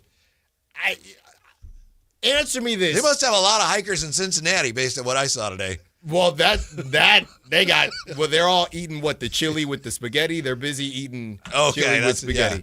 But I'm telling you, they're hiking to the bathroom. They had to take a intermission. I'm telling you, all our listeners, viewers out there, we all have a couple friends that are hikers. How many of those hikers follow sports teams the way you follow sports teams? How many listeners of this show listen to us on hikes? Not a lot. Well, I'm going to tell you. I'm just curious. I mean, maybe I'm wrong. It is. I can't imagine there are many, if any, hikers who are like, they're hiking like, I got to listen to the Tribe Guys. I just think that, and I'm generalizing humans here, but a lot of us do fit into buckets per se. And if you're a sports fan, you're not a sports fan. You're a camper, glamper, you get after it. Right. Like there are people on my timeline, we just are completely different humans, and their idea of having fun is they're going to the Hoover Dam and doing Hoover Dam stuff. I'm still not even sure what a hike is. Is it if you go for a walk? Is it? Oh, we're hiking. No. I'll tell you this much: we were in Oakland, and for those that may not have been in Oakland before, they have Oakland Hills, and there are like random areas of wilderness to hike in. So my wife and I, we decided to do something different. One hike, Whitey. One hike. We get on the hike, and we had gotten Safeway sandwiches. I love my Safeway sandwich, right? I get the chicken tender sandwich. It's a good sandwich. It's a great sandwich. It's gone up for a while. It's gone up. It used to be $5. Now it's not.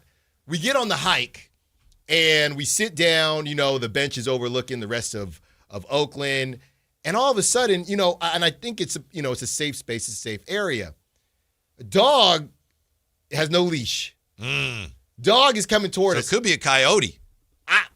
It was a dog because we saw the owners. Oh, okay. Dog is coming toward us about 25, 30 feet away, guys. Big dog? Leash.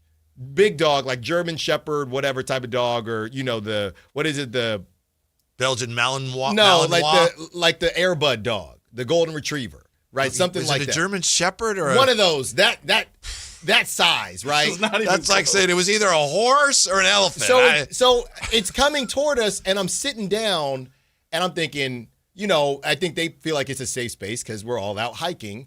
If your dog listens, because again, it's not me and dogs and if your dog doesn't listen, probably shouldn't be off leash. Right. So we're sitting down, Whitey. They're 30, 40 feet away. So I'm thinking, okay, I'm sure this dog listens. Dog's coming. Toby. Toby, come back, Toby. Oh, Dog it was a lab or a Toby. golden retriever's named Toby. Yeah. Toby coming up. Toby starts licking my dang sandwich. I almost Whitey. Well, did you hold it out? No, he's on my lap. He comes. I'm like, come on, hey, Toby, come get Toby. I thought he was gonna like growl at you. No, he's licking my sandwich. I can't eat this now. No. And well, dog's mouth is cleaner than you eat it. And I didn't know what to do, guys. Move the sandwich out of the way. I'm like, I know this dog is not on my sandwich. Stand up, bruh. Toby. You are blessed with legs. I'm not, why am I in that situation, though, Jay? So that's why hiking, I just have bad experiences. But my question is, what's the difference between a hike and a walk? You got to go uphill. The difference. Is it elevation? Yeah, to me, I'm uphill. Okay. More than like a distance? It has to be on. It has to be distant. It has to be in the wilderness. It can't be on the street. Okay, but if I walk on a trail, flat. It could be. That could be. Oh, you went on a hike. No, you hike up. You hike up. Okay. Hike means you have to ascend. When you say hike in football, the ball goes up. All right. Does it? Yeah, kind of. It goes up to the quarterback's hands. Thank you. But I sometimes I suspect a hike is just a walk. It's not. Depending. It's a walk. Maybe it's a walk with trees. That's a great question, Whitey. Never thought about It's a walk with trees, and I won't be on another one. Uh-huh. Toby, are you kidding me? This dog licked my sandwich. What's wrong with and you? he had dirt. He got the dog dirt. is a menace and should be on a leash. He got dirt on my sandwich. How did he get dirt on? I don't know. He with his paws.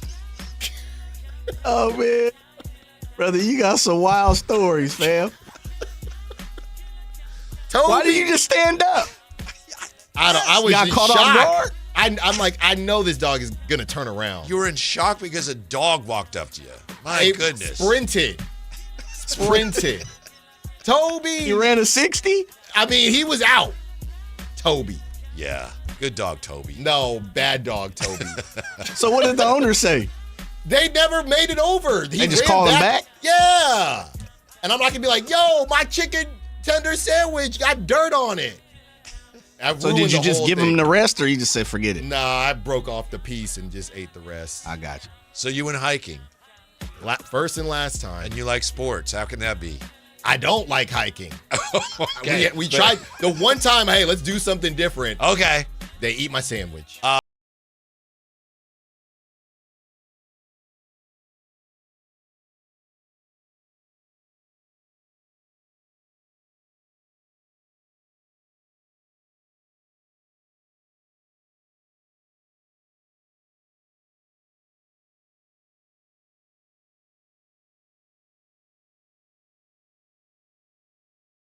Is Sactown Sports.